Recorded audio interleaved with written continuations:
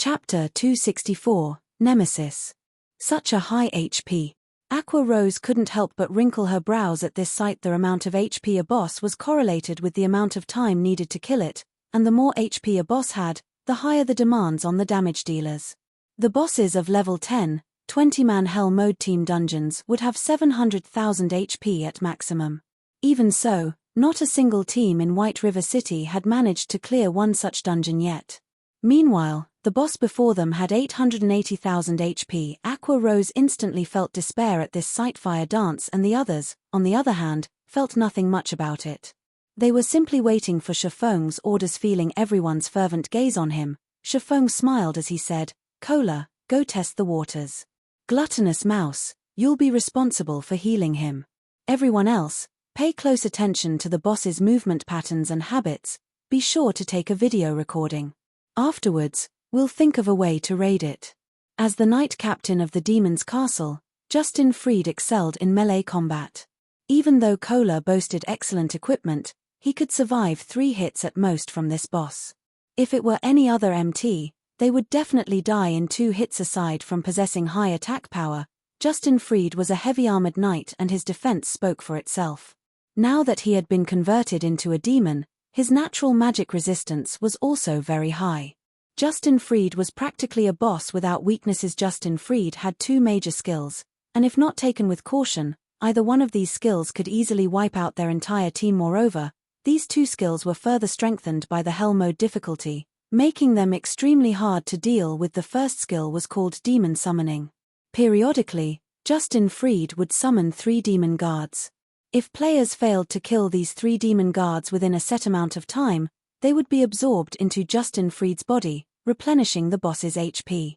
In the hard mode difficulty of the dungeon, each demon guard would heal Justin Freed of 3% of his maximum HP, while in Hell Mode, that percentage was increased to 5%.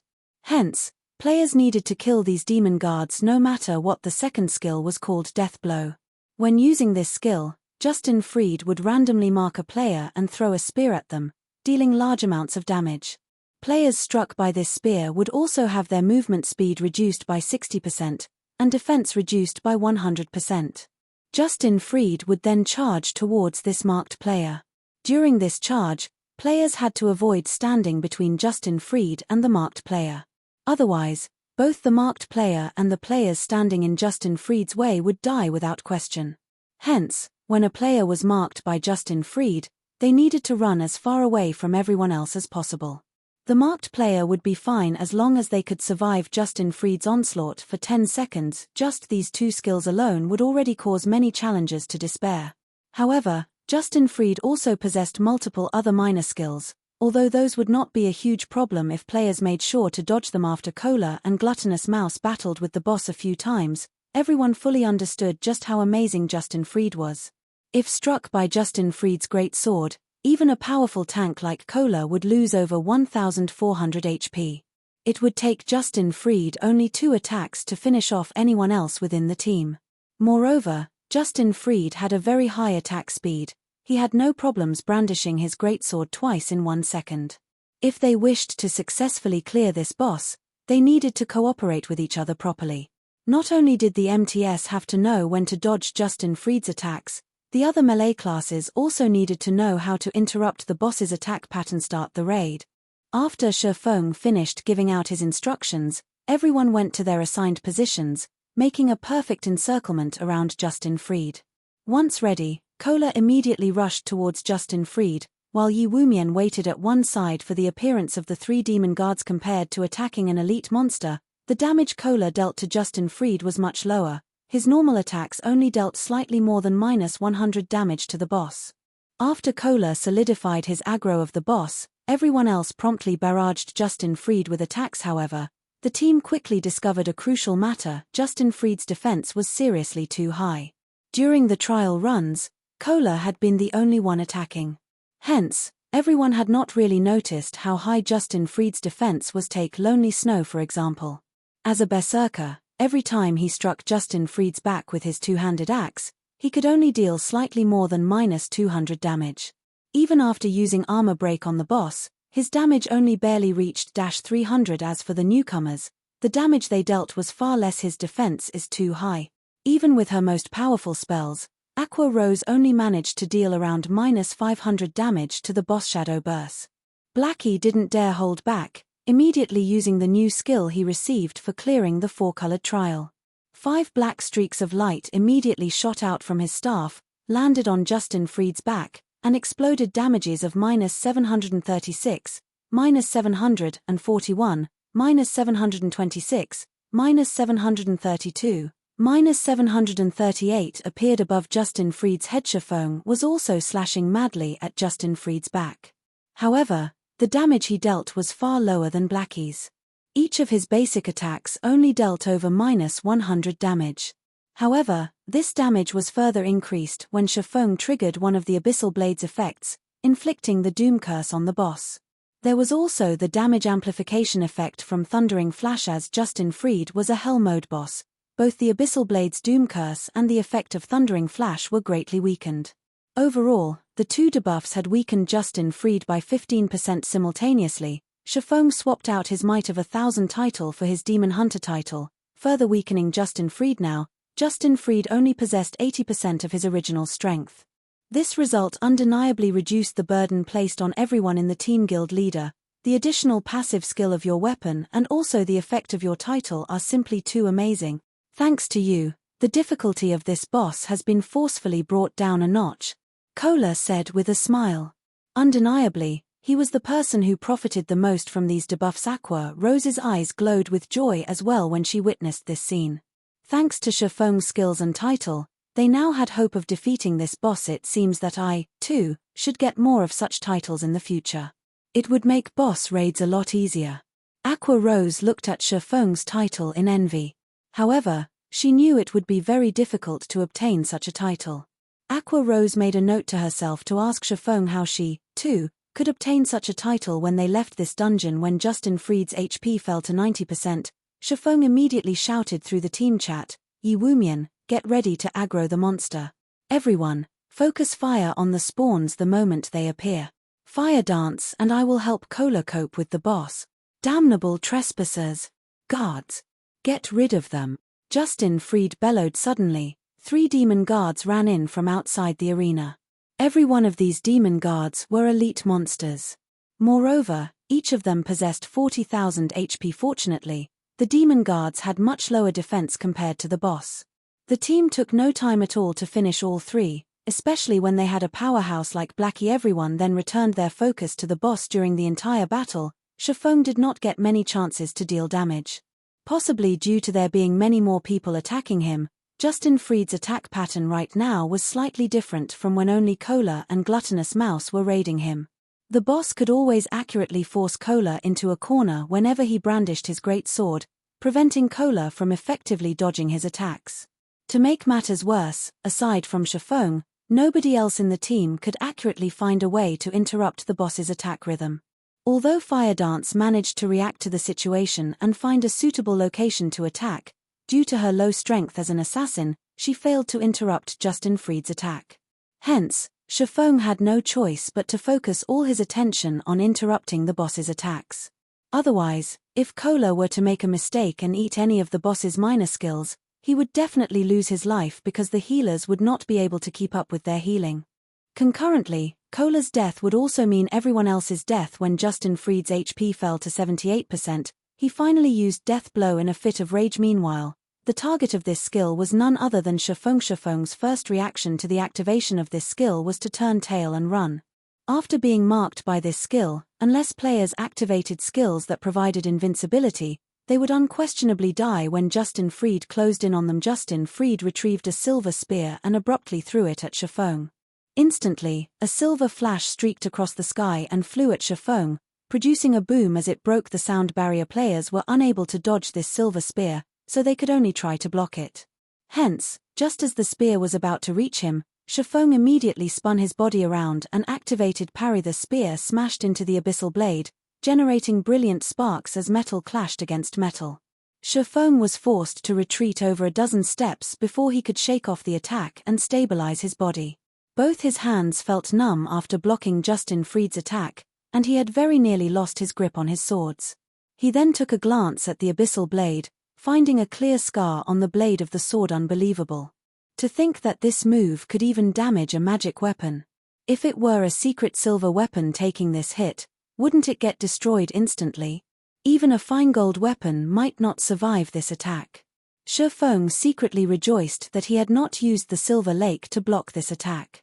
Otherwise, the sword would have been finished after seeing his spear blocked. Justin Fried grew furious.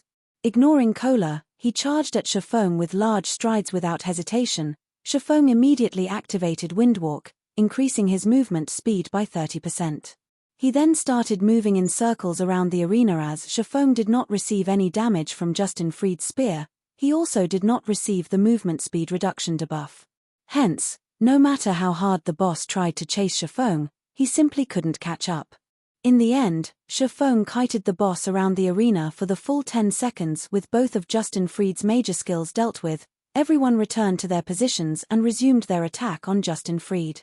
Later on, no matter how many times Justin Fried used his major skills, the end result was still the same. After a dozen minutes passed, even when Justin Fried entered his berserk state, he still could not change the inevitable.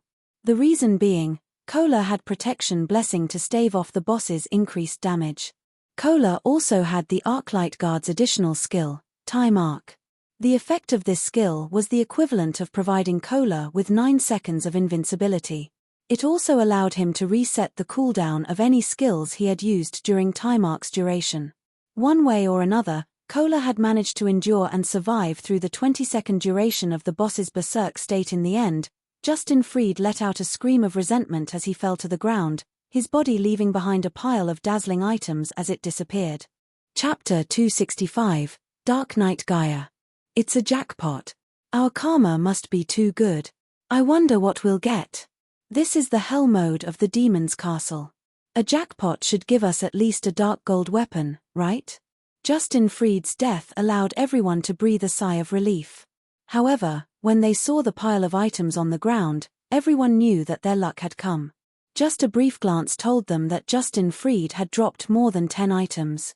It was an obvious sign that this was one of those rare karmic jackpots. Alright, don't get too excited right now. Rest and recover for now. Shi Feng simply smiled when he looked at his teammates' excitement. However, he knew that the jackpot this time around was no coincidence. Others might not know this, but the Demon's Castle was actually the hardest dungeon out of all the level 15, 20-man team dungeons, although everyone believed that it was simply a 20-man dungeon with above-average difficulty. In the past, countless guilds had suffered team wipe after team wipe in order to raid the Demon's Castle. According to Shi Feng's understanding, the bosses of every Hell Mode team dungeon that possessed the highest difficulty out of all Hell Mode team dungeons of the same level would always yield a jackpot when it was being raided for the first time. This was a reward by the system for pioneering the team dungeon with the highest difficulty. While Shi Feng was counting up the loot from Justin Fried, a group of players revived at the entrance of the Demon's Castle boss, that Justin Fried's defense and attack are simply too high. Compared to a level 10 dungeon, the Demon's Castle is far more difficult. Moreover, this is only the normal mode dungeon. Even a powerful MT like yourself could not survive 3 hits from the first boss. I don't think there's any way we can raid this dungeon right now, a druid said. It seems that 2 MTS are required for this boss, to share the damage. We can just let a ranger kite the 3 summoned monsters. After experiencing a battle with Justin Fried, Warwolf fully realized just how powerful the boss was. Every time Justin Fried attacked, Warwolf would be forced into a corner and prevented from dodging. He had no choice but to take the full brunt of the boss's attack. If he only had to endure Justin Fried's basic attacks, Warwolf was confident he could make do with the heals he received. However, one of Justin Fried's minor skills, Thousand Sweep, dealt at least minus 1000 damage to all targets within an 8-yard radius. Meanwhile, the activation time for this skill was practically instantaneous, so Warwolf had no chance at dodging it. When Warwolf ate this minor skill in addition to a basic attack, he would instantly lose at least 2000 HP. Only with all 4 healers in the team focusing their heals on him could they barely manage to get his HP back up to a safe level before Justin Fried's next attack connected. However, shortly after, the boss summoned 3 demon guards. Once the healers spread their focus to the other members of the team, War Wolf was promptly slain by Justin Freed. The end result? A team wipe. As War Wolf's team was about to enter the demon's castle for the second time, Shifeng had already started distributing the loot. The jackpot this time had yielded 11 weapons and equipment in total. There were also quite a number of magic crystals and precious materials among the weapons and equipment dropped. Were 3 secret silver equipment, leg guards for rangers, a hat for druids, and shoulder guards for summoners. As this was a guild-only team, and also a pioneer raid, the distribution of items this time was not done using the contribution auction method. Instead, Shifeng assigned the items to specific players while placing priority on increasing the overall battle prowess of the team. Meanwhile, fine gold ranked weapons and equipment numbered the most. There was a total of 6 of such items dropped by Justin Freed. The attributes of these items spoke for themselves. The items dropped from the hell mode of the demon's castle were all of the finest quality. Lonely Snow received a level 15 fine gold ranked great axe, while Cola received a level 15 fine gold ranked short sword. Meanwhile, the secret silver weapons the 2 previously used were passed on to their teammates.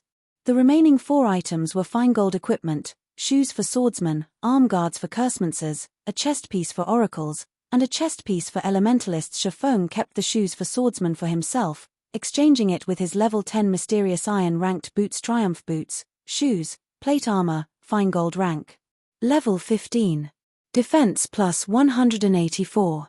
Strength plus 17, agility plus 20, endurance plus 12. Movement speed plus 5. Restricted to swordsman. Additional passive skill dash.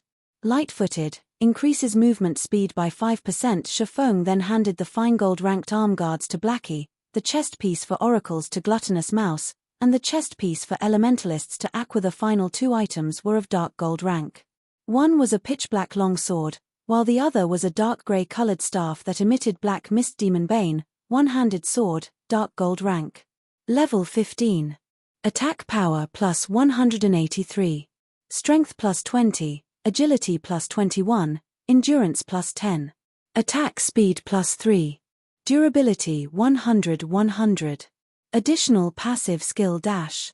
Demon Bane, deals 20% additional damage towards darkness-type monsters. Although the Demon Bane was only at the level of being satisfactory in terms of attributes, the passive skill that came along with it was perfect for raiding the demon's castle. Shifeng just happened to be able to replace his level 10 dark gold weapon, the Silver Lake. Although the Silver Lake was a personal exclusive weapon, in terms of attributes and attack power, it was much weaker than the level 15 Demon Bane. The reason being, there would be a huge increase in the performance of weapons and equipment every 5 levels. Moreover, when taking into consideration the convenience of the upcoming battles, Shifeng had even more reason to exchange the Silver Lake for the Demon Bane. As for the dark gold ranked staff, it was also of extremely good quality. Black Mist Staff, two-handed staff, dark gold rank. Level 15.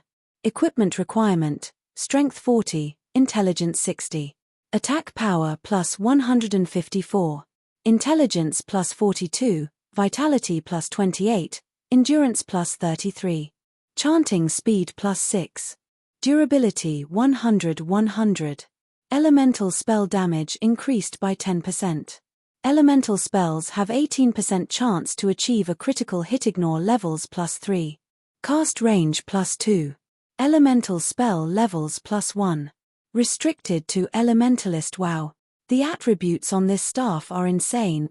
It's practically tailored for Elementalist. Even though Blackie already had an epic ranked staff, he still couldn't help but exclaim when he saw the attributes on this staff. The eyes of the 2 elementalists in the team immediately glowed upon seeing the attributes of this staff. This staff will go to Aqua. Shifeng handed the staff over to Aqua Rose without hesitation. Although Taciturn Goose, who was one of the newly recruited 5 demon generals, was also an elementalist, Aqua Rose was the vice leader of the guild. It would not look well if the vice leader of the guild continued using only a secret silver ranked staff.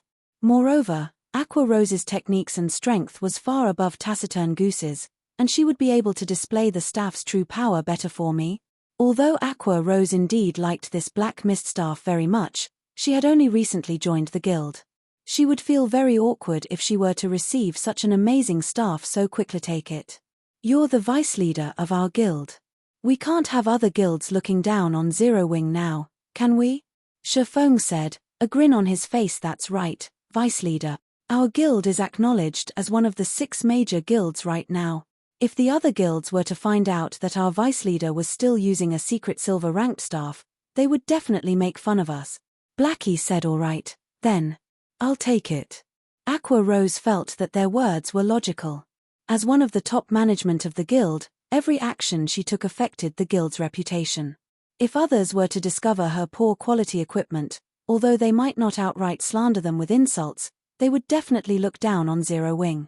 It would make others think that Zero Wing was not as good as it seemed to be. After equipping this exquisite staff, Aqua Rose suddenly felt the responsibilities placed on her shoulders growing heavier, following which, after everyone was rested, they resumed advancing towards the heart of the demon's castle. Due to the jackpot from Justin Freed, the team's overall strength was greatly increased.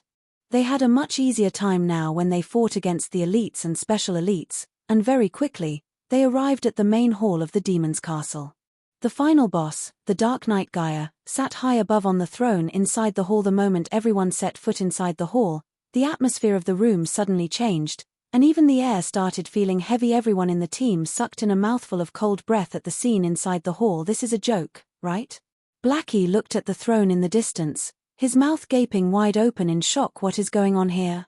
Why are there 2 more bosses with Dark Knight Gaia? Astonished, Shifeng stared at the 2 beauties standing beside the throne. The 2 beauties had a pair of pitch-black wings on their backs, and both of them were giving off an imposing aura that was no weaker than Dark Knight Gaia's. Chapter 266, Holy Light. Just Dark Knight Gaia alone was a challenge for them to deal with. Yet, there were 2 more bosses of equal strength now. Even Shifeng felt powerless at this sight. However, the fact that there were 3 bosses in this hall was not the most important point. The key point was that even a single boss was enough to cause everyone to despair. The difficulty of this quest is too high. Shifeng's head ached when he looked at the 3 bosses. He never imagined that Weissman's quest would be so difficult. If it were the normal hell mode demon's castle, Shifeng would still have a way to clear it. However, if he had to face the 3 bosses before him simultaneously, then there really was no hope for clearing this dungeon at all. Dark Knight Gaia, High Lord rank. Level 16. HP 4000004000000. Fallen Angel Heir, High Lord rank. Level 16. HP 360000360000. Fallen Angel Lara, High Lord rank. Level 16. HP 360000360000. Not only did the quest increase the number of bosses, it had also greatly increased their strength. With a frightening 4 million HP, even if their healers exhausted all their mana, they still wouldn't be able to kill Dark Knight Gaia. It was also highly possible that Cola would die with a single stab from Dark Knight Gaia's Spear. Guild leader, I think we should withdraw. There must be a problem with the system. 4 million HP is just ridiculous, Cola said, shaking his head while sighing. I think so as well, Brother Foam. Maybe we should go out and reset the dungeon. Blackie said that others had similar thoughts as well. Even if this was hell mode, the difficulty of these bosses was simply preposterous. Since we've already come this far, let's give it a try. There should be a special mechanism in place if the bosses are set to be so powerful. Shifeng did not think there was an error with the system. It definitely had its own reasoning for making the bosses this powerful. So, they might as well test the water. Who knows? They might even discover some secret trick that will allow them to defeat these bosses. Since Shifeng had already spoken, the others naturally did not oppose his decision. At worst, they would simply waste some of their EXP, and EXP was something they could easily obtain. Hence, like the previous time, Cola and Gluttonous Mouse went ahead to gauge the standards of the bosses. Like before, Cola threw his shield at the 3 bosses, activating Shield of Vengeance. Yet, the moment Cola's shield struck the 3 bosses, everyone in the team was stunned by what they saw. 1-1-1. Only 1 point of damage appeared above each of the 3 bosses. Their frightening defense rendered everyone in the team speechless. You are seeking death. Dark Knight Gaia spoke in a tone that was neither enraged nor arrogant. Rather, his voice was only filled with coldness and indifference. He spoke just like a machine, emotionless. Gaia then slowly got up from his throne. He did not rush to attack Cola, instead choosing to abruptly focus his eyes on Cola. Cola instantly felt a chill overcome his body. Although this was a game, the pressure he felt was nothing but real. Similarly, the two fallen angels by Gaia's side did not take any action. They did not even give Cola a single glance, as if saying Cola was not worth their attention. Ali refused to believe it yet. Cola summoned up his courage as he used punishment on Dark Knight Gaia. However, just like before, his attack only dealt 1 point of damage to the boss. Everyone cringed at this result. This time, Dark Knight Gaia finally retaliated against Cola's attack. Gaia casually retrieved a spear from his side, aimed it at Cola, and threw it. Before anyone could react, a flash of light pierced through Cola's chest, followed by a sonic boom reverberating throughout the hall. The attack caused over -2,900 damage to Cola, leaving him with only several hundred HP remaining. This casual attack had nearly taken Cola's pitiful life. Just as Dark Knight Gaia was about to attack for the second time, a pillar of holy light descended from the sky, enveloping Cola. When Gaia's spear clashed against the holy light, it was as if the spear had struck an impenetrable wall. The spear could not advance by even an inch. There was a trick to it, as expected. Shifeng smiled faintly when he saw the holy light descending from the sky. He also discovered the silhouette of a person floating amidst the pillar of holy light. Hence, Shifeng shouted in the team chat, "Everyone, together, healers, get Cola's HP back up first."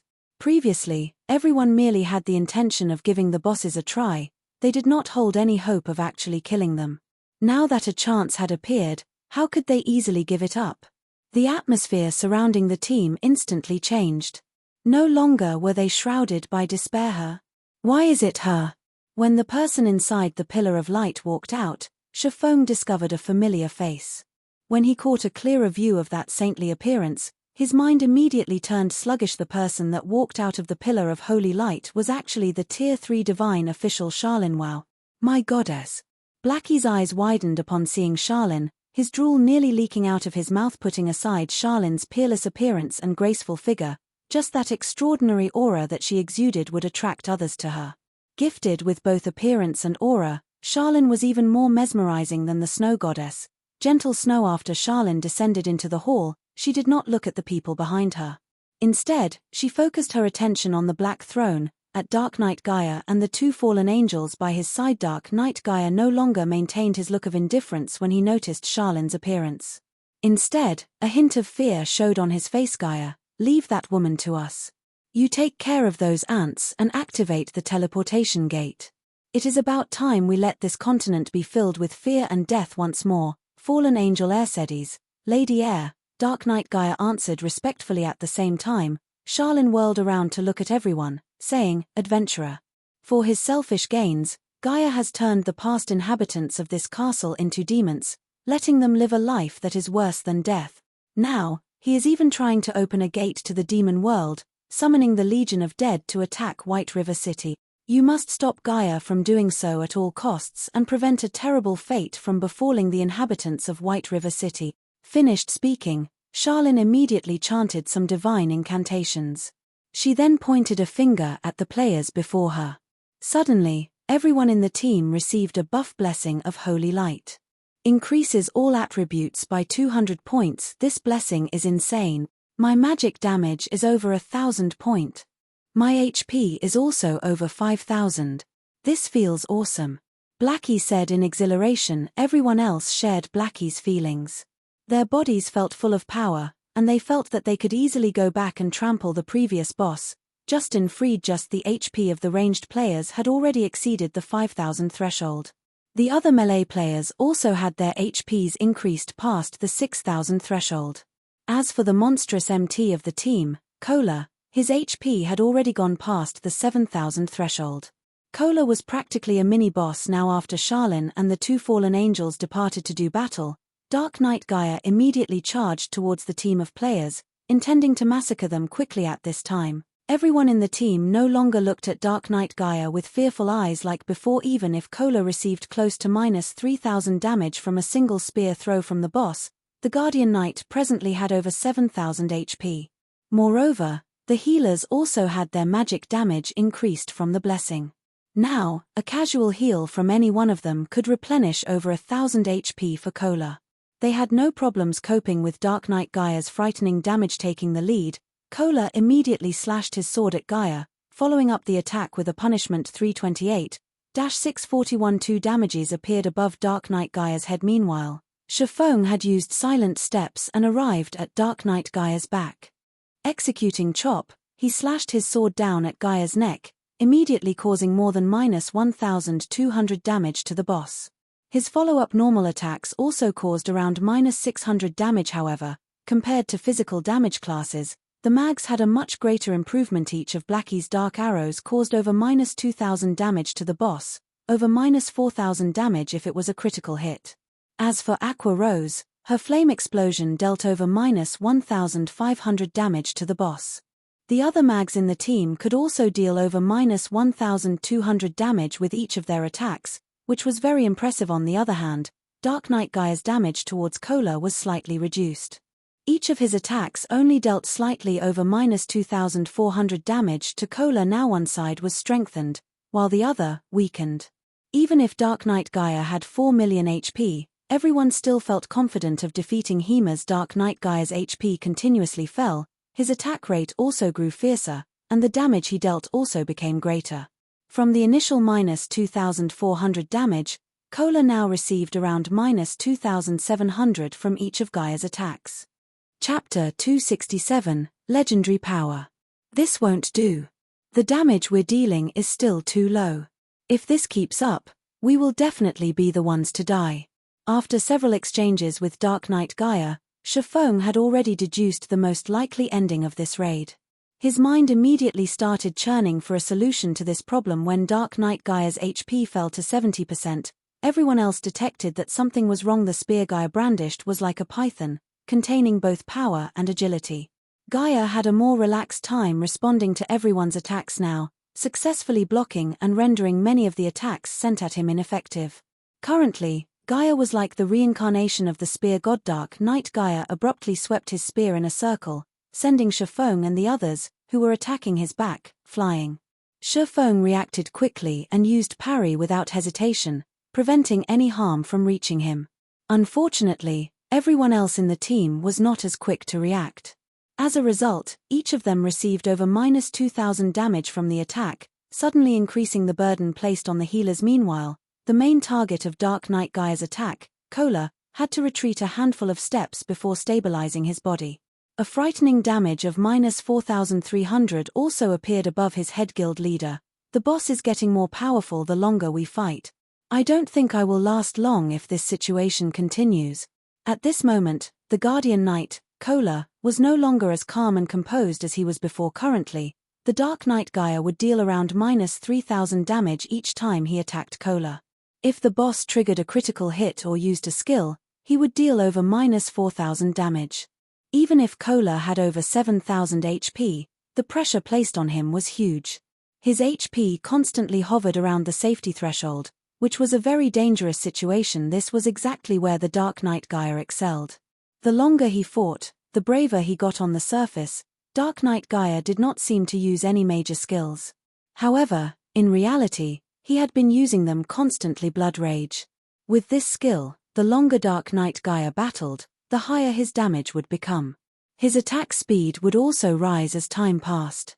Just this skill alone was already sufficient to make any team that dared challenge him kneel and accept defeat. In addition, Dark Knight Gaia also possessed an AoE skill, Blood Domain. The skill had an effective area of 100 yards. When used, a blood demon would spawn behind all enemies within this range. These blood fiends each had 10,000 HP. Contrary to expectations, these blood fiends would not attack players.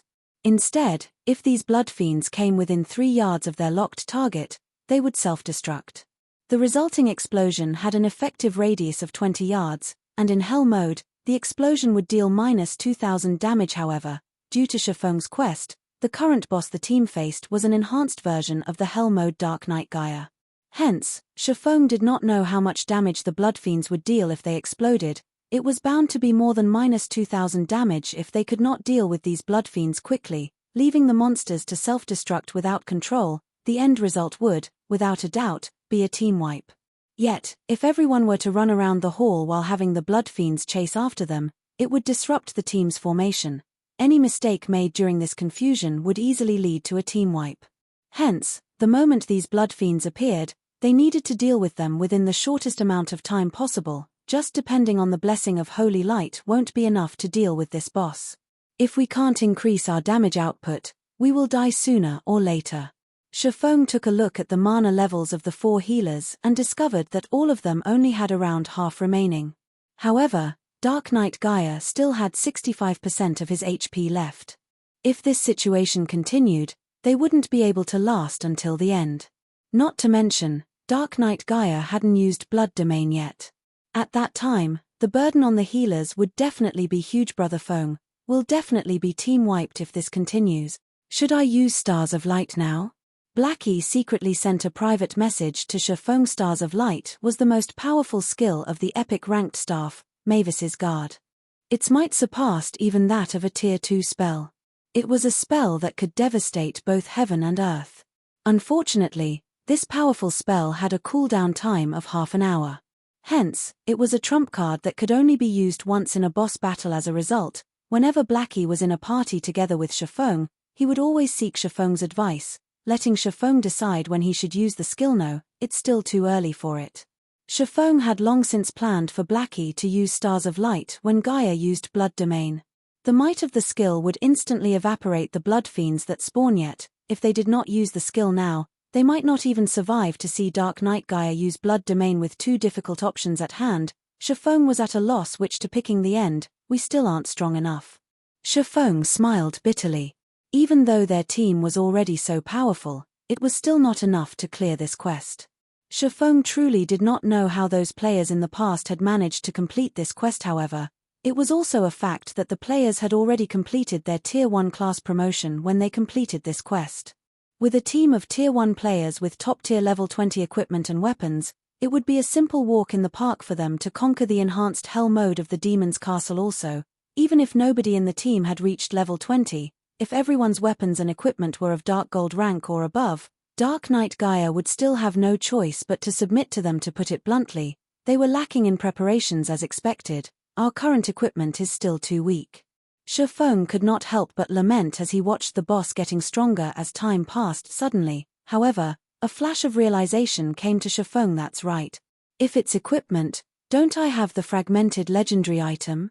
Shifeng thought of the ring that had been left asleep inside his bag, the Heavenly Dragon's Breath. As a fragmented legendary item, it possessed the strength to change a player's tier. Yes, tier, not level. Previously, Shifeng had never managed to reach the requirements of the fragmented legendary item. Now, however, he had already achieved it. Heavenly Dragon's Breath, ring, fragmented legendary rank. Equipment requirement, strength 200, agility 200, intelligence 120. Strength plus 40%, agility plus 40%, intelligence plus 30%, endurance plus 30%. Movement speed plus 20%. Attack speed plus 30%. Ignore levels plus 10. All item level requirements reduced by 10 levels. Additional skill 1, Dragon's Authority. Suppress all enemies in the surroundings with the might of the Heavenly Dragon, inflicting the fear status onto enemies within a 30-yard distance, reducing their attack power by 20%, attack speed by 20%, and movement speed by 20% for 1 minute cooldown, 3 minutes. Additional skill 2, Dragon Breath.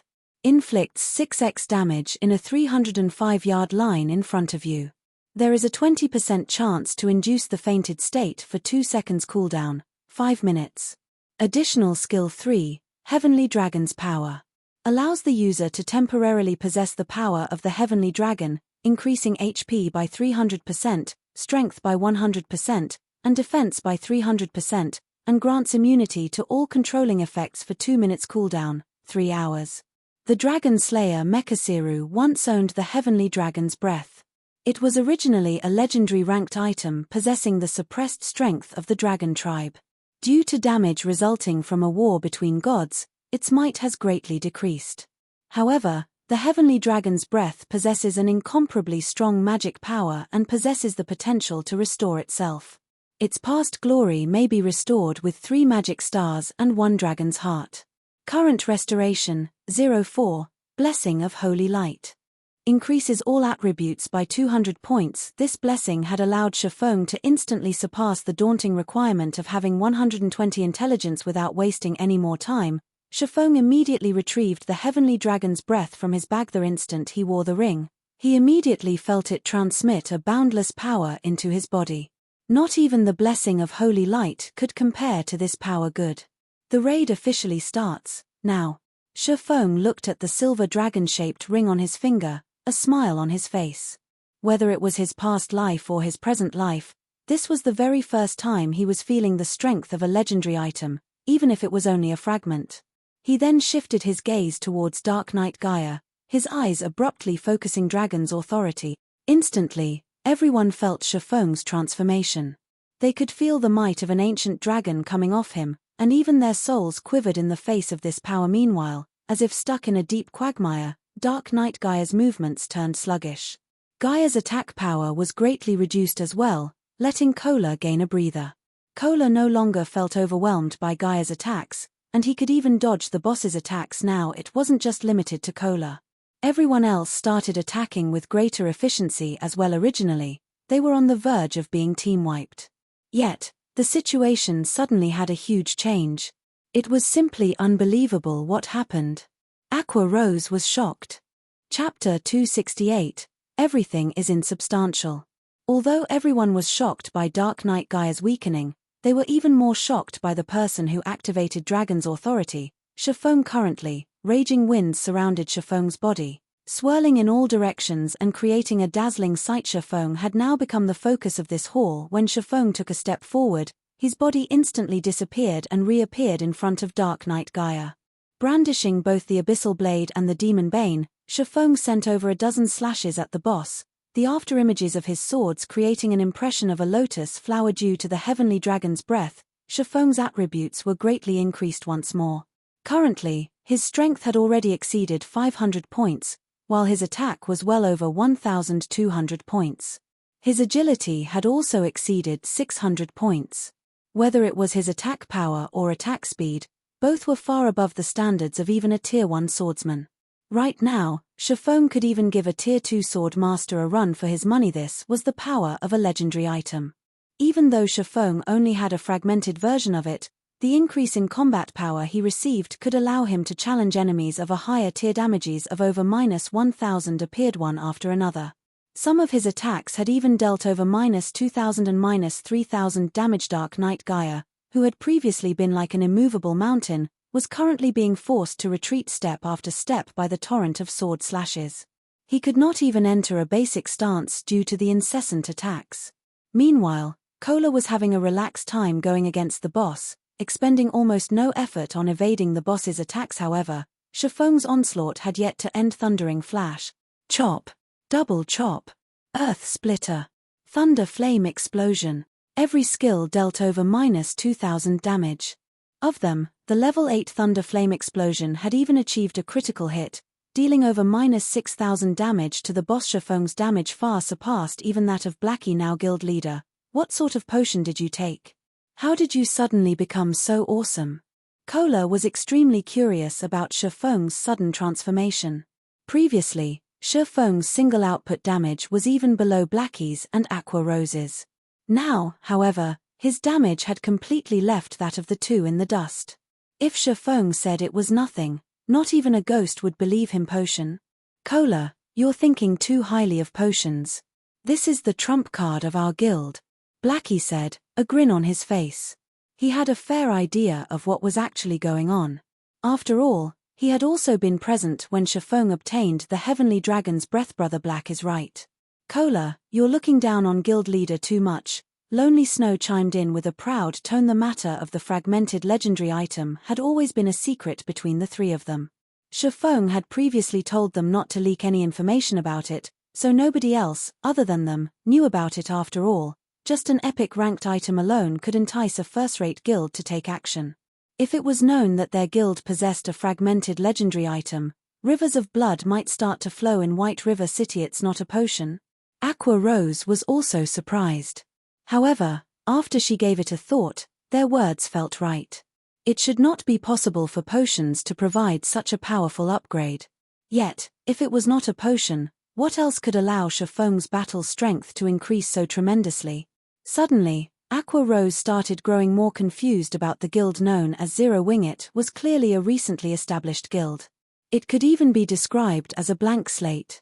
Yet, shortly after she had joined the guild, she received one shock after another. Aqua Rose had even begun to suspect that Shifeng was an elder of one of those super guilds, and that he had come to White River City to play the role of a pig to devour the tiger. Only a dozen seconds passed since the battle resumed, and already, Dark Knight Gaia had lost 5% of his HP. Currently, he only had 54% of his HP remaining. If this trend continued, his life would end before 3 minutes even passed. However, Shifeng was still not satisfied with this result. The reason being, along with the passing of time, Dark Knight Gaia would grow stronger and stronger. Moreover, Dragon's authority lasted for only 1 minute.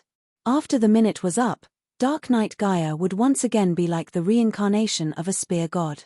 With Kola's equipment, he would not last long under the boss's onslaught. Just as Dark Knight Gaia was about to recover his battle strength. I wonder how well this move will perform. The abyssal blade in Shifeng's hand suddenly ignited in flames, the fire-type mana within a 30-yard radius frantically gathering around the weapon. The light from the scorching flames illuminated the dark hall, while the heat evaporated the moisture in the air. Currently, the abyssal blade in Shifeng's hand was like a miniature sun. This was none other than Shifeng's ultimate move, Flame Burst. Due to his increased attributes, the current Flame Burst was much stronger than the last time Shifeng used it. Before anyone could react, the abyssal blade turned into a shooting star, smashing into Dark Knight Gaia's chest. Gaia's previously impenetrable armor was like tofu when it met with the abyssal blade. The abyssal blade easily pierced Gaia's steel armor and body like a hot knife through butter, creating a large hole in Gaia's chest. However, this was not the end of Shifeng's attack. Shifeng then followed up with 5 more slashes, each of his slashes dealing over -6,000 damage. Some of them had even achieved a critical hit, dealing over -13,000 damage. Meanwhile, the armor on Dark Knight Gaia's body was instantly shattered, the sundered metal fragments smashing heavily against the stone pillars at the sides of the hall. These stone pillars completely collapsed at the impact of the metal fragments. Receiving these 6 continuous attacks, Dark Knight Gaia instantly lost over 60,000 HP. This scene absolutely dumbfounded everyone in the team right now. Shifeng looked more like the boss here with Dark Knight Gaia as the player. The situation was so shocking that Kola and everyone else in the team even forgot to attack Dark Knight Gaia or stop daydreaming. The boss is still alive. Shifeng smiled helplessly as he received everyone's fervent gazes. After Shifeng's reminder, Kola and Yi Wumian quickly reacted and charged at the boss. Maybe because he no longer had his armor, Dark Knight Gaia was actually receiving an additional 30% damage from everyone's attacks now. The raid progressed at a much faster rate right away. You ants have angered me. Accept the punishment of darkness.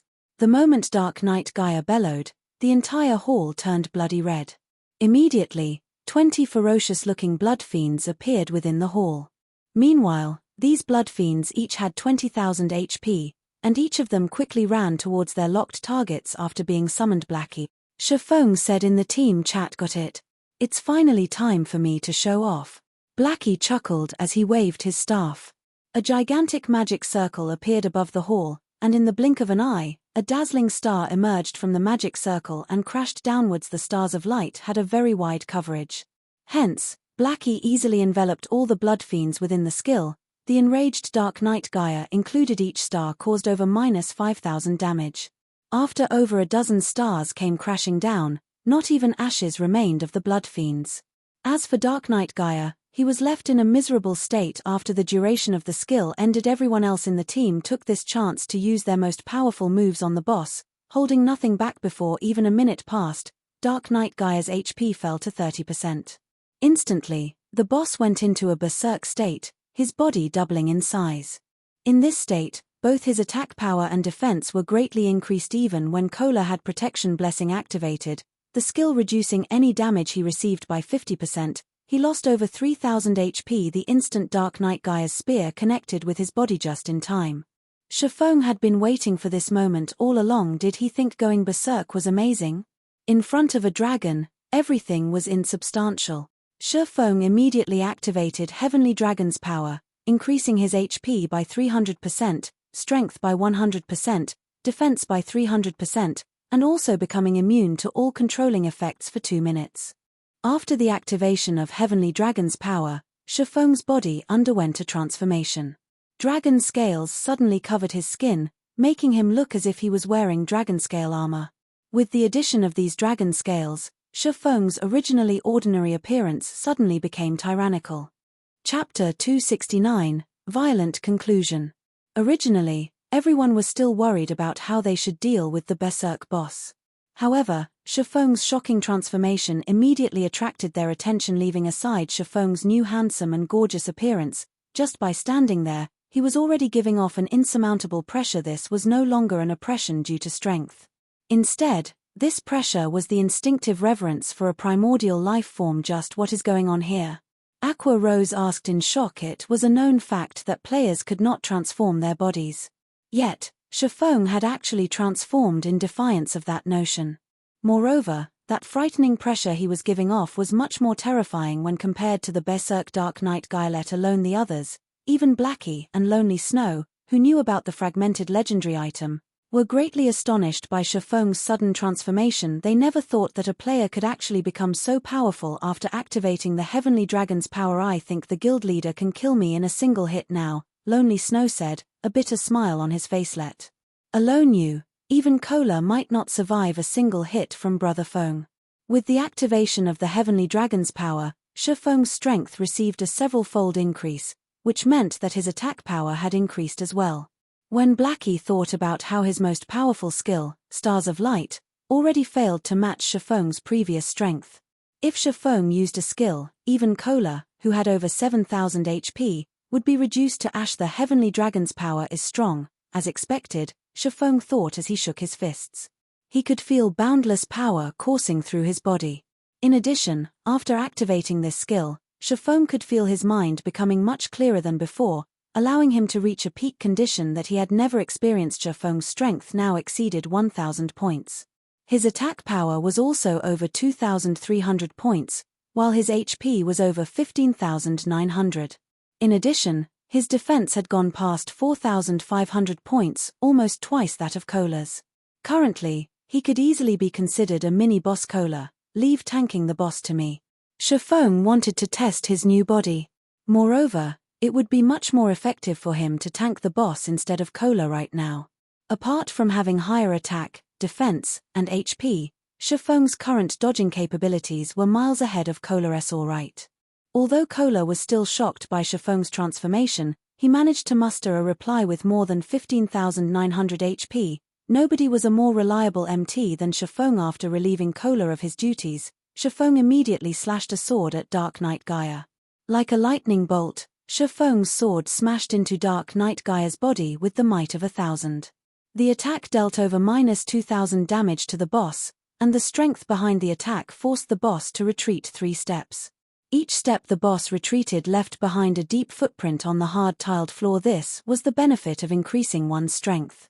Compared to increasing just attack power, if players with physical damage classes increased their strength, not only could they gain additional attack power, their increased strength would also create a suppression effect during battle.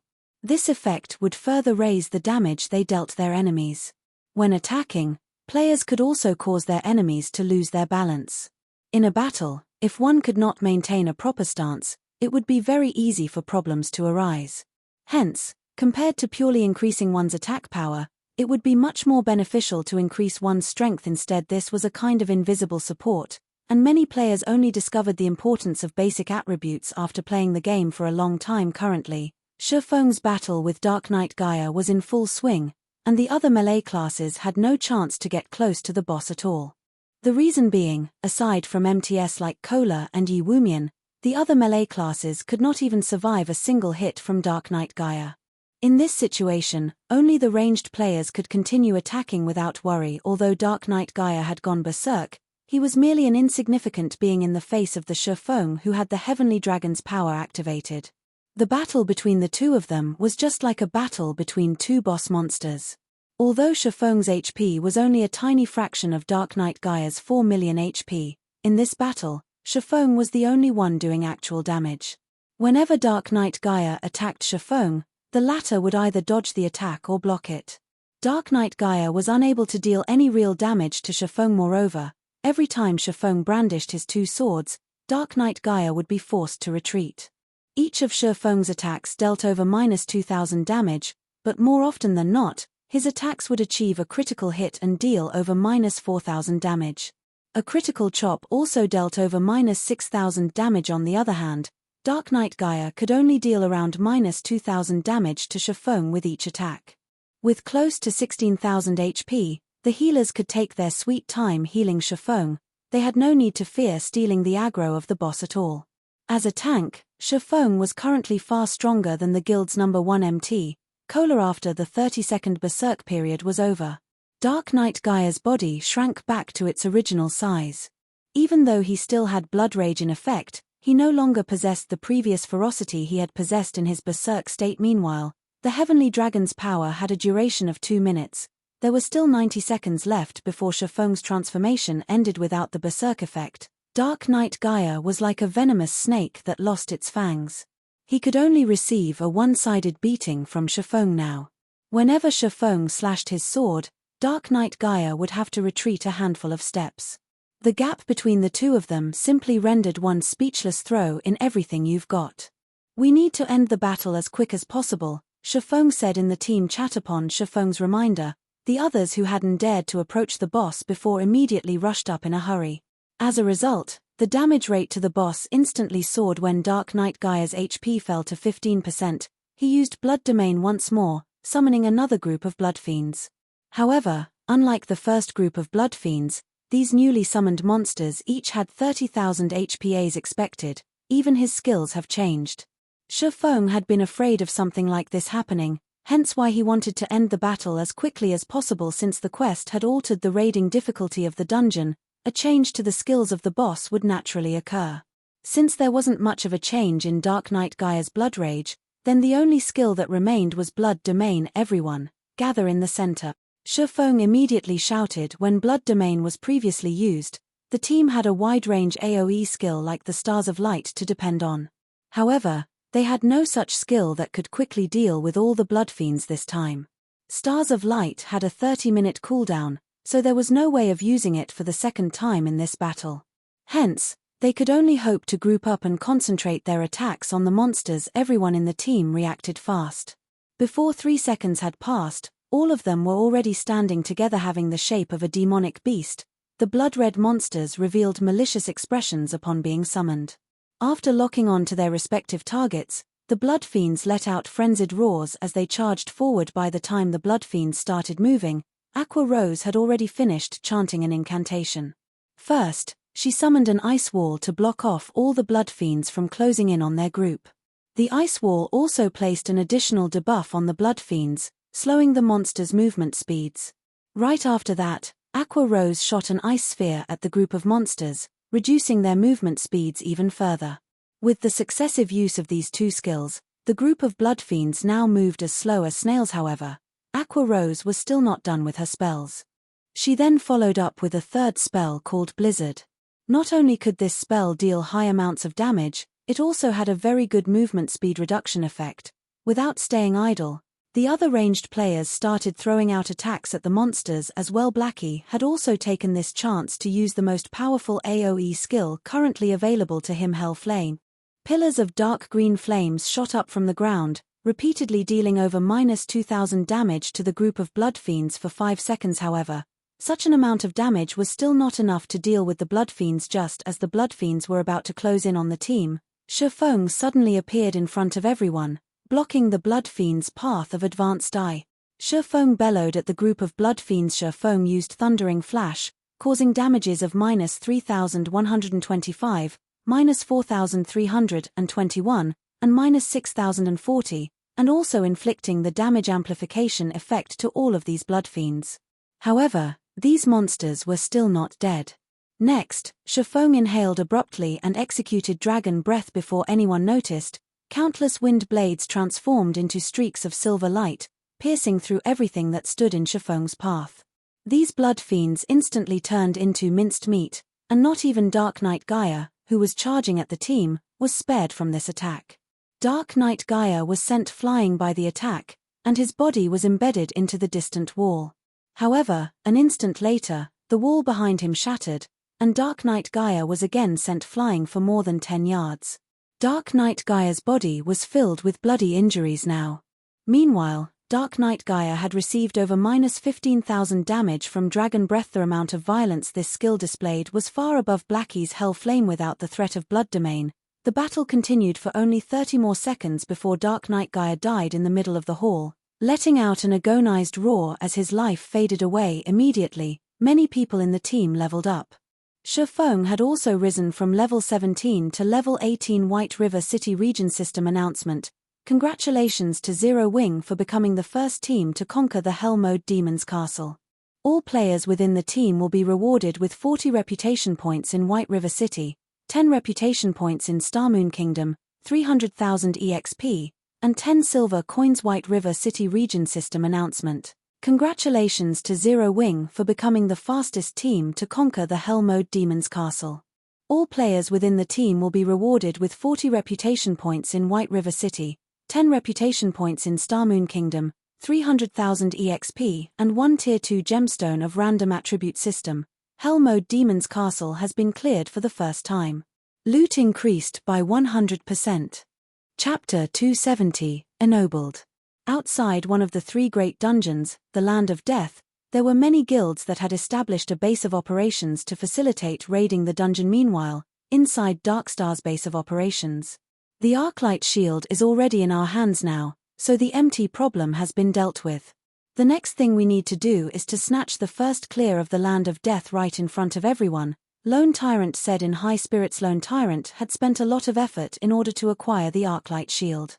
In order to quickly collect the required 30 gold coins, he had played the role of the gullible fool and purchased them at an overpriced value of 700,000 credits. However, now that the actual item was in his hands, Darkstar would officially become the second guild in White River City to start raiding the hard mode of one of the 3 great dungeons previously. The main reason why Darkstar had been surpassed by Ouroboros was the insufficient strength of their MT. Now, however, the situation was different. With their newly acquired Arclight shield, Darkstar would be competing with Ouroboros on a level playing field. As for the other guilds, Darkstar had no reason to be fearful of them. Even if Zero Wing already had their own Arclight shields, they were only a recently established guild. They did not possess the backing required to raid the 3 great dungeons at this moment. However, a system announcement rang out. White River City Region System announcement. Congratulations to Zero Wing for becoming the first team to conquer the Hell Mode Demon's Castle.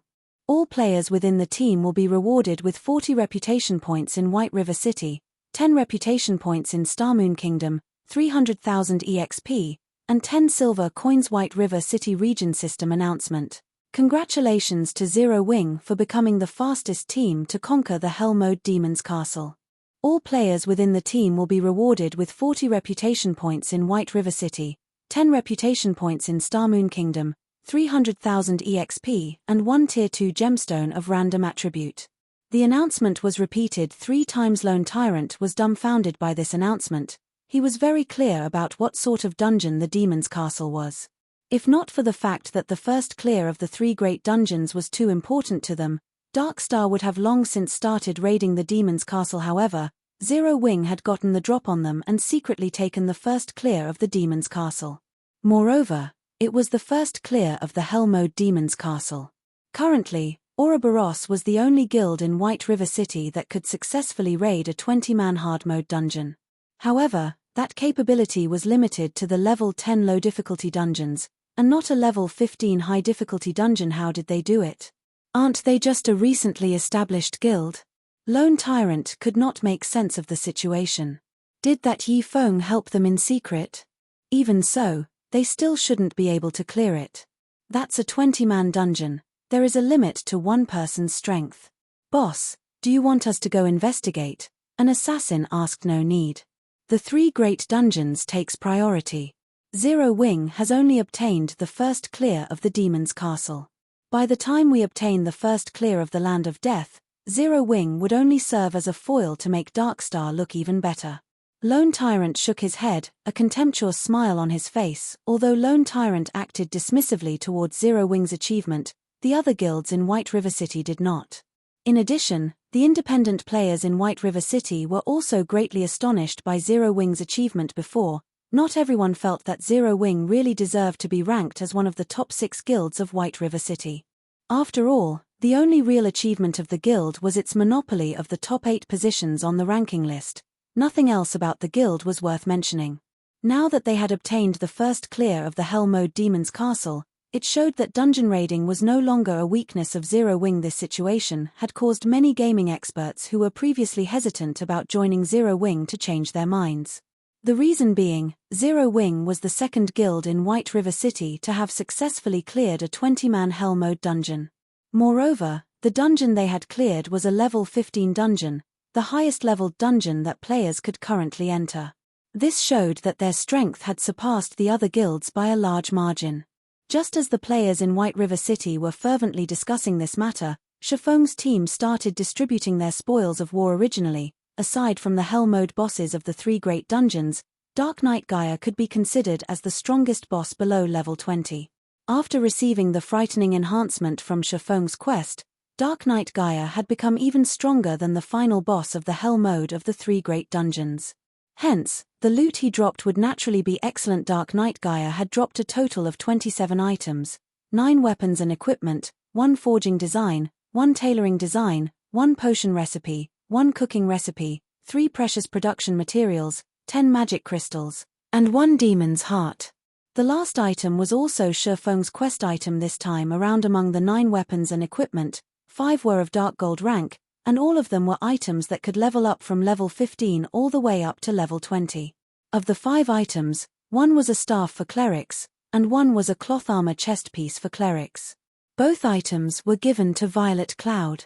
Meanwhile, Blackie received a hat for Cursemances, Aqua Rose received shoulder guards for elementalists, and Yi Wumian received arm guards for shield warriors. The remaining 4 weapons and equipment were of fine gold rank. The leather armor chest piece and shoulder guards were both given to Fire Dance. There was also a longbow for rangers, which was given to Sentimental Memories, one of the 5 demon generals. Lastly, the Berserker, Water Buffalo, received a great sword. After having distributed all the equipment, the team's battle power greatly increased once again. With such equipment, no other team in White River City could even hope to compare to them. As for the other items, Shifeng promptly kept them for himself. Wivee got a good harvest this time. Shifeng felt exhilarated when he looked at the designs and recipes in his bag. In the hands of others, these items would only be worth a small sum of money. In his hands, however, these items would be money-making machines. Most importantly, the forging design he obtained was meant to produce the gemstone buckle. This item could allow players to equip an additional gemstone onto equipment that were of bronze rank or above. Meanwhile, players could apply up to 3 gemstone buckles on their characters, meaning they could have up to 3 additional gemstones. The value of this item was no less than the advanced whetstone. As for the other recipes and designs, they were relatively valuable as well. Only, they were not as valuable as the gemstone buckle. After leaving the demon's castle, Shifeng allowed everyone to go ahead with their own agendas while he headed to the City Hall of White River City. When Shifeng arrived at the reception room of the City Hall, the Tier 4 wizard Weissman was still as leisurely as he was before. Weissman currently stood by the window, a peaceful expression on his face as he observed the plaza outside the City Hall. Young man, you're here. I've already heard about your achievements from that little girl, Charlene. Before Shifeng had even entered the room, Weissman had already detected his presence. At this time, Weissman moved away from the window and walked towards Shifeng. He then nodded his head, a smile on his face as he said, "Not bad. Truly not bad at all. I never imagined a day would come when this old man would misjudge somebody. Ha ha ha. Not only have you slain Gaia, you have also saved the entire White River City. I don't even know how I should reward you for your efforts. How about this? With the power vested in me, from this day onwards, you are a Viscount of White River City. With your strength, I believe you should be able to protect that place.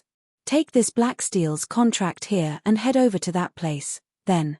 System, unique quest Demon's Heart completed quest rewards, position of Viscount in White River City, Blacksteel's contract, 500,000 EXP, 50 free mastery points, and 2 gold coins. Shifeng was momentarily dumbfounded by the unexpected rewards. These rewards were simply too bountiful, especially the position of Viscount. In the entire White River City, perhaps only Shafong would understand the importance of this position, right? I nearly forgot to mention, that little girl, Charlene, said she has some matters that she needs to speak with you about. She is at the stargazing tower right now. If you have nothing else to do, you should go see that little girl. You don't want to miss out on a rare opportunity, Weissman said, giving Shafong a meaningful smile. Chapter 271, Guild Residence. Lady Charlene is looking for me. A bad premonition stirred in Shafong's mind. Shafong had a very good understanding of Charlene's personality. She was definitely the type of person that would not act out of altruism, and Shafong couldn't help but wonder just which item on him Charlene had her eye on again. Forget it. It's better if I just go and see what she has in store for me, Shafong decided after giving it some thought. Although Charlene was a money grubber, he had always received a great harvest every time they met. This time, Charlene might give him some advanced quest again. If the quest rewards were good, he would consider giving it a try. However, the stargazing tower was located in Blackwing City, and this situation puzzled Shafong greatly. Since when had Charlene run all the way to Blackwing City? If Shafong had not known the location of the stargazing tower, he would have definitely wasted much of his time blindly searching for Charlene in White River City. Moreover, it was not easy to go to Blackwing City. Without the appropriate pass, players would find it impossible to go there at all. To put it simply, if any other player wished to meet with Charlene, it would be a very difficult endeavor. Fortunately, it was a simple task for Shafong. Although he had already depleted the number of uses on the 7 Luminaries gemstone, his pass to Blackwing City, Aqua Rose still had a few Blackwing passes of her own. On second thought, maybe I should postpone meeting up with Charlene.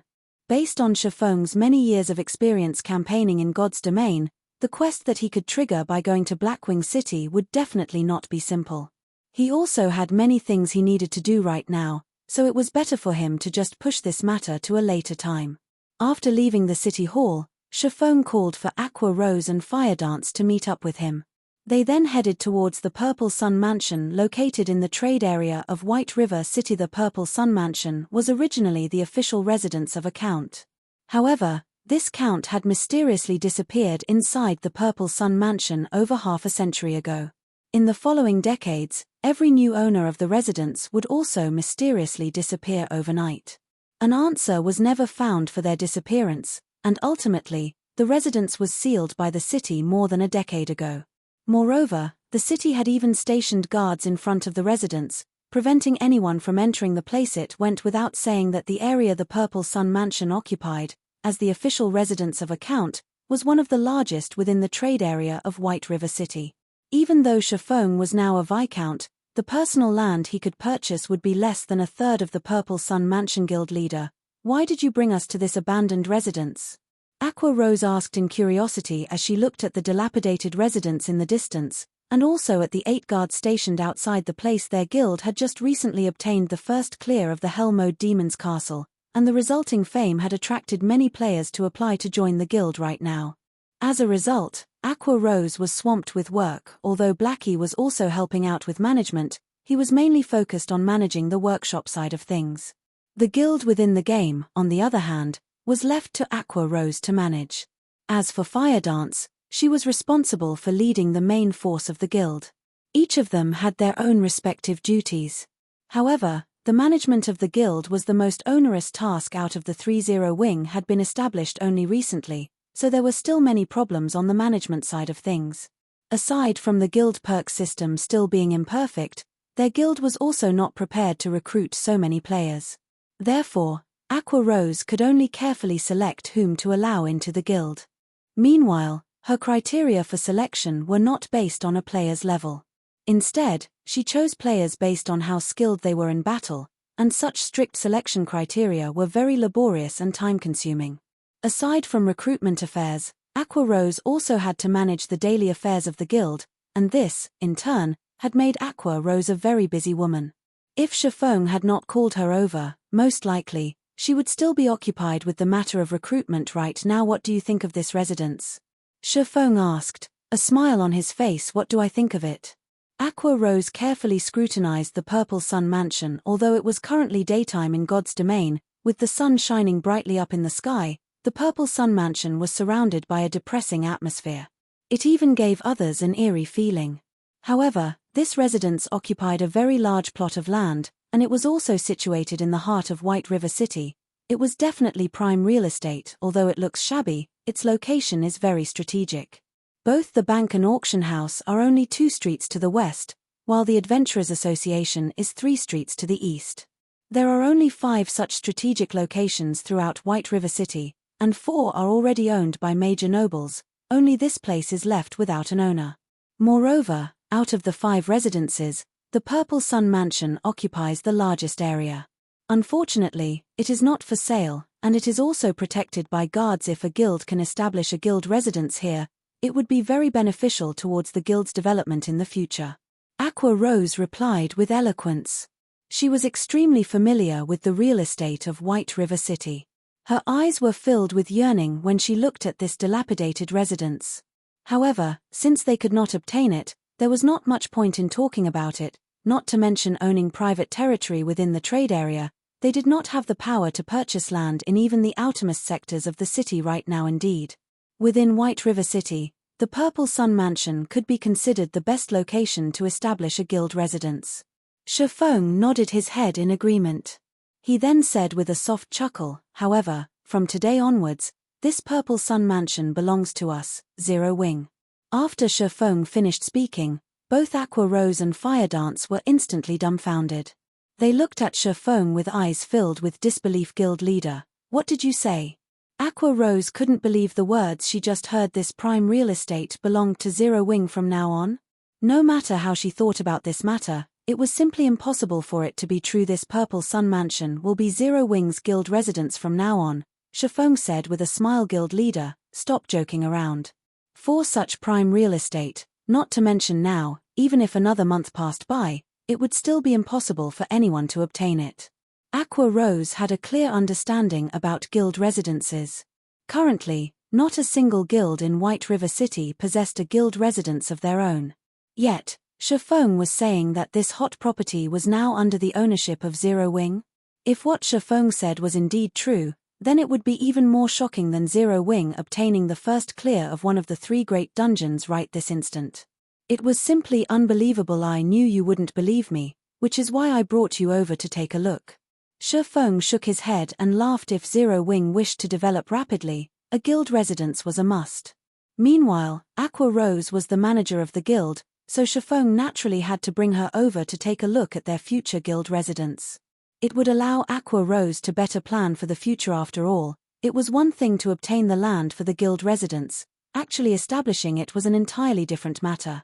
It would be better for them to plan ahead. Just as the 3 of them arrived in front of the steel gate of the Purple Sun Mansion, the captain of the stationed guards walked up to them, blocking their paths. This is a forbidden location of White River City. Those unrelated, please leave, the guard captain berated. Don't tell me even I am not allowed entry. Shifeng revealed his title of Viscount. So it is Lord Viscount. Forgive this humble one for not recognizing my lord. However, Magistrate Weissman has personally given orders that nobody is allowed entry into this place, and even if it is you, Lord Viscount, I am afraid that I cannot allow you to enter. The guard captain suddenly grew respectful when speaking to Shifeng. What about this? Shifeng took out the Blacksteel's contract this time. The guard captain was shocked after seeing this piece of paper. After all, this paper was the deed to the Purple Sun Mansion. In other words, from this moment onwards, the Purple Sun Mansion was the private territory of the Viscount before him. Since Lord Viscount has already become the owner of this place, of course this humble one would not stop my lord from entering, the guard captain said carefully. He then added, however, there is something very strange about this Purple Sun Mansion. If my lord is planning to enter, please exercise caution. I understand. Shifeng nodded in reply, following which, the 8 guards moved away from the entrance, allowing the 3 of them entry into the residence. Meanwhile, both Aqua Rose and Fire Dance were shocked by Shifeng's revelation. He was actually a Viscount of White River City. Nobility was unlike levels. One could not get ennobled simply by wishing for it. Instead, one needed a large amount of reputation to do so. Currently, all the guilds in White River City were busy trying to raise the White River City reputation they had. Although there were already players who had become citizens, there had yet to be a single person who achieved nobility even until now. Meanwhile, Nobility could be categorized into 5 tiers, which were Duke, Marquis, Count, Viscount, and Baron. Just the difficulty of becoming a Baron had made all the guilds in White River City lament over their powerlessness, not to mention obtaining the position of Viscount, which was 1 tier above Baron. Chapter 272, Spirited Away. Based on Aqua Rose's knowledge about the authority of Barons, aside from being able to purchase private territory within White River City, they could also hire their own guards. A Baron could hire a total of 10 NPCs to serve as guards for his own territory. However, a Baron was the lowest rank of nobility. Only when one was promoted to Viscount would one be counted as one of the true nobles of the city. A Viscount could not only purchase private territory, one could recruit up to 40 NPCs as guards, as well as have 2 personal guards. Having personal guards was a special privilege available only to true nobles. The normal guards hired by players were not capable of growth, unlike personal guards. In other words, after recruitment, the levels of normal guards would not change no matter how much time passed. On the other hand, personal guards could be leveled up. They would also receive bonus attributes from leveling up, making them much stronger than normal guards.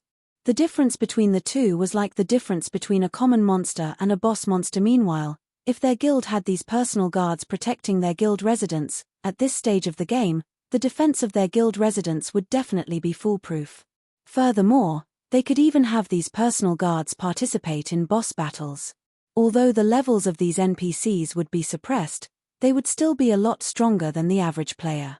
With these personal guards, Zero Wing would have a greater advantage over other guilds when contesting for field bosses. Thinking up to this point, Aqua Rose couldn't help but re-evaluate her opinion of Shifeng. Once again, guild leader, the more I get to know you, the less I actually understand about you.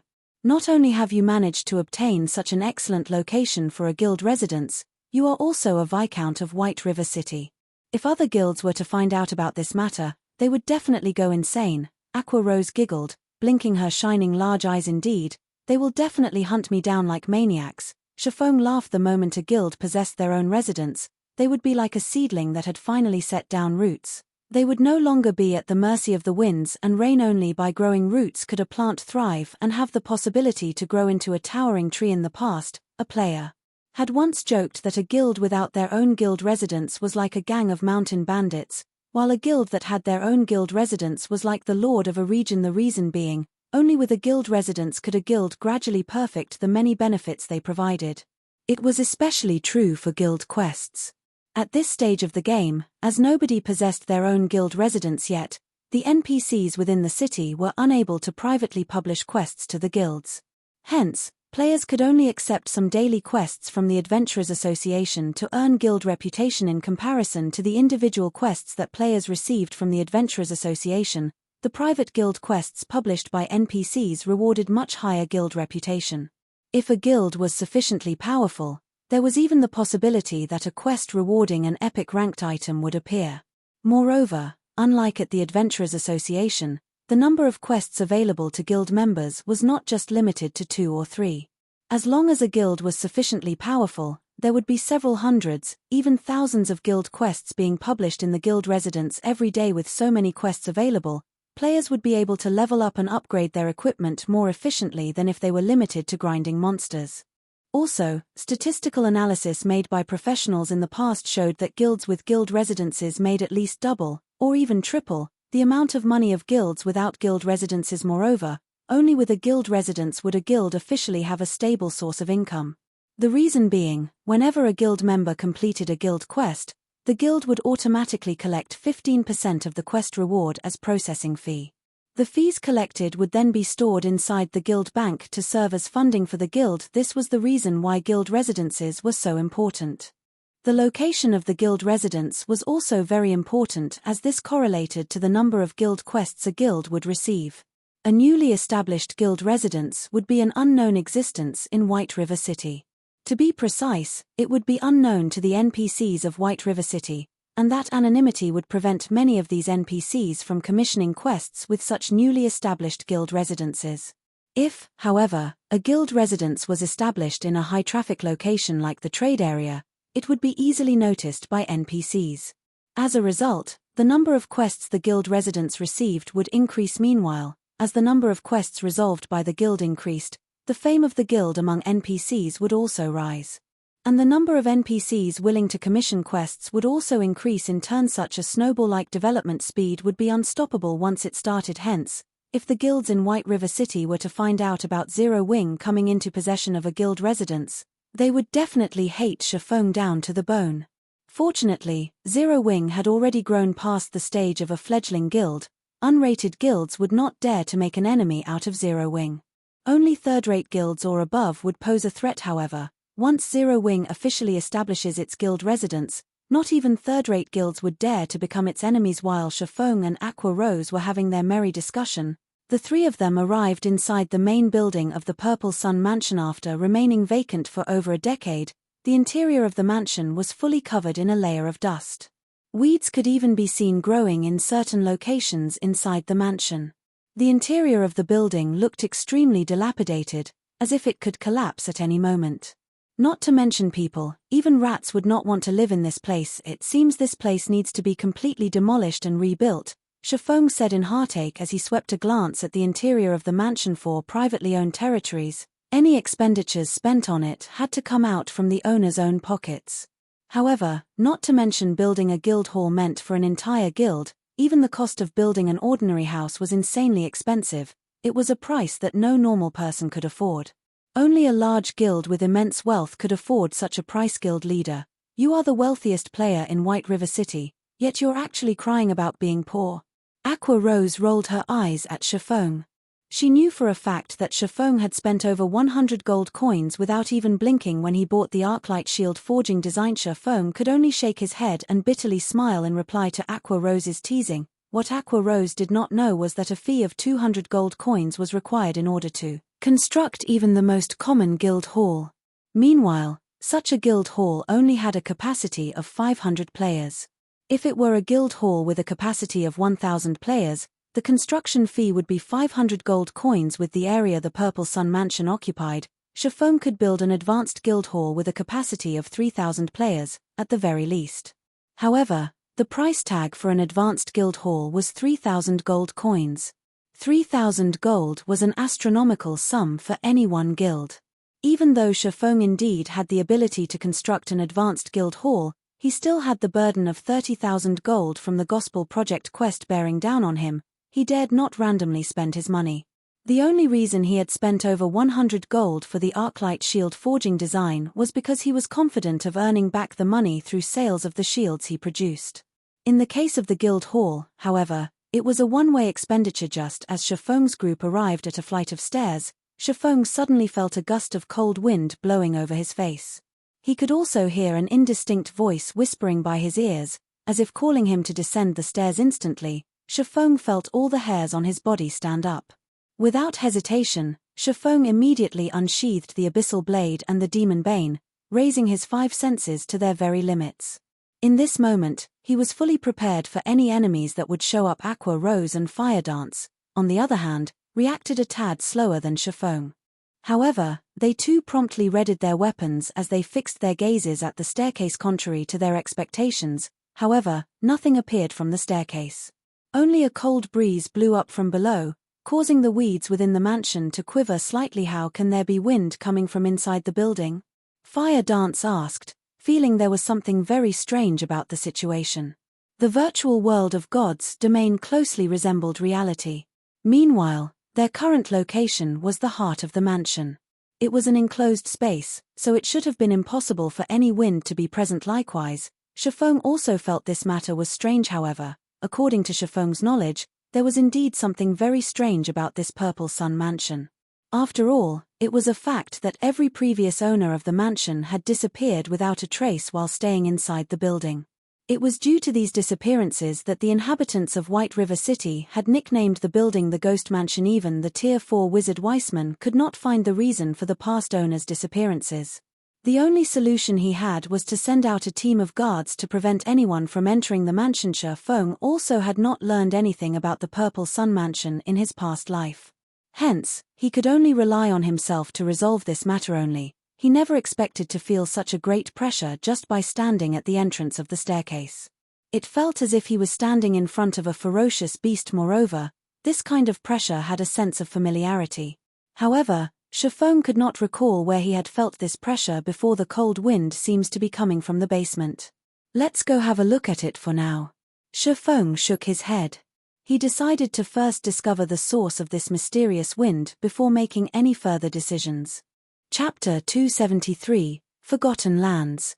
After entering the basement of the Purple Sun Mansion, Shifeng took a look around, finding nothing special about the place. The entire room was empty. There was none of the cold wind from before, neither was there the oppressive feeling that could shock even one's soul. There's nothing here? Were my senses playing tricks on me? When Firedance discovered no monsters in the basement, she promptly put away her daggers, sheathing the weapons back into their scabbards. I don't know, but it is indeed true that there is no danger here, Shifeng said, shaking his head. As players experienced more and more battles in God's domain, their sensitivity towards danger would also gradually improve. It was especially true for an expert of God's domain. Moreover, this ability of players to perceive danger was usually not wrong. Let's take a closer look around, Shifeng said. If they could not resolve this mysterious situation whereby the mansion's inhabitants were spirited away, should something actually happen, it would be a tragedy if the incident scared away the NPCs that came to commission quests with the guild. If players were the ones to get caught up in this mystery, they would at worst die once, losing a level and some skill proficiency. However, it would be different if an NPC were to get entangled in this matter. If they died, then it would be a true death for them. The main god system would not revive them. Hence, it was imperative for Shifeng to resolve this mystery as soon as possible. Otherwise, this prime real estate would be worthless. After the trio searched for more than 10 minutes, they found no problems with the place. Not to mention a monster, they couldn't even find a mouse in this place. However, Shifeng did not think that the enormous pressure he felt before was an illusion, especially since he had also felt this pressure previously in his past life. It was just that he could not recall when he had felt it exactly. After searching for a long time and getting no results, Shifeng's group had no other choice but to return upstairs. What's going on here? The moment the group arrived upstairs, Aqua Rose immediately called out in shock when she saw the scene before her. Aqua Rose wasn't the only person who was shocked. Even Shifeng was taken aback by what he saw. They had simply returned to the hall on the first floor, yet, the scene here was completely different from before. No longer was it the empty, dilapidated hall they had seen. Instead, the sight that greeted the three after they exited the staircase was an intricate labyrinthine corridor. It was as if they had arrived at an entirely different place. It was definitely not the former Purple Sun Mansion they had been in. At this moment, a notification sounded from the system. Players have discovered the Forgotten Lands. All communications to the outside world are temporarily disabled. So it turns out to be something like this. Shifeng suddenly came to a realization. He finally knew why the previous owners of the mansion had all disappeared one after another. It turned out that all of them had been transported to this location. Guild leader, I can't use my return scroll, Firedance said, her eyebrows wrinkled. This is just like the time in the trial of God. It seems that this place isn't ordinary at all. Shifeng began observing his surroundings. Shifeng had encountered numerous such situations in his previous life. It was just like the lost lands he had encountered shortly after entering God's domain in this life. He had even obtained the Abyssal Blade from that place. Although the Forgotten Lands was different from the Lost Lands, both still had their similarities. Most likely, players trapped in this place would be released after they completed a certain quest. However, unlike the time in the Lost Lands, none of them received any notifications of having triggered a quest. Soon after, Shifeng's group of three advanced into the labyrinth and began to explore the map. Shifeng couldn't help but admit that this map was very large. Even after they had wandered around for more than 6 hours, they still hadn't finished exploring the place. In the end, the three of them decided to split up and continue their exploration. In any case, they had not met with any dangers so far, and it would be much more efficient if they explored the map separately. Unwittingly, a day passed by without anything happening. Only on the second day did Aqua Rose find something new in the region she explored. Aqua Rose discovered a large magic array. According to the speculations of Shifeng and an elementalist like Aqua Rose, it should be a magic array that was tier 5 or above. However, as to what this magic array was used for, not even Shifeng with his bountiful experience could guess. Unless there was a tier 5 wizard or a tier 6 mage god before them. Following which, after spending the rest of the day exploring the place, Firedance discovered a second magic array that looked exactly the same as the first one. Other than this discovery, the trio found nothing else. They did not find even a single monster throughout their exploration, nor did they receive any quest notifications. Aqua Rose entertained the thought of simply giving up on this pointless endeavor. It would be more worthwhile for her to just kill herself and return to the city in this godforsaken place. They could not level up, neither was there any quest for them to complete. They were simply wasting their time by staying here. Moreover, she was the manager of the guild. She still had many things she needed to do. How could she afford to waste so much precious time in this place? Moreover, there was still the matter of the guild residence. However, Shifeng discouraged Aqua Rose from taking such an action, the reason being, there was no guarantee she could return to the city even if she killed herself. In the event that she could not return, she would have lost a level for nothing. Listening to Shifeng's words, Aqua Rose had no choice but to give up on this idea of hers as she continued exploring this Forgotten Lands. When the third day arrived, after exploring a majority of the Forgotten Lands, the group discovered 3 more magic arrays. In total, they had discovered 5 of such Tier 5 magic arrays. Soon after, the 3 of them met up and shared their map information with each other. The moment their map information sharing was completed, a notification sounded from the system. System: Unique quest miracles unsealed. Activated quest details. Remove the seal on the Forgotten Lands. Quest rewards: unknown. Remove the seal on the Forgotten Lands. The quest doesn't even tell us how to do so. What are we even supposed to do here? Fire Dance glared at the notification screen in anger. They had been exploring this place for 3 days now, yet, the only thing they got in return was this quest that provided them with no hints at all. The game was simply too despicable. It should be around here, Shifeng said, pointing on the map. To be precise, he was pointing at an area central to the 5 magic arrays. Magic arrays require mana to operate, and normally use mana crystals as a source for mana. However, although the magic arrays were functioning properly when we discovered them, there was no sign of any mana crystals on site powering them. Moreover, these 5 magic arrays seem to be an integrated structure, so there should be a place where they draw their mana from. We've already explored the outskirts of the Forgotten Lands, and the only area we have yet to explore is the central region. There is a high possibility the power source for these magic arrays are situated in the central region. If we destroy the mana crystal there, we should be able to complete this quest. Guild leader, I never expected you to know so much about magic arrays. For a second there, I even thought you were an elementalist or a cursemancer, and not a swordsman at all, Aqua Rose said teasingly. I just studied the topic by accident. There are plenty of books on magic arrays inside the library of White River City, after all. If you manage to read all the books inside the White River City library, you will definitely be more amazing than I am, Shifeng laughed. The library? I would like to go there, but I'll need a permit to do so. Guild leader, since you're the one who mentioned it, you have to take responsibility. Aqua Rose also knew the importance of the library. If an elementalist wished to learn more powerful spells, the best way to do so was at the library. Unfortunately, she lacked the permit to enter the library. The only choice she had now was to steadily raise her reputation in White River City. Okay, I'll get you a permit to the library after we leave this place. Shifeng shook his head and laughed again. As a demon hunter, he could obtain a permit to the library anytime he wanted. Moreover, now that he was a Viscount of White River City, as one of the true nobles of the city, he could easily obtain a handful of library emblems, following which, the 3 of them ran towards the central region of the Forgotten Lands. 4 hours later, the trio arrived outside the central region. If they wished to enter the place, they needed to go through a very long crystalline pathway. However, there was a giant 3-headed wolf made out of blue crystals blocking the entrance of the pathway, so there is a monster here after all. Fire Dance's eyes glowed with interest when she saw this 3-headed wolf. After several days of no combat, her hands were already itching for action. Chapter 274, Dark Gold Treasure Chest. The presence of a monster doesn't necessarily mean it's a good thing, Shifeng said, a bitter smile on his face as he looked at the 3-headed wolf guarding the entrance of the crystal pathway. Crystal Warwolf, Lord rank. Level 25.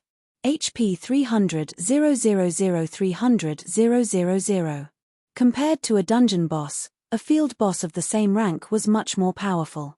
Moreover, in order to counter Zerg tactics, God's domain had set it so that field bosses would have their combat power and HP increased in proportion to the number of players participating in the battle generally.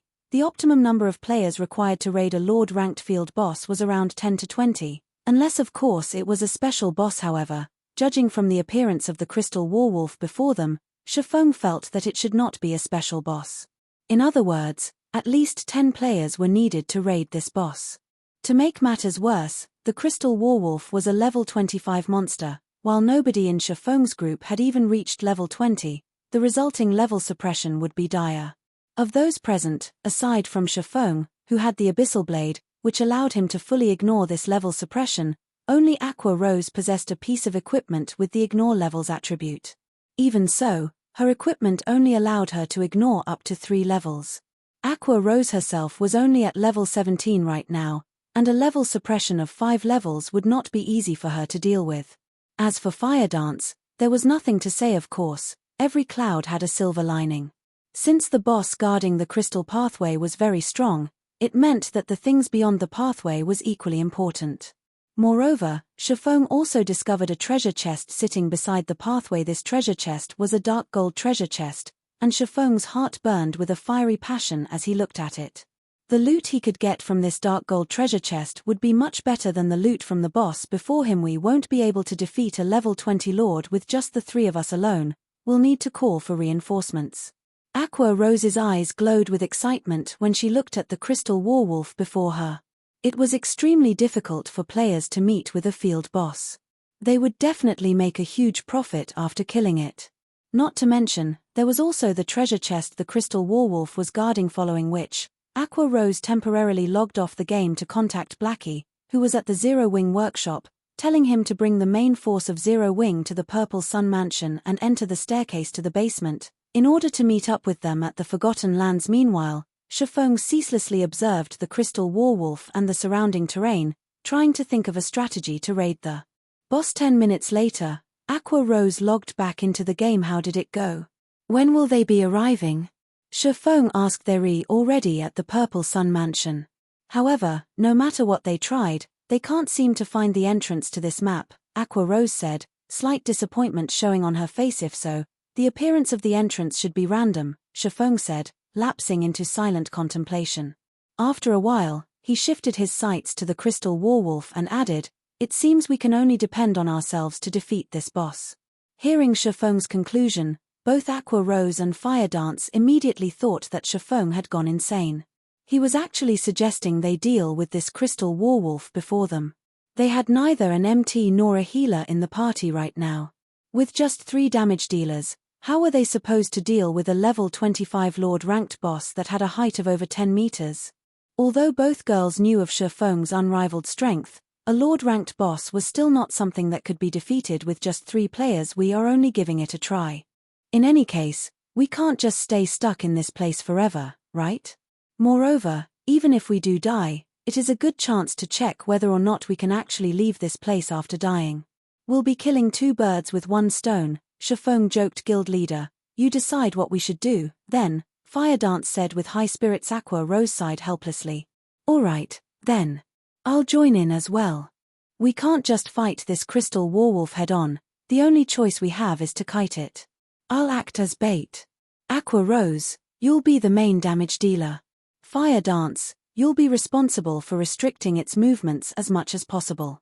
After some consideration, Shifeng settled on this strategy. Although he could no longer equip the Heavenly Dragon's Breath, his agility was still over 200 points. Moreover, his equipment also provided additional movement speed. His movement speed was definitely faster than a level 25 Lord. Combining those with his keen reactions, out of the 3 players in the party, he was definitely the most suited to be the bait, following which, Shifeng gave Fire Dance plenty of basic frost grenades and intermediate frost grenades, letting her use them as she saw fit. Fire Dance never thought Shifeng would possess such good items. With the frost grenades, Shifeng would have a much higher chance of success at kiting the boss. After the 3 of them were in position, Shifeng retrieved the blazing meteor from his waist. Standing at a distance of 40 yards from the crystal warwolf, Shifeng aimed the throwing weapon at the boss and threw it. The blazing meteor streaked through the air and pierced the crystal warwolf's eye, causing -651 damage to it. Compared to a one-handed sword, Shifeng's damage with the throwing weapon was much higher. The crystal warwolf let out an agonized wail with bloodshot eyes. The crystal warwolf glared at the direction where the throwing weapon came from.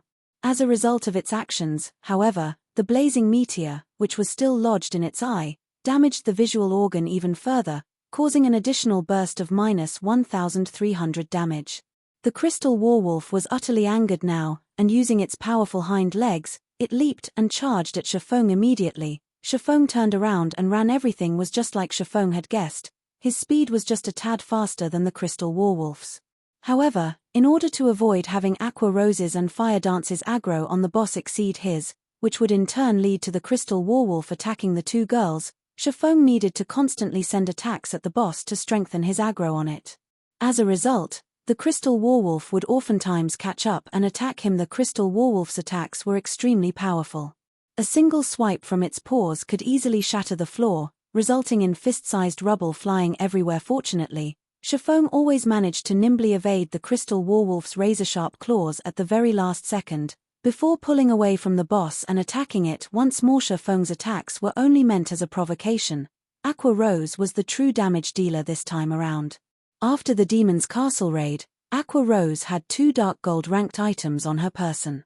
Of the two, one was even a dark gold ranked staff of the finest quality. Aqua Rose's damage right now was already considerably high.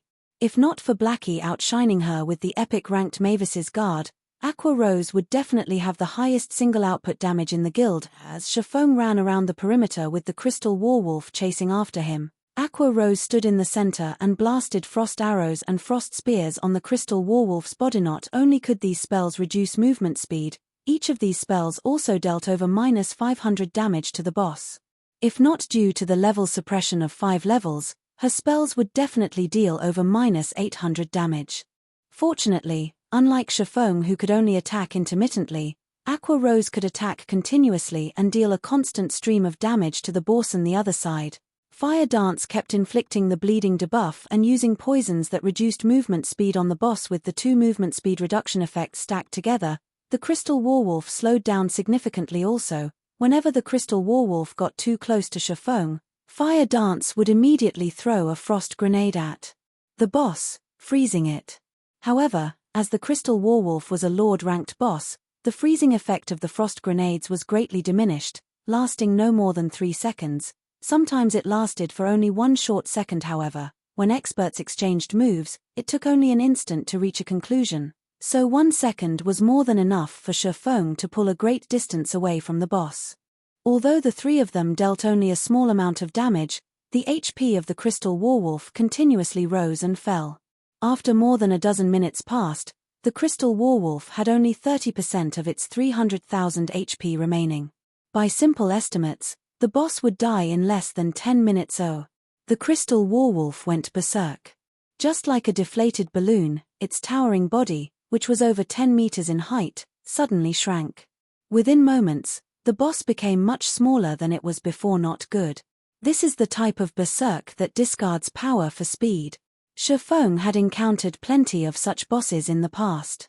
Hence, the moment he witnessed the crystal warwolf's transformation, he immediately recognized the boss for what it was. Fire Dance, keep on using the frost grenades to slow it down. Understood. Fire Dance knew that this was a crucial period. Hence, she tossed out the frost grenades in her hands one after another without pause. However, something unexpected happened. Aside from the frost grenades dealing much less damage than before, both their movement speed reduction and freezing effects were completely useless against the boss. In the blink of an eye, the shrunken crystal warwolf appeared before Shifeng. It brandished its claws. Its 3 heads bared the fangs in its mouths, and it bit down at him. Although Shifeng managed to deftly evade the 3 jaws clamping down on him, he failed to evade one of the paws that quickly followed. Suddenly, Shifeng's entire person was sent flying for more than 10 yards, and a frightening damage of more than -2,100 appeared above his head. Shifeng felt as if his chest had caved in when he received the attack. Shifeng's HP instantly fell to a dangerous level, his previously green HP bar turning into a bright red. Chapter 275, 7 Luminaries Key. The moment Shifeng landed on the ground, the crystal warwolf arrived at his back like a savage gale. Without giving Shifeng any chance to defend, the three heads of the crystal warwolf opened their jaws to bite down on Shifeng guild leader. Fire Dance was greatly shocked. Immediately, she closed in on the crystal warwolf, sending a 3-star kidney strike to its body. However, even a controlling skill like kidney strike had no effect on the crystal warwolf. Just as the fangs of the crystal warwolf were about to close on Shifeng's head, Shifeng managed to cross his swords and execute parry in the nick of time. Boom. The floor beneath Shifeng instantly cracked from the force. What a strong fellow. Shifeng laughed bitterly. Although parry allowed players to block the physical damage of an attack, it did not neutralize the force of the impact. There was no healer in the party right now. If Shifeng ate another attack, he would definitely lose his life from this brief exchange. Shifeng had also gotten a general understanding of how much more powerful the crystal warwolf had become.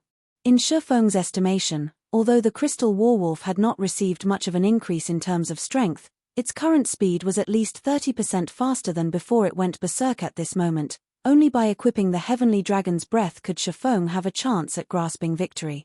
Otherwise, he would only receive unilateral abuse from the boss. Unfortunately, although reaching 200 points in agility was a simple task, it was not easy for a swordsman like Shifeng to attain 120 points in intelligence. Moreover, very few plate armor equipment meant for swordsmen had the intelligence attribute on it.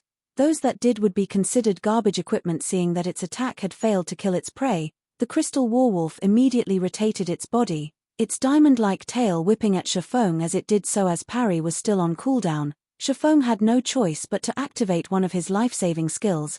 Defensive Blade. Defensive Blade was currently at level 4, and it protected Shifeng from 9 ranged attacks or 4 melee attacks. Defensive Blade was a skill that provided complete immunity to any attack, be it damage or the resulting impact. It was one of the must-have basic combat skills for swordsmen. As for why Shifeng had chosen to use parry first instead of Defensive Blade, it was for the sole purpose of determining the combat power of the berserk crystal warwolf.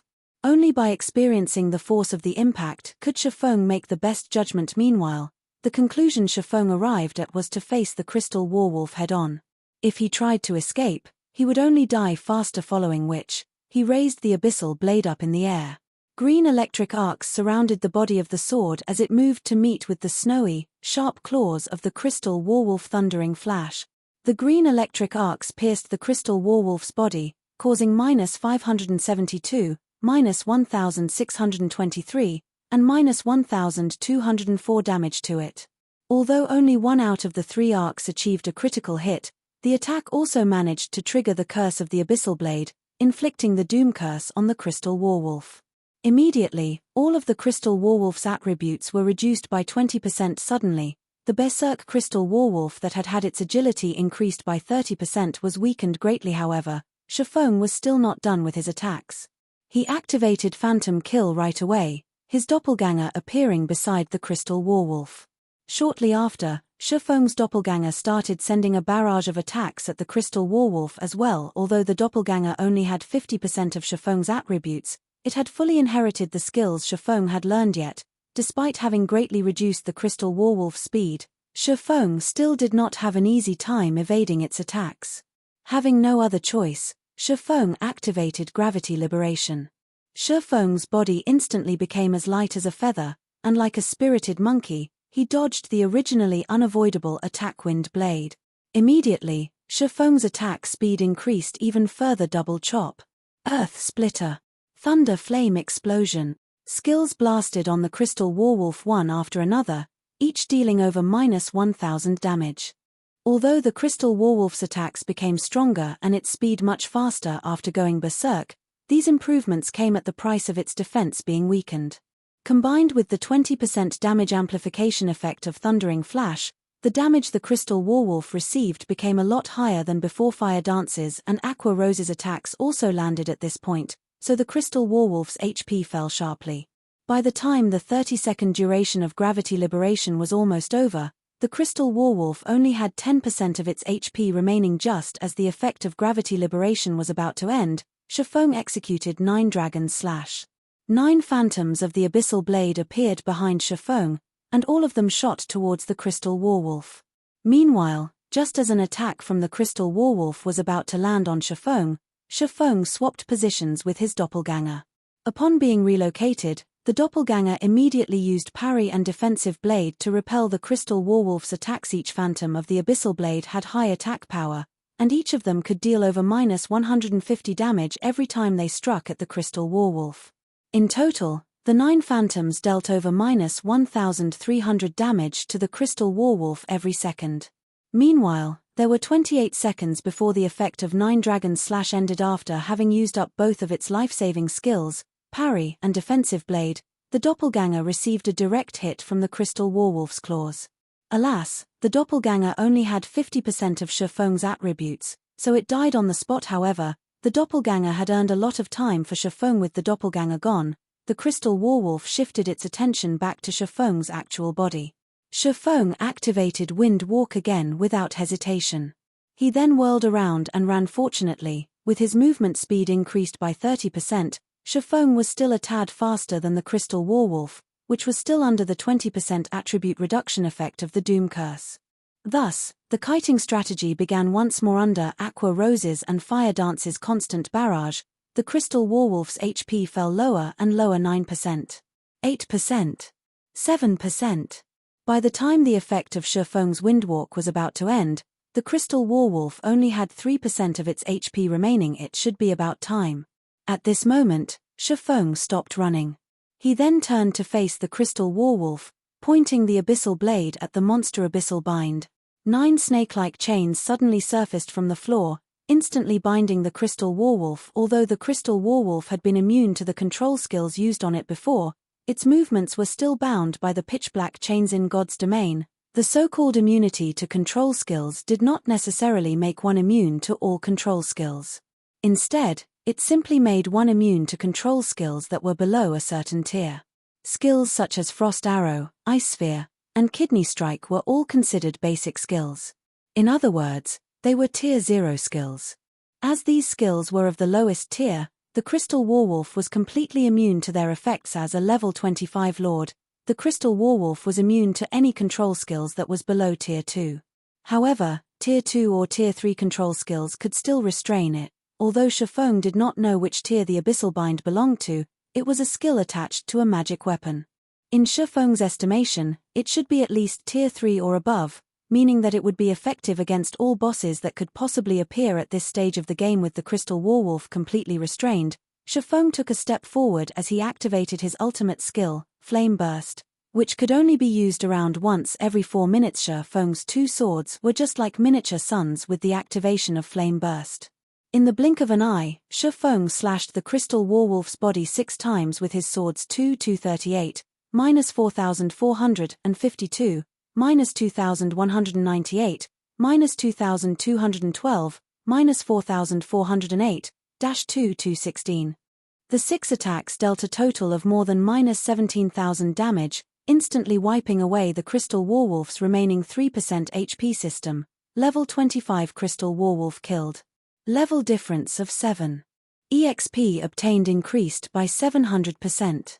Obtained 485,630 EXP. The experience bars of all 3 of them instantly increased by a large chunk.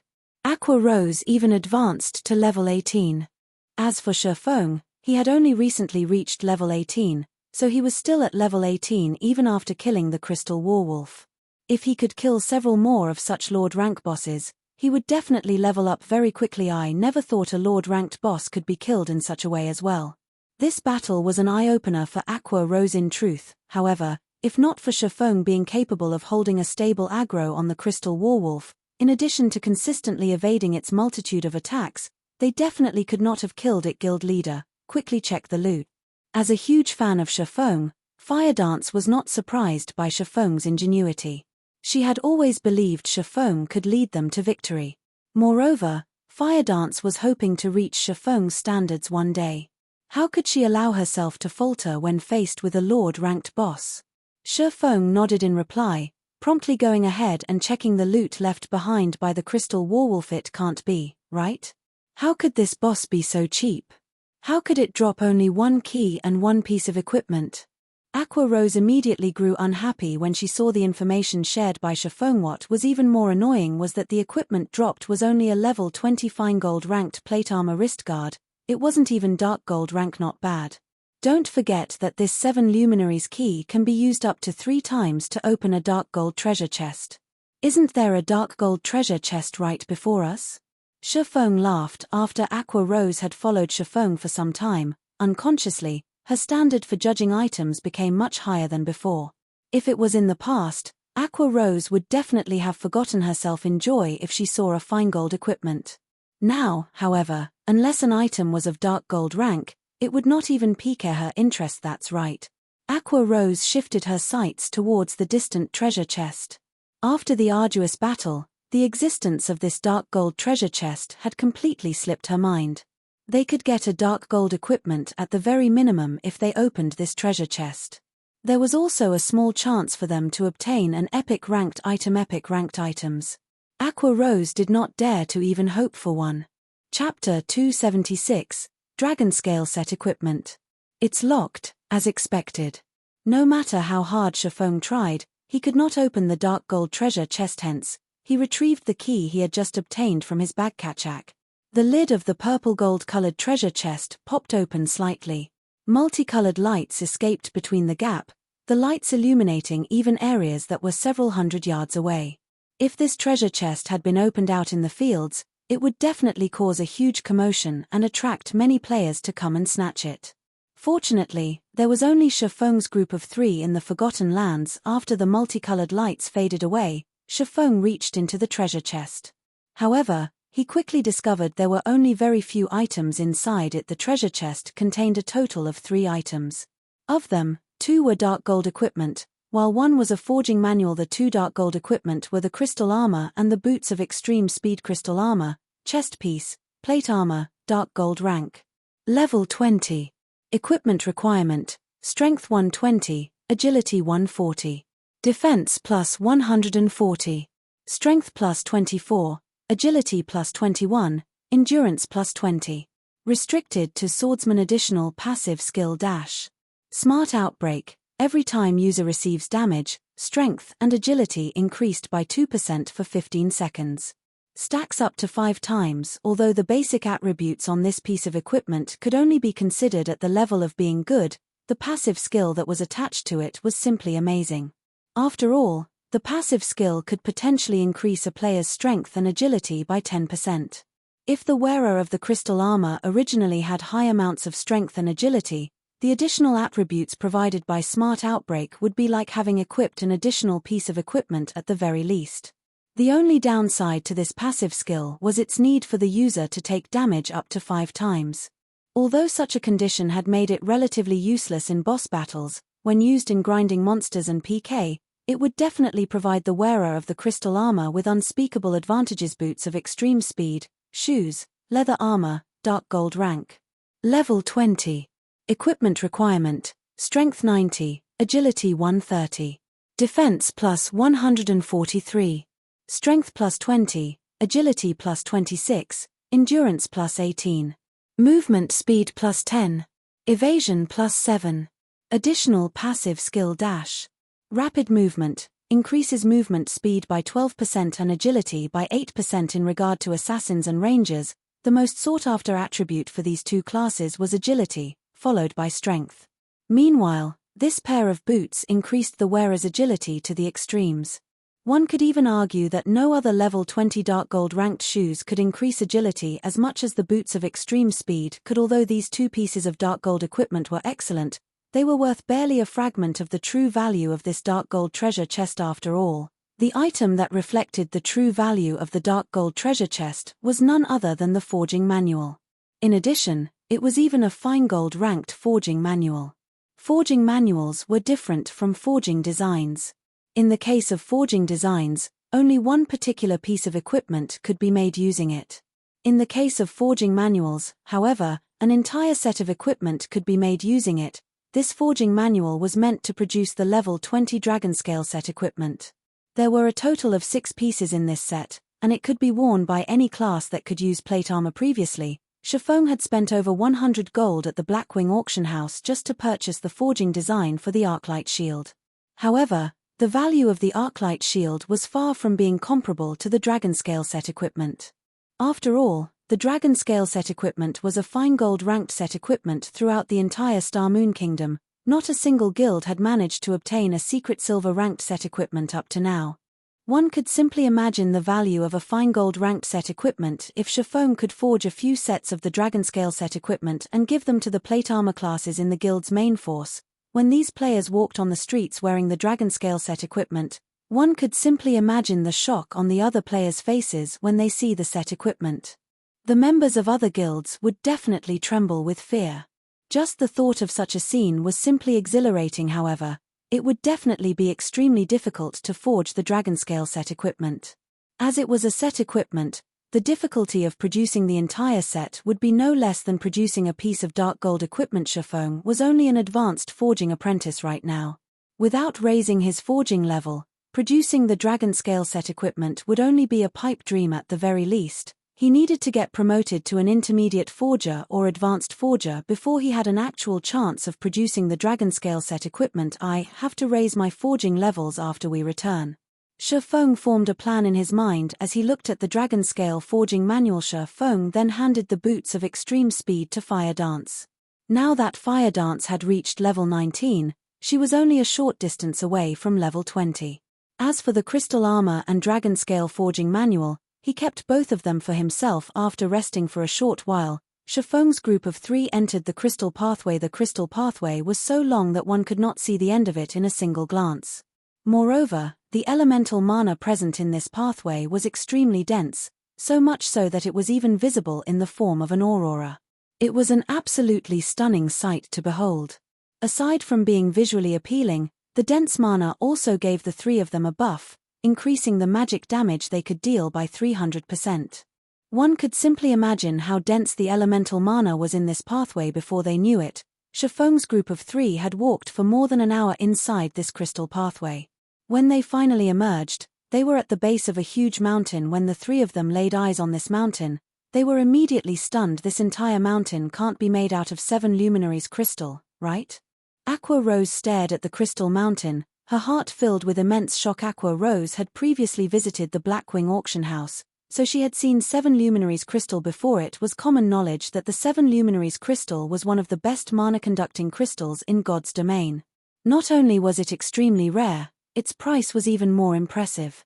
Not even White River City, a city with a population of several million, was qualified to use such a precious commodity. Throughout the entire Star Moon Kingdom, only the Palace and Star Moon auction house at the capital city could afford to use a floating platform made out of 7 Luminaries crystal. Previously, Aqua Rose had believed that the crystal pathway was actually made out of mana crystals. However, the sight of this large mountain and its surrounding environment overturned her previous assumptions.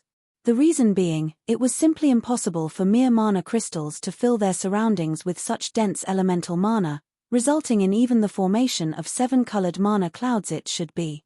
Shifeng nodded blankly. Shifeng's mind grew heated at the thought of having so much 7 Luminaries crystal on the market. A 7 Luminaries crystal the size of a small residential house could be used to purchase a large town with a population of 50,000, with plenty to spare.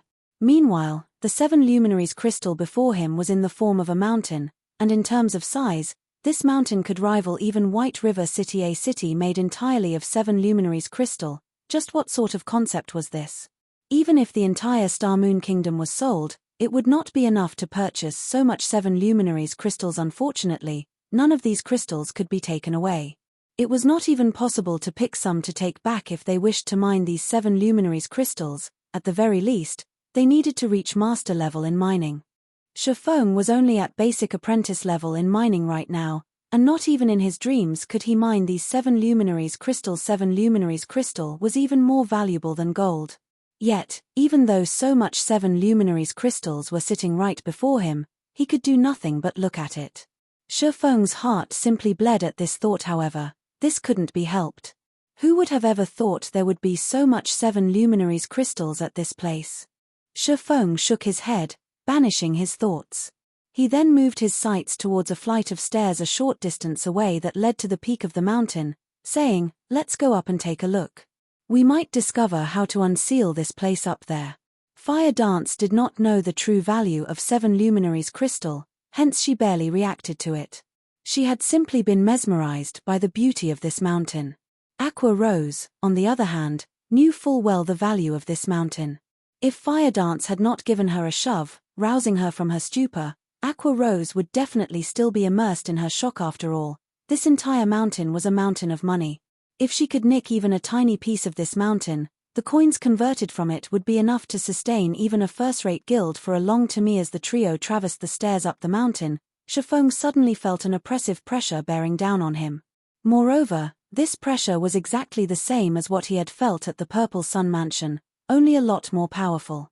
The pressure only grew stronger and stronger as they climbed further up the mountain. By the time Shifeng arrived at the mountaintop, he was already drenched in sweat. His body also felt extremely heavy, as if it were made out of lead. Meanwhile, the two girls, Fire Dance and Aqua Rose, fared much worse than Shifeng. At this moment, both girls were sprawled on the ground, their bodies refusing to move even an inch. Unable to help his teammates, Shifeng decided to walk towards a monolith visible at a distance by himself. Just by looking at this semi-transparent sky-blue monolith, Shifeng could immediately sense that it was the heart of this land. It was obvious that this standing stone was the thing that filled the surrounding environment with such dense elemental mana, and not the mountain-sized 7 luminaries crystal. Arriving before the monolith, Shifeng discovered many golden divine runes engraved on the bottom of the standing stone. They were by far the most complicated divine runes Shifeng had ever seen. Also, Shifeng had actually discovered a figure flickering in and out of existence within the semi-transparent monolith. When Shifeng took a closer look at this figure, his eyes immediately widened in shock. He simply couldn't believe what he was seeing was real. The reason being, Shifeng had seen the figure inside the stone before. However, Shifeng was confused. Why would this person appear here? Chapter 277, A God's Grave. While Shifeng was still in a daze, Fire Dance and Aqua Rose caught up with him, having recovered from their exhaustion. Guild leader, did you find anything?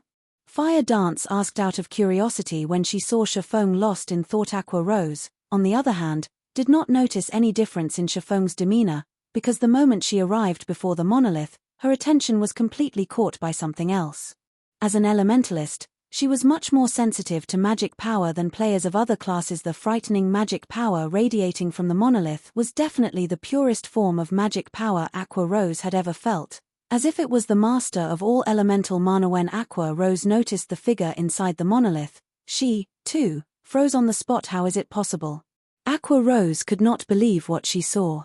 She rubbed her eyes, thinking they were playing tricks on her. Aqua Rose's reaction baffled Fire Dance. What has gotten into the two of you? Fire Dance looked at Aqua Rose, then at Shifeng, confused by their reactions. You'll understand after taking a look inside the monolith, Shifeng said slowly, pointing towards the figure in the monolith. Fire Dance then transferred her gaze to the monolith. How could she be here? Fire Dance asked in shock. Fire Dance knew the figure in the monolith. Moreover, she had met this person only recently. This person was none other than Charlene, the divine official who faced off against the two fallen angels back at the demon's castle. To be precise, the woman within the monolith looked exactly the same as Charlene. Even the saintly aura she emitted was similar to Charlene's. If Fire Dance had to point to a difference between the two women, then it would be the pressure this woman gave off. This was no longer an oppression due to strength. Instead, this pressure was the instinctive reverence for a primordial life form, just like the reverence mortals had towards gods. Could she possibly be a god? Fire Dance suddenly had this thought when she looked at the woman who looked like Charlene. Shifeng's thoughts were running along similar lines to Fire Dance's. However, Shifeng could say with certainty that the woman inside the monolith was definitely a Tier 6 god, because in the past he had personally experienced this overbearing pressure, which could only be exuded by a god. If the woman in the monolith was simply a Tier 6 god, Shifeng would not have found the matter too shocking. After all, during his decade of playing God's Domain, he had personally met with plenty of Tier 6 players and NPCs. The thing that truly startled him was the fact that the woman before him looked identical to Charlene. Back at the Purple Sun Mansion, he had already experienced this kind of pressure. He had simply forgotten where he had felt it before. Now he knew why that pressure felt so familiar. After all, he had felt a similar pressure from Charlene. Only, the pressure Charlene gave off was not as powerful as the one he felt at the Purple Sun Mansion, hence he failed to recognize it. Not only did the two women look exactly the same, even the pressure they emitted felt similar. The only real difference between the two were their actual strengths. If Shifeng was told that the woman before him was Charlene, he would definitely not believe it. After all, Charlene was only a Tier 3 divine official. She was still miles away from becoming a Tier 6 god. Yet, if he was told that Charlene had no connection to this woman before him, then he likewise would not believe it. Although the woman inside the monolith was clearly no longer alive, at the end of the day, she was still a god. As long as her body did not receive any intentional damage, it would not undergo any decay. As of now, Shifeng finally realized that the Forgotten Lands was merely the grave of a god. However, he was still curious about who had actually created this masterpiece. This great personage had actually made such a complex magic array that utilized a god's body as its power source. The materials used to create the magic array even included the extremely valuable 7 Luminaries crystal. Just what kind of thing was this great personage trying to seal? Even if it was for the purpose of sealing a god, there should not be a need for so much resources. It seems there is a deep connection between Charlene and this place. Shifeng had long since felt that Charlene's origins were not simple. The fact that she was a Tier 3 NPC was already amazing in and of itself. Charlene was also capable of handing out an epic quest to Shifeng. Now, there was even a god that looked exactly the same as Charlene. Even Shifeng could not fathom Charlene's true identity unless he went and asked Charlene herself. Shifeng was extremely curious about this matter.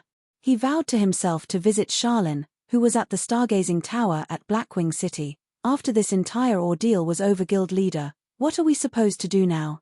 Destroy this monolith? Aqua Rose asked. The mana source of this magic array clearly originated from this monolith. If they wished to release the seal on the Forgotten Lands, their only choice was to destroy the monolith. However, it was unknown what sort of reaction they would incur if they did so. There was a god inside the monolith. After all, let's give it a try. Shifeng had taken a look at the monolith's surroundings just now. However, he did not discover any mechanisms that would allow him to undo the magic array. After Shifeng nodded, Fire Dance immediately took action by slashing at the monolith with her 2 daggers. However, the 2 fine gold-ranked daggers, which could easily cut through metal like a hot knife through butter, simply grazed the surface of the monolith, creating dazzling sparks in the process. There was not even a mark left on the monolith. Hard. Fire Dance's hands went numb from the attack. It felt as if her daggers had hit Godsteel. Try using magic. Aqua Rose started chanting the incantation for chain explosion. With the elemental mana so dense in this place, any spells used here would be greatly enhanced. Originally, chain explosion would only summon 5 fireballs, each the size of a wash bowl. When Aqua Rose cast the spell now, however, the fireballs grew to the size of a small house. When these fireballs bombarded the monolith, they were like meteors hurtling down from the sky. Sparks flew in all directions as the fireballs crashed into the monolith. After the flames subsided, Aqua Rose was greatly shocked by the result. The monolith remained completely unscathed. On the contrary, it even looked more brilliant and dazzling than before. Shifeng wrinkled his brows at this sight. If even Aqua Rose's ultimate move could not deal any damage to the monolith, he would most likely end up with a similar result if he tried to attack the monolith. Since we can't destroy the monolith, we'll need to use some other method to destroy the magic array. Shifeng said the main god system would not hand out a quest that players had no hope of actually completing. If they couldn't destroy the power source of the magic array nor the magic array itself, then there was only one other thing they could destroy: the connection point. Aqua, help me look for the connection points of this magic array, Shifeng said. I see. Aqua Rose immediately understood Shifeng's intention. Fire Dance, however, remained clueless after the two's brief conversation. As an assassin, she knew next to nothing about magic. Hence, she could only stay by the monolith's side as she watched her 2 friends hard at work. Meanwhile, Shifeng and Aqua Rose started searching the surroundings of the monolith for the veins that carried magic power to the 5 modules of the magic array. Only by looking for veins could they locate the connection points. Normally, the quickest way to destroy a magic array was to destroy its power core. If that was not viable, then the 2 other remaining options would be to destroy the magic array itself and to destroy the connection points of the magic array. Destroying the magic array itself was an extremely challenging task to pull off. On the other hand, it was a very simple task to destroy the connection points. Unfortunately, Locating these connection points was also a very difficult task. A connection point was a node that connected the magic array to its power source. It acted similar to a circuit breaker in real life. Only, instead of being used to prevent an overflow of electric current, the connection point served to limit the amount of mana flowing from the power source to the magic array. If the connection point was damaged, then the mana supply would surge, and consequently, the magic array would destroy itself due to excessive mana input. After searching for some time, Shifeng finally found a connection point. He promptly struck down with the abyssal blade, destroying the connection point. However, this enormous and complex magic array did not possess only a single connection point. They needed to search and destroy all the connection points of the magic array. After several more hours passed, Aqua Rose found another connection point, which she quickly destroyed.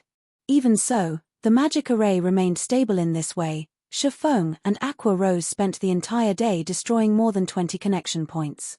Although the destruction of the connection points had a slight effect on the magic array, it was clear that the damage was within the parameters of the magic array's design. Not good. Guild leader, one of the connection points you previously destroyed is back to normal. Having nothing better to do, Fire Dance had tagged along with Shifeng, hoping to learn how she, too, could search for the connection points. However, during her observations, she suddenly discovered that one of the connection points Shifeng had previously destroyed had actually recovered. What did you say? Shifeng asked in disbelief. Even the connection points could restore themselves? Shifeng started to suspect that this was no longer an ordinary magic array but a magic array that had already cultivated into a demon. Shifeng had seen plenty of Tier 5 magic arrays in the past. He had even seen Tier 6 magic arrays before. However, he had never once heard of a magic array that was capable of repairing itself. Chapter 278, The Great Catastrophe. By no means can we continue like this. There might be hundreds of connection points in this magic array. By the time we locate the ones remaining, the other connection points might have repaired themselves already, Shifeng said, his head aching. A magic array that was capable of self-repair was simply unheard of. If they did not have a dozen or so players moving separately to destroy the connection points, it was simply impossible to destroy every single connection point in this magic array. Destroying the connection points suddenly became a much harder task than Shifeng had imagined it to be. Guild leader, I found something here. Come over and take a look, Aqua Rose said through the party chat. Hearing that there was a new discovery, Shifeng immediately hurried over to Aqua Rose's location. Aqua Rose was currently situated in the middle of this 7 Luminaries mountain, inside an extremely obscure cave. If not for the indicator provided by the system map, Shifeng could not have found the cave Aqua Rose was in. After entering the cave, Shifeng immediately observed his surroundings. He discovered that the walls of the cave were covered with engravings of divine runes. The golden glow these divine runes were giving off brightly illuminating the interior of the cave. Looking at the cave's central crystal pillar, Shifeng noticed a blood-red stone embedded in it. This piece of stone was just like a beating heart, only, instead of bright red liquid, an endless amount of mana passed through it. Meanwhile, the mana that passed through this blood-red stone became much purer in quality. Aqua, how did you manage to find this place? Shifeng asked, astonished by this scene before him. I just happened to discover a particularly thick mana vein and followed it here. Aqua Rose beamed a proud smile at Shifeng. If they demolished this place, then the magic array would definitely be finished. Guild leader, I'll start destroying this place, alright? Aqua Rose could wait no longer. She had been trapped in this godforsaken place for so many days now. During this period of time, she had no option but to keep contact with her subordinates through the phone in order to make arrangements for the daily affairs of the guild. She had also instructed them to prepare for the establishment of their guild residence. Currently, most of the average players in White River City were already around level 14 to level 15, while the elite players of the various guilds were already at level 17. The intensity of the competition for the 3 great dungeons had also reached its peak by now. Out of all the guilds in White River City, Ouroboros shone the brightest. They had already managed to take down the second boss of the hard mode Land of Death, and they were currently in the midst of challenging the third boss of the dungeon. Meanwhile, Darkstar, which ranked after Ouroboros, was still attempting to raid the second boss.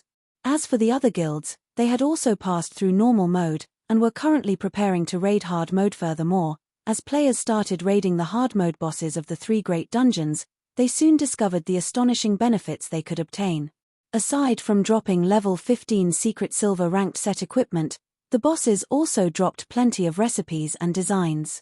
Players could also obtain the guild task order that could not be obtained from 20-man team dungeons or lower. These guild task orders could be used to accelerate the promotion of a guild. Otherwise, it would take ages for guilds to get promoted if they simply relied on the meager guild reputation their members obtained by completing daily quests. Yet, as one of the top 6 guilds in White River City, Zero Wing had actually remained inactive all this time. Not only had it accomplished nothing during this period of time, it did not even set foot in any of the 3 great dungeons. It had simply focused its attention on raiding level 15, 10, and 20-man dungeons, and its decision to do so had greatly confused the masses. Even though Zero Wing clearly had the strength to challenge the 3 great dungeons, it had chosen not to take action. Instead, the guild's behavior had caused many of the new members to grow dissatisfied, and a majority of these players had chosen to leave the guild one after another. Very quickly, Zero Wing's member count that had originally exceeded 8,000 had quickly dwindled down to just slightly more than 6,000. This situation had panicked Aqua Rose somewhat. In reply to Aqua Rose's panic, Shifeng had simply said, if they wish to leave, then let them leave. You don't need to stop them. The guild is too bloated right now, so this is a good chance to rid ourselves of those that joined solely with the intention of taking advantage of us. The guild would become much purer after those players are gone. Hearing Shifeng saying so, Aqua Rose had no choice but to turn a blind eye to all the players withdrawing from the guild. However, she did make sure to record the names of those who left. In the future, they would no longer be welcomed into the guild. Meanwhile, the players that withdrew from the guild simply reacted with contempt at Aqua Rose's actions.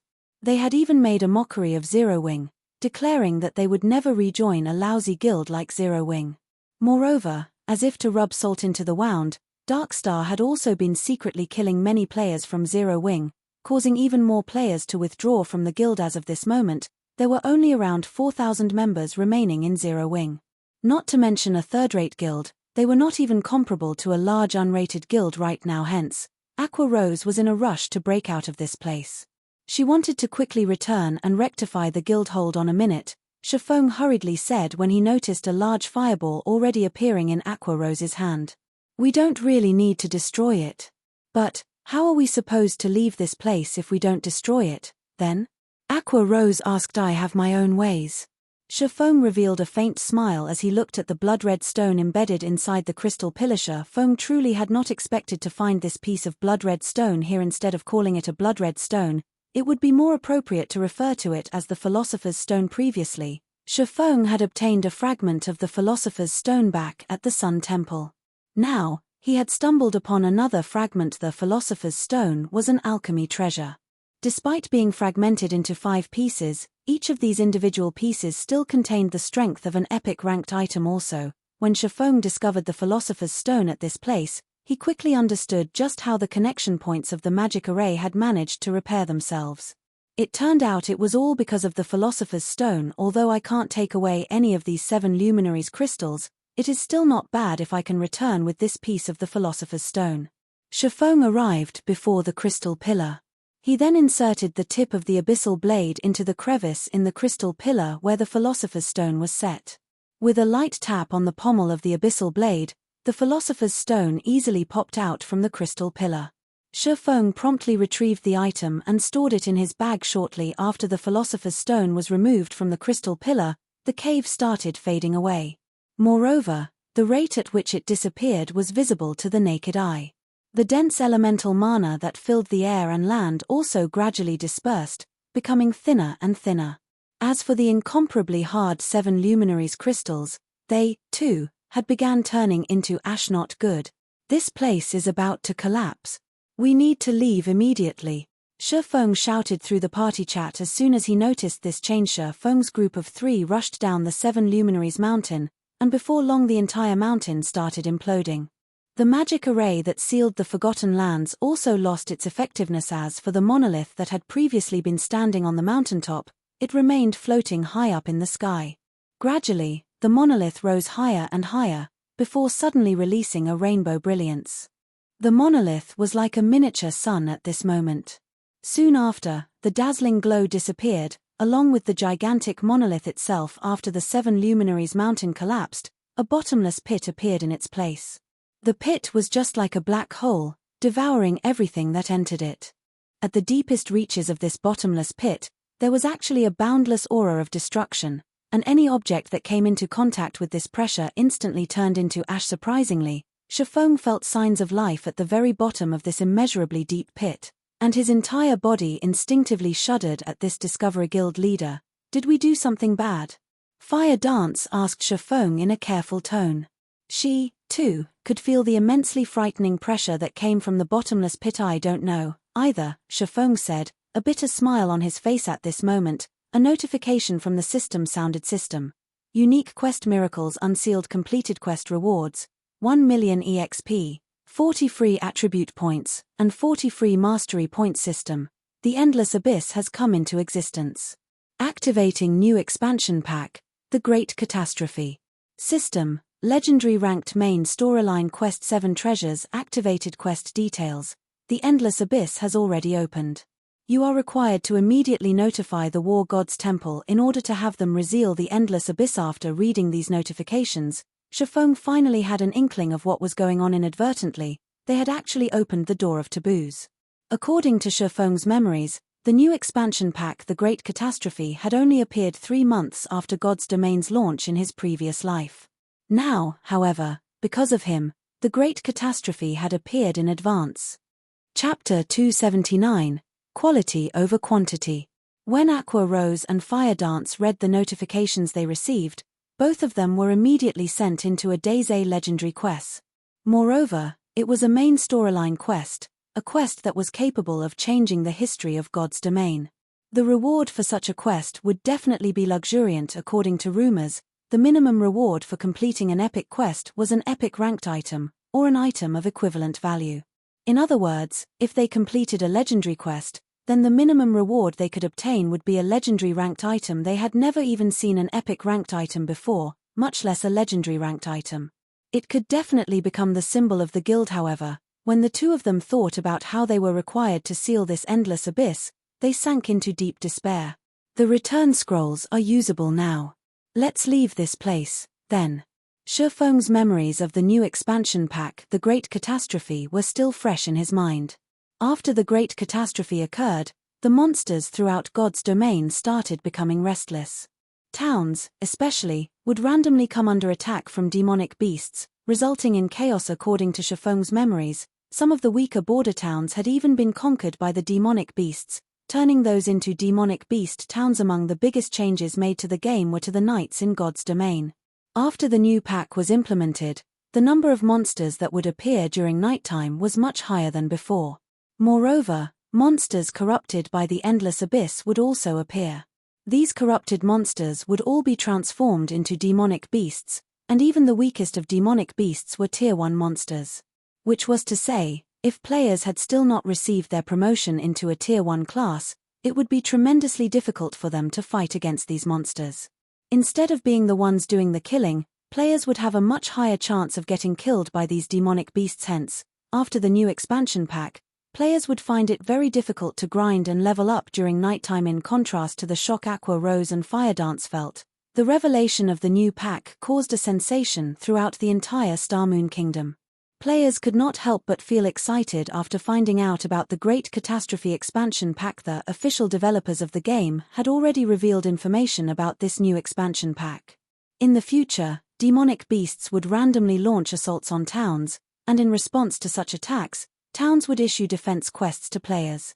As long as players managed to defend the town, they would receive bountiful rewards. Of these rewards, there would even be secret silver ranked items and many more valuable items. In addition, players would also receive city reputation from completing the defense quest. These defense quests would undeniably allow average players to quickly improve themselves, hence the excitement of many of the average players over the arrival of this new expansion pack. Meanwhile, the atmosphere in White River City had also suddenly cooled down, as many players had chosen to head out to the towns instead. They intended to grind for some levels while they awaited for a demonic beast assault to occur. If luck would have it, they might even happen upon a demonic beast assault, making a huge profit from completing the resultant defense quest. Guild leader, Should we arrange for a few members to head towards various towns and keep an eye out for a demonic beast assault?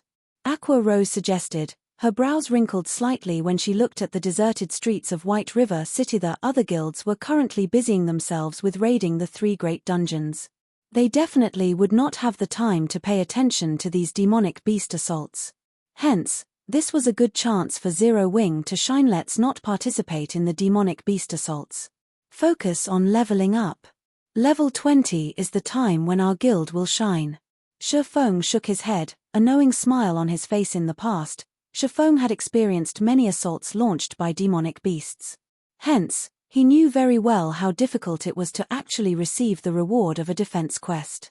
The reason being, even the weakest demonic beast was a Tier 1 monster. They would all be level 30 or above. Shifeng had even once encountered a Tier 3 demonic beast during an assault.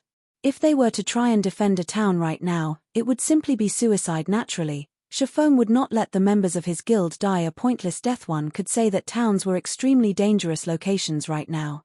If players were to truly meet with a demonic beast assault, then it was not luck but fate. Currently, the safest places in God's domain were cities, since there would be high-tier NPCs guarding them. Take White River City for example. There were 3 Tier 4 NPCs guarding it, so demonic beasts would not dare to casually approach the city itself. If we don't participate and make some achievements, many more of the remaining members might choose to withdraw from the guild.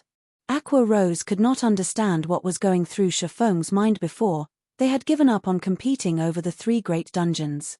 Now, they were also going to give up such a good chance to earn precious equipment and reputation. Just what were they supposed to do? Let them leave, then. Our guild is only capable of handling 3,000 members right now, and we are still well above that number. It would be even better if they do leave. Shifeng smiled without care. What Shifeng was trying to pursue was quality, not quantity. God's domain was a game, and the resources available to players were limited.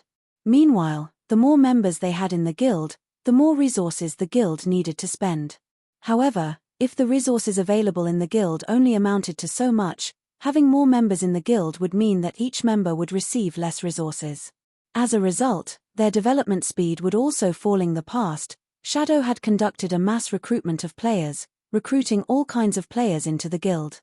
In the end, the guild had bitten off more than it could chew, causing its development to slow to a crawl. In this life, Shifeng would not repeat the same mistakes Shadow made in the past.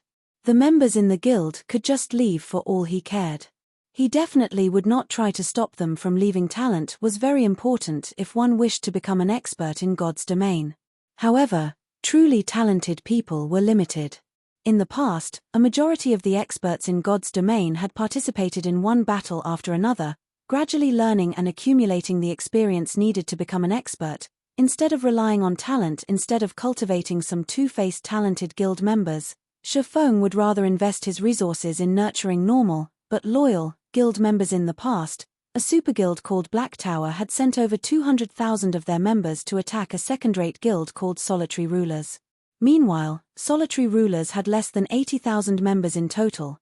The guild was believed to have the fewest members among all second-rate guilds. Before the battle between the two guilds had even started, everyone had already expected Black Tower to easily obtain victory. However, the end result was far from what others had imagined it to be. Although both guilds clashed tens of times, Black Tower hadn't succeeded in destroying the city governed by Solitary Rulers.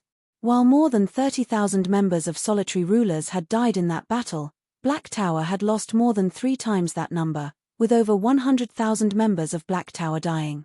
Black Tower suffered a tremendous loss after that battle, greatly shocking the other guilds that were watching from the sidelines. In the end, Black Tower had no choice but to mobilize its 7 Tier 5 Saint rank players and one of its Tier 6 God rank players to destroy Solitary Rulers. However, every member of Solitary Rulers still fought to the bloody end, fighting tooth and nail against their eventual demise.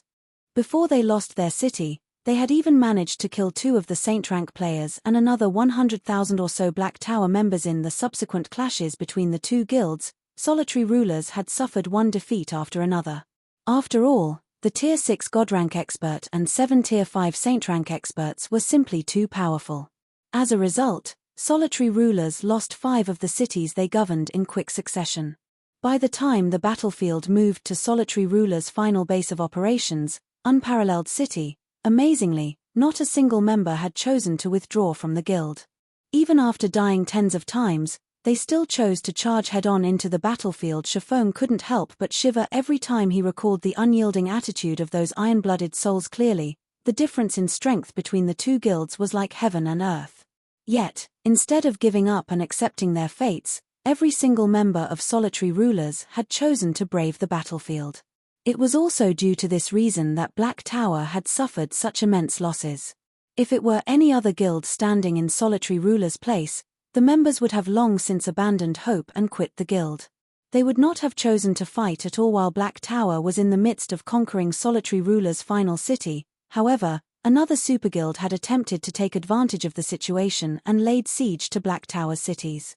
As a result, Black Tower had no choice but to give up their plan of completely annihilating Solitary Rulers. Meanwhile, Solitary Rulers had instantly risen to fame after this conflict, becoming the role model of all second-rate and third-rate guilds. Aside from Solitary Rulers as an example of quality over quantity, there was also the adventurer team that was known throughout the entire God's Domain, the Midnight Tea Party.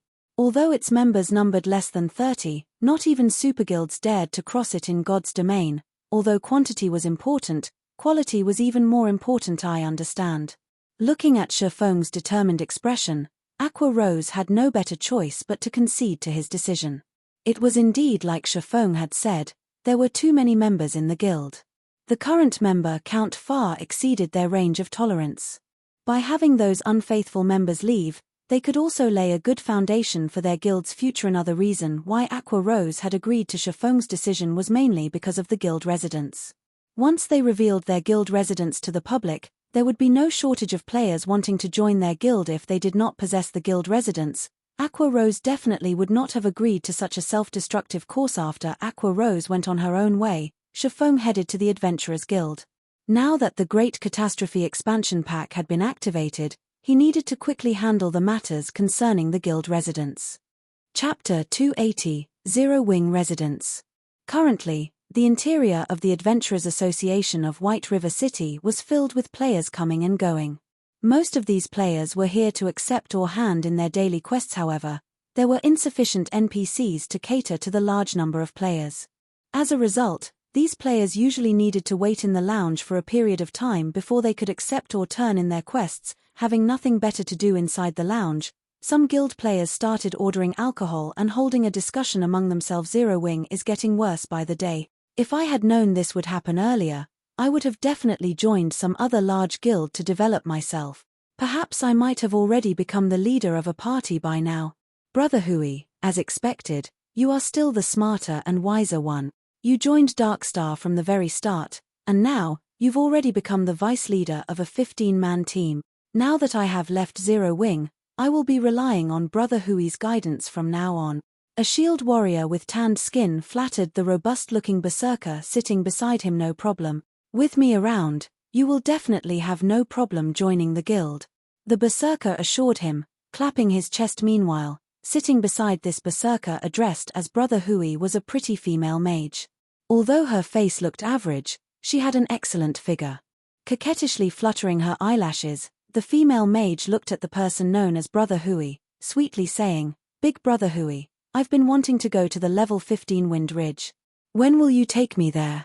Wind Ridge was a level 15, 20-man team dungeon. Among level 15 team dungeons, Wind Ridge had a below-average difficulty. However, to average players at this stage of the game, even a level 15, 10-man team dungeon was a great challenge, not to mention a 20-man dungeon like Wind Ridge. Of course. Isn't it just Wind Ridge? You're already my woman now, how could you settle for only a meager Wind Ridge? Tomorrow, I'll call up my men and bring you to the demon's castle. The berserker wrapped his arm around the female mage's willowy waist, a nasty grin on his face. Many onlookers grew envious at this scene. They could not help but wish that they, too, could join Darkstar and getting a beauty for themselves as well. Brother Hui, I hear that the demon's castle has a very high difficulty. Don't tell me you've already managed to obtain the raid strategy from Zero Wing's main force?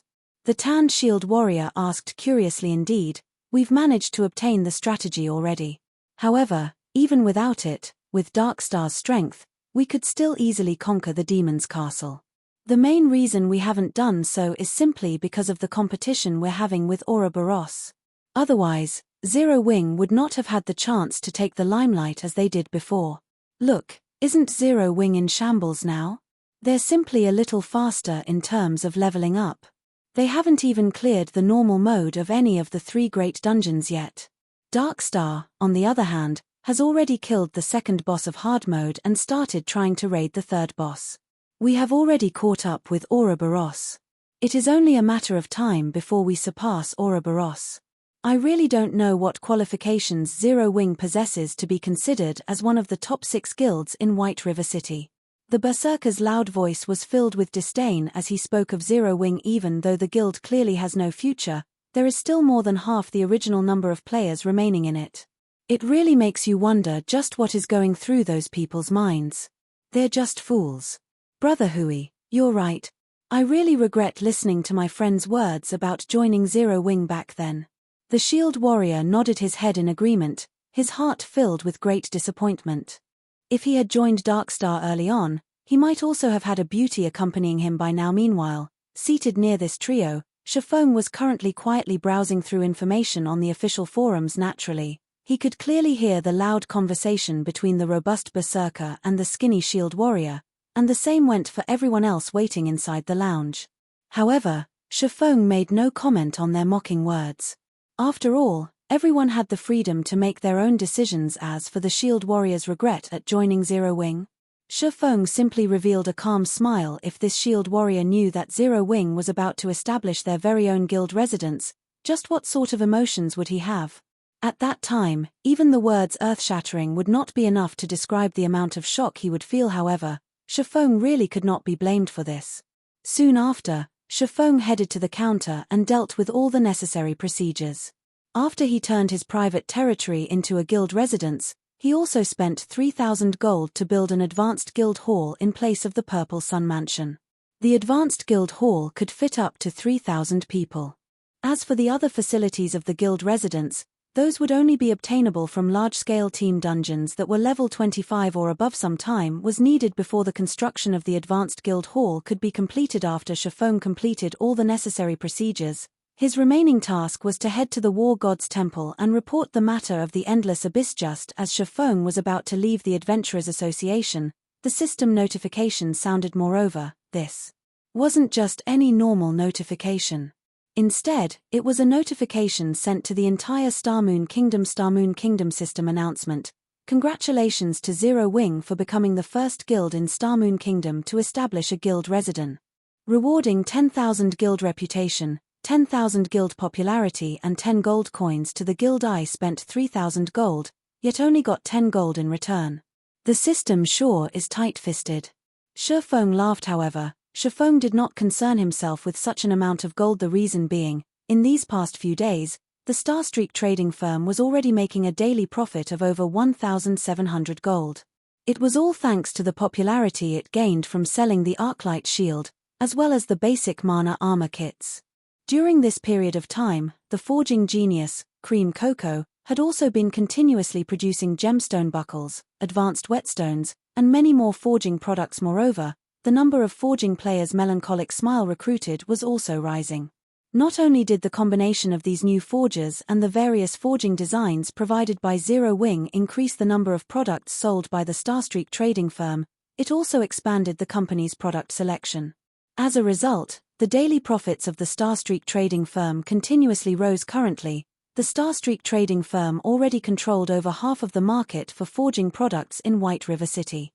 Moreover, such a situation wasn't limited to just White River City, it extended to the 7 surrounding cities. Hence, Shifeng was not lacking in money at all. Compared to having spent 3,000 gold coins, Shifeng was more interested in the 10,000 guild popularity points. This was a feature that would only become available to a guild after it established a guild residence. The higher the guild popularity, the more famous a guild would become among NPCs. With 10,000 guild popularity, Zero Wing could be considered relatively famous among the NPC populace. Compared to starting from scratch, having this 10,000 guild popularity made things much simpler for him. It should be known that, When a guild member completed a quest commissioned by an NPC, the guild would normally receive only 1 to 3 guild popularity. Only quests with high difficulty would reward 5 to 10 points.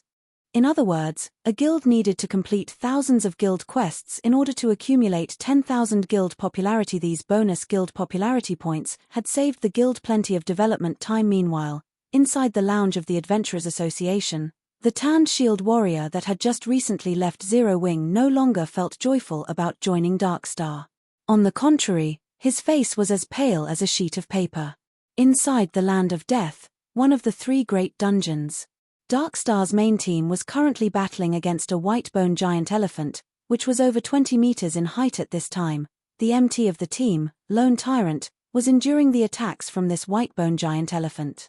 Every time he took an attack from the boss, he would receive over -2,000 damage. His HP constantly rose and fell, his life hanging by a thread. Just as the white-bone giant elephant in the distance was preparing to charge, Lone Tyrant suddenly received a system notification. Lone Tyrant was momentarily stunned by what he saw. How did Zero Wing obtain a guild residence so quickly? Lone Tyrant couldn't help but yell out when he saw the description of this system notification, his eyes nearly popping out of their sockets. He even forgot to use a skill to block the incoming attack from the white-bone giant elephant before him. As a result, he was turned into a pile of meat paste by the boss's foot, losing his life instantly. What followed was what would be expected. A team wipe. Chapter 281, A Guild's Most Powerful Weapon.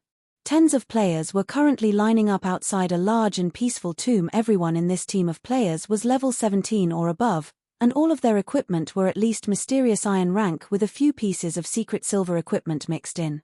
Most of the equipment the leading MT of this team had were of secret silver rank, and the crescent-shaped shield he carried was even of fine gold rank. Meanwhile, all of these well-equipped players were looking reverently at the peerless beauty standing before them. Looking out through the gaps of her silver-white helmet, her black, crystalline eyes shone with both intelligence and wisdom.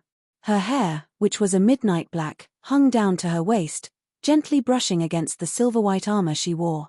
Resting her hand on the hilt of a dark blue greatsword glowing dark blue, she exuded the indomitable aura of a goddess of war as she silently stood there. This peerless war goddess was none other than the snow goddess of Ouroboros, Gentle Snow. After undergoing the baptism of the 3 great dungeons, Gentle Snow was even more dazzling than before. She was like a rough stone that had been polished, instantly revealing the sparkle of an ice-cold sapphire. Currently, not only was Gentle Snow fully equipped with the Snowfall set equipment, a secret silver ranked set equipment, the great sword she wielded, albeit of indiscernible quality, was also giving off a frightening amount of energy. The Snowfall set equipment could only be obtained from the hard mode of the 3 great dungeons. As for the blue sky greatsword Gentle Snow wielded, she had obtained it after killing a great lord that served as a protector of a ruined temple. If Shifeng saw this 2-handed greatsword, he would definitely be shocked. The reason being, this greatsword was similar to the Abyssal Blade, since it, too, was a magic weapon. Furthermore, it was also one of the 36 famed swords of God's domain, Blue Sky. Just as Gentle Snow's team was about to raid the 4th boss of the Land of Death, the Whitebone General Jera, Gentle Snow suddenly received a system notification, and a hint of astonishment flashed through her eyes when she read its contents. How can he be so fast? Gentle Snow knew exactly how difficult it was to obtain a guild residence. Even though she had a powerful guild like Ouroboros, the #1 guild in White River City, backing her, the reputation she had collected was still far from enough to allow her to become a baroness of White River City. Yet, Zero Wing was still a step ahead of her. Gentle Snow's lips suddenly curled into a faint smile as she muttered, "It seems I need to congratulate him." In White River City, Ouroboros and Zero Wing were actually allies, although this matter was not known to the public. If people did find out, however, they would definitely be greatly shocked. After all, who would ever imagine that White River City's #1 guild would actually be willing to form an alliance with Zero Wing, a guild that was declining by the day? However, Gentle Snow had indeed done such a thing. Although Ouroboros was the #1 guild in White River City, they were still far from being considered an unshakable existence. Just the fact that Darkstar was close to surpassing them showed how vulnerable Ouroboros was. Moreover, Darkstar also had some hidden connections with world dominators, which was also a first-rate guild like Ouroboros. If these 2 powerful guilds joined hands to wage war against Ouroboros, then Ouroboros would definitely suffer a huge loss. Hence, Ouroboros itself needed allies. Setting aside Darkstar and World Dominators, there were still 3 others among the top 6 guilds in White River City. Of the 3, the most powerful would be Emperor's Light, a first-rate guild, while coming in second would be the Assassin's Alliance, a second-rate guild. As for Zero Wing, they were considered the weakest of the top 6 guilds in White River City. Yet in defiance of all logic, Gentle Snow had chosen to ally herself with the recently established Zero Wing. Out of these 3 guilds, the reason for her decision was her optimism for Zero Wing. Setting aside the mysterious, elusive, and heaven-defyingly powerful Yi Feng, just the fact that Zero Wing had Black Flame in its midst had already solidified Gentle Snow's conviction. Not only was Black Flame the publicly acknowledged chief forger of Starmoon Kingdom, his personal combat strength was also frighteningly great. In addition, he had a mysterious organization supporting him from behind the scenes, not to mention a deep connection with the Starstreak trading firm. Black Flame's shocking financial power put even Gentle Snow herself to shame. Although she could not make head or tail of the connection between Yi Feng and Black Flame, she knew for a fact that both of them possessed immeasurable strength. Yet, despite being so powerful, neither of them chose to reveal that strength to the public, and such an action greatly confused Gentle Snow. Just the thought of the 2 of them working together had sent chills down Gentle Snow's spine. As if to put icing on the cake, the person named Aqua Rose had also appeared in Zero Wing out of nowhere. Aqua Rose used to be an honorary elder of Twilight Echo. Although her fame was less than Gentle Snow's, that was only because Gentle Snow had appeared in many advertisements before, raising her profile in the public eye. Gentle Snow had never personally fought against Aqua Rose. However, based on the video recordings of Aqua Rose's battles, in terms of combat techniques, should they ever have a fight between themselves, Gentle Snow felt she only had a 50% chance of emerging victorious in any case. Just the presence of these 3 powerhouses in Zero Wing made it worthwhile for Gentle Snow to ally herself with them. Not to mention, Zero Wing still had many other experts within their ranks. Their true strength and potential were simply unfathomable in the eyes of the public. Zero Wing would sooner or later vanish from existence. However, Gentle Snow knew very clearly. Zero Wing's current calm was merely the prelude to their next breakout. The situation right now would be the best example. Against all expectations, Zero Wing had suddenly become the first guild in Starmoon Kingdom to obtain its own guild residence, miles ahead of the other guilds. Within moments, Zero Wing had become the focal point of all players throughout Starmoon Kingdom. Shortly after the appearance of the system notification, Zero Wing's recruitment point was overrun by a stampede of players. Although Aqua Rose had long since prepared for such a reaction, the sea of players desperately trying to join the guild still left her breathless. Meanwhile, the players who had previously withdrawn from Zero Wing presently had regret filling up their intestines. If they had not acted so impulsively and had waited just a few more days, they would have been able to enjoy the various benefits offered by a guild residence. Now, unless they deleted their game accounts and started over with a new name, it was impossible for them to join Zero Wing anymore. However, who would have the courage to actually delete their account and start all over again? As for the players that had chosen to remain in Zero Wing, currently, they were extremely happy about their wise decision now that Zero Wing had a guild residence. Not to mention being able to receive more quests, they could save a lot of money, thanks to the equipment and weapons repair facility of the guild residence. Neither would they need to spend money to recover their stamina at hotels, they could simply do so at the guild residence. Furthermore, they could also obtain a double EXP buff just by resting inside the guild residence. With this buff, they could grind and level up with much greater efficiency than before. In addition, guild residences could also provide private rooms. This was also the greatest benefit of having a guild residence in God's domain.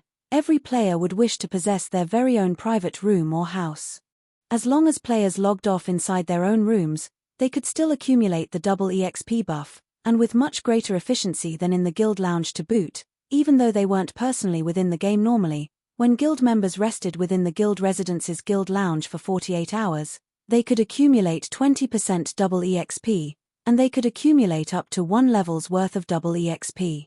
In the case of a private room, however, players only needed to rest for 24 hours in order to accumulate 20% double EXP, and they could likewise accumulate up to 1 level's worth of double EXP.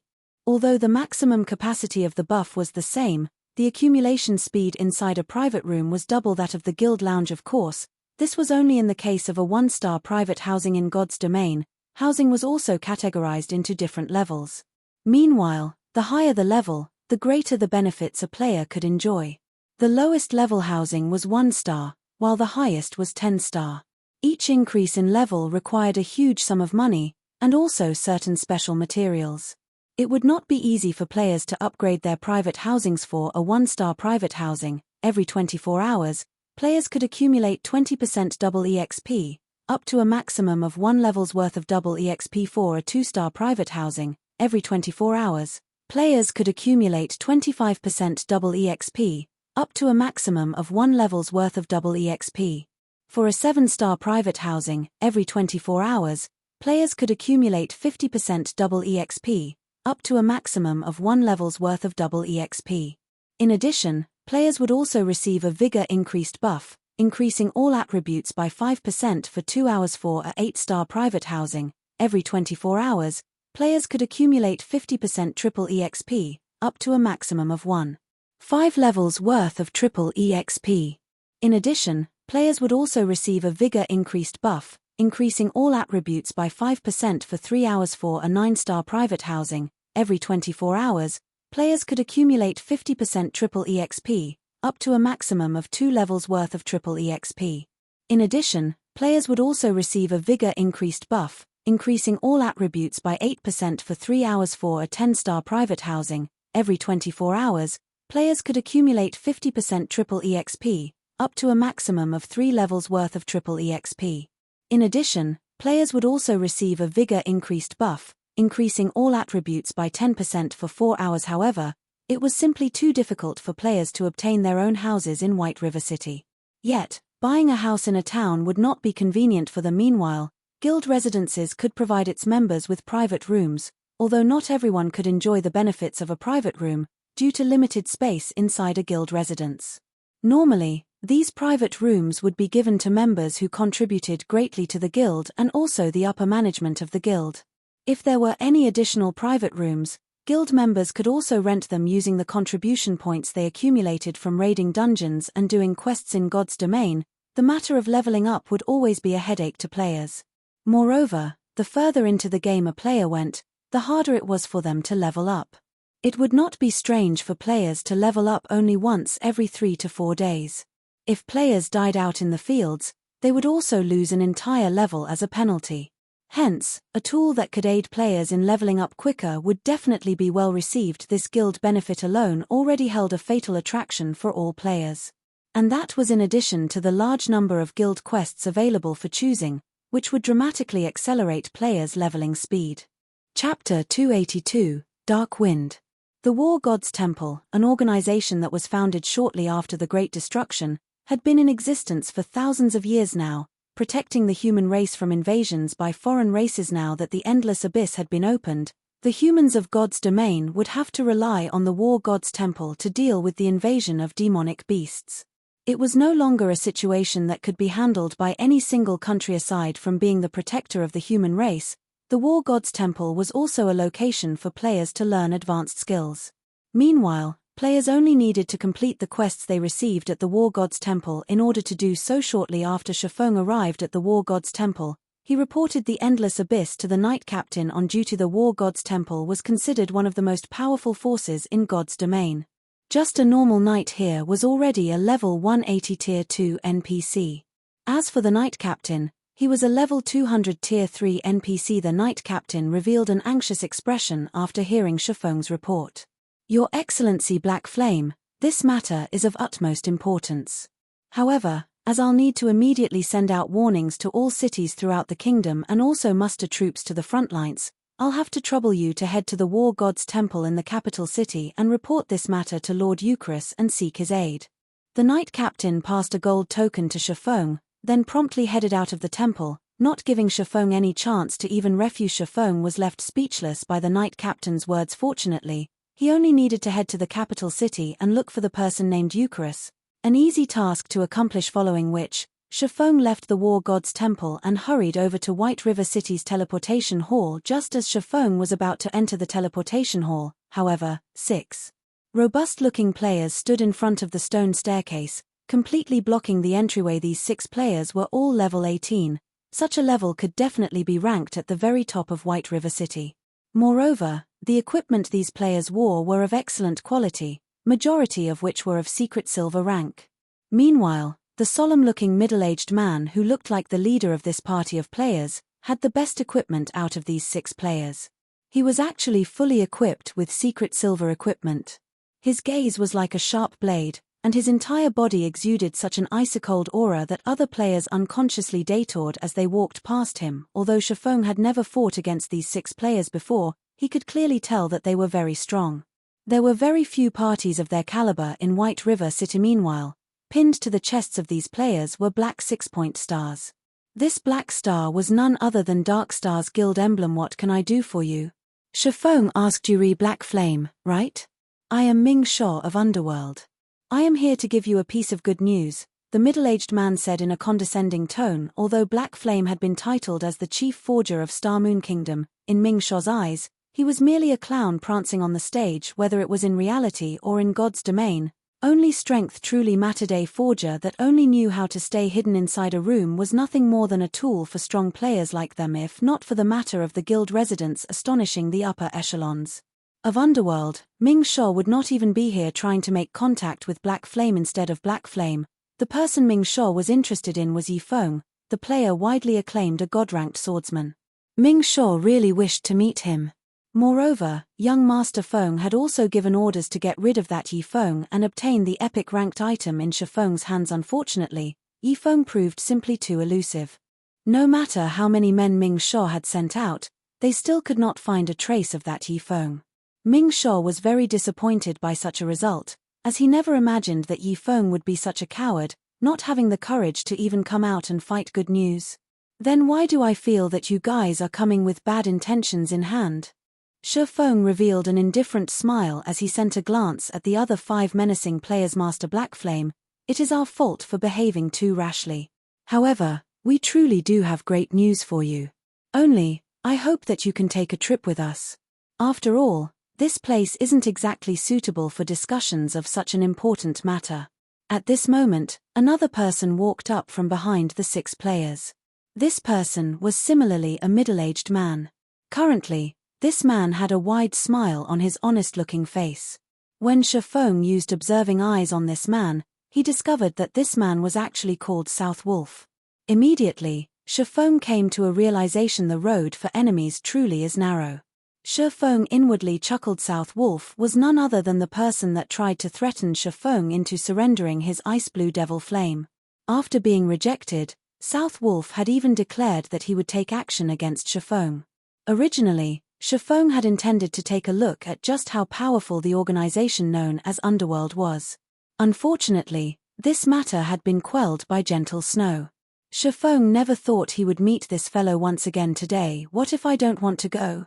Shifeng asked. "We have long since thought of this point, hence I asked Brother Ming Shaw and his friends to come and personally invite Master Black Flame over," South Wolf said with a hypocritical smile, sending a glance at the 6 Underworld guards beside him. "All right, then, since you guys are being so sincere." Shifeng nodded. South Wolf had obviously already familiarized himself with the rules of White River City. Although the rules stated that battles were not allowed within the city limits, that was on the premise that actual damage was caused. There would be no problems if they simply dragged him away. Of course, Shifeng's strength attribute was extremely high. South Wolf's group had absolutely no chance of abducting him. Just recently, he had obtained 40 free attribute points as a reward for releasing the Forgotten Lands. Although Shifeng had added 30 of those points into intelligence, in order to equip the Heavenly Dragon's Breath even a little earlier, he had placed the remaining 10 into strength. Aside from that, due to the Abyssal Blade's attributes, Shifeng obtained 2 additional free attribute points every time he leveled up. When coupling those with the strength provided by his other equipment, Shifeng's strength attribute had long since broken through the 170-point threshold. In terms of the strength attribute, very few players throughout God's domain could be a match for him. However, it seemed that someone from the mysterious upper echelon of Underworld wanted to meet him, and Shifeng was curious enough to agree. "Let us go, then," South Wolf said as he led the way. A short while later, Shifeng and the others arrived inside a high-class bar. Very few average players could be seen inside this bar, as most could not afford this luxurious place. Master Black Flame, please, come in. Young Master Feng has been waiting for you for a long time now. South Wolf pushed apart the doors to a private room, hinting that Shifeng should enter. Upon entering the private room, Shifeng immediately discovered an imposing yet charming youth sitting inside. This youth was also accompanied by two beautiful female companions at his sides. These two beauties were not players but NPCs. Just like how Anna was working as Shifeng's assistant at the Starstreak trading firm, these beauties were clearly servants of this young man.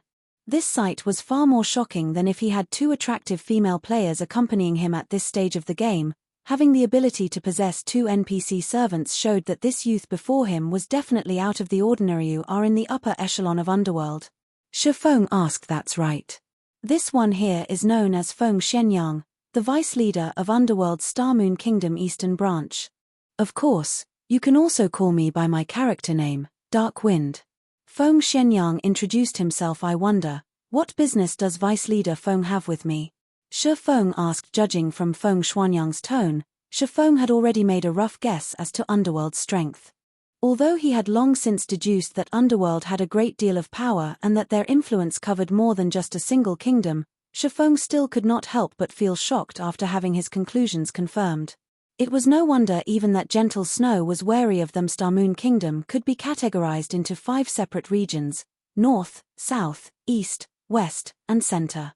White River City was located in the east side. Meanwhile, Feng Shenyang was in charge of managing the affairs of Underworld's Starmoon Kingdom Eastern Branch. The authority he wielded was definitely great. I heard that Master Black Flame is the founder of Zero Wing. You have even managed to elevate Zero Wing to its current position. We at Underworld feel very optimistic about Zero Wing's future, hence we wish to invest in some shares. Feng Shenyang then pointed towards Ming Sho, who was currently standing by the door, saying, "You've already seen for yourself the strength of Underworld. Because of us, even the previously insignificant third-rate guild Darkstar has instantly become a powerhouse in White River City. If Master Black Flame is willing, Underworld can similarly make Zero Wing grow rapidly. Not only could you become the overlord of White River City, you could even become the #1 guild in the entire eastern region of Starmoon Kingdom. I wonder if Master Black Flame might be interested." Chapter 283, Arrogance. Feng Xuanyang's words dripped with temptation. Just the prestige of being the #1 guild in the entire eastern region of Starmoon Kingdom would cause many to fight over it. These exact same words might have been used to attract Lone Tyrant into cooperating with Underworld back then under the banner of the #1 player on the ranking list. In addition to Underworld's covert support, Darkstar had managed to rocket to fame, becoming a guild capable of rivaling even the powerful Ouroboros. So that's how it is. Shifeng suddenly came to a realization. He finally understood why Darkstar could become so amazing, just like that, with experts appearing in the guild out of nowhere. Its abrupt rise was all because of Underworld helping it in secret. However, now that Zero Wing had established a guild residence, Underworld couldn't help but reconsider its original plans, hence its interest in investing in Zero Wing. Shifeng couldn't help but acknowledge that Underworld was indeed amazing. They were willing to support an entirely different guild even at the cost of sacrificing all their previous investments. From an outsider's perspective, such an action was plain foolish. However, Shifeng knew that Underworld's decision was, in fact, very wise. It was obvious at first glance how great an influence a guild residence would have towards a guild's success. If it were up to him, he, too, would choose to take such an action. Master Black Flame, you should know that there are over 20 cities just in Starmoon Kingdom's eastern region alone. If Master Black Flame agrees to our proposition, in the future, you will become the absolute overlord of these 20+ cities. Moreover, even though Underworld will be investing in Zero Wing, we will not interfere directly in the management of the guild itself. Rather, we will provide you with a large sum in funding and manpower, Feng Shenyang slowly said in a tempting tone. We at Underworld have already decided that, as long as Master Black Flame agrees, we will immediately inject 1 billion credits into Zero Wing, and also provide the guild with 100 gold coins every week. In addition, we will also provide 100 experts, and also 1 team of Underworld guards for you, Master Black Flame, to command as you see fit. If Zero Wing develops well, Underworld will invest even more into the guild in the future. Master Blackflame, what do you think? Feng Xianyang had taken Shifeng's previous silence for hesitation, thinking that Shifeng was definitely considering his proposition, hence he sweetened the deal. In God's domain, wasn't the main purpose one established a guild earning money and gaining status? For a newly established guild, 1 billion credits was definitely an astronomical sum. Even a major corporation in a city couldn't easily take out 1 billion credits. Recently, due to God's domain's raging popularity, the number of corporations investing in the game had been continuously increasing. The value of guilds in God's domain had similarly shot up abruptly. Yet, even so, a third-rate guild with a member count of 20 to 30,000 would, at most, be worth 2 to 300 million credits. Meanwhile, Zero Wing merely had several thousand members in its ranks. Although it had both fame and experts, its value was still not worth 1 billion credits. After taking into account the value of a guild residence, Zero Wing would at most be worth 500 million credits. Hence, it would be completely illogical for Shifeng to refuse the offer of 1 billion credits. I wonder how much shares young Master Feng is intending to purchase? Shifeng asked, an indifferent smile on his face. Not much, just 50%. In exchange for 50% of Zero Wing's shares, you can obtain 1 billion credits, in addition to having many experts to assist you. I believe that no other corporation will be willing to offer such a high price, Feng Xianyang said confidently. Feng propped up his chin with his hand, entering into a deep contemplation.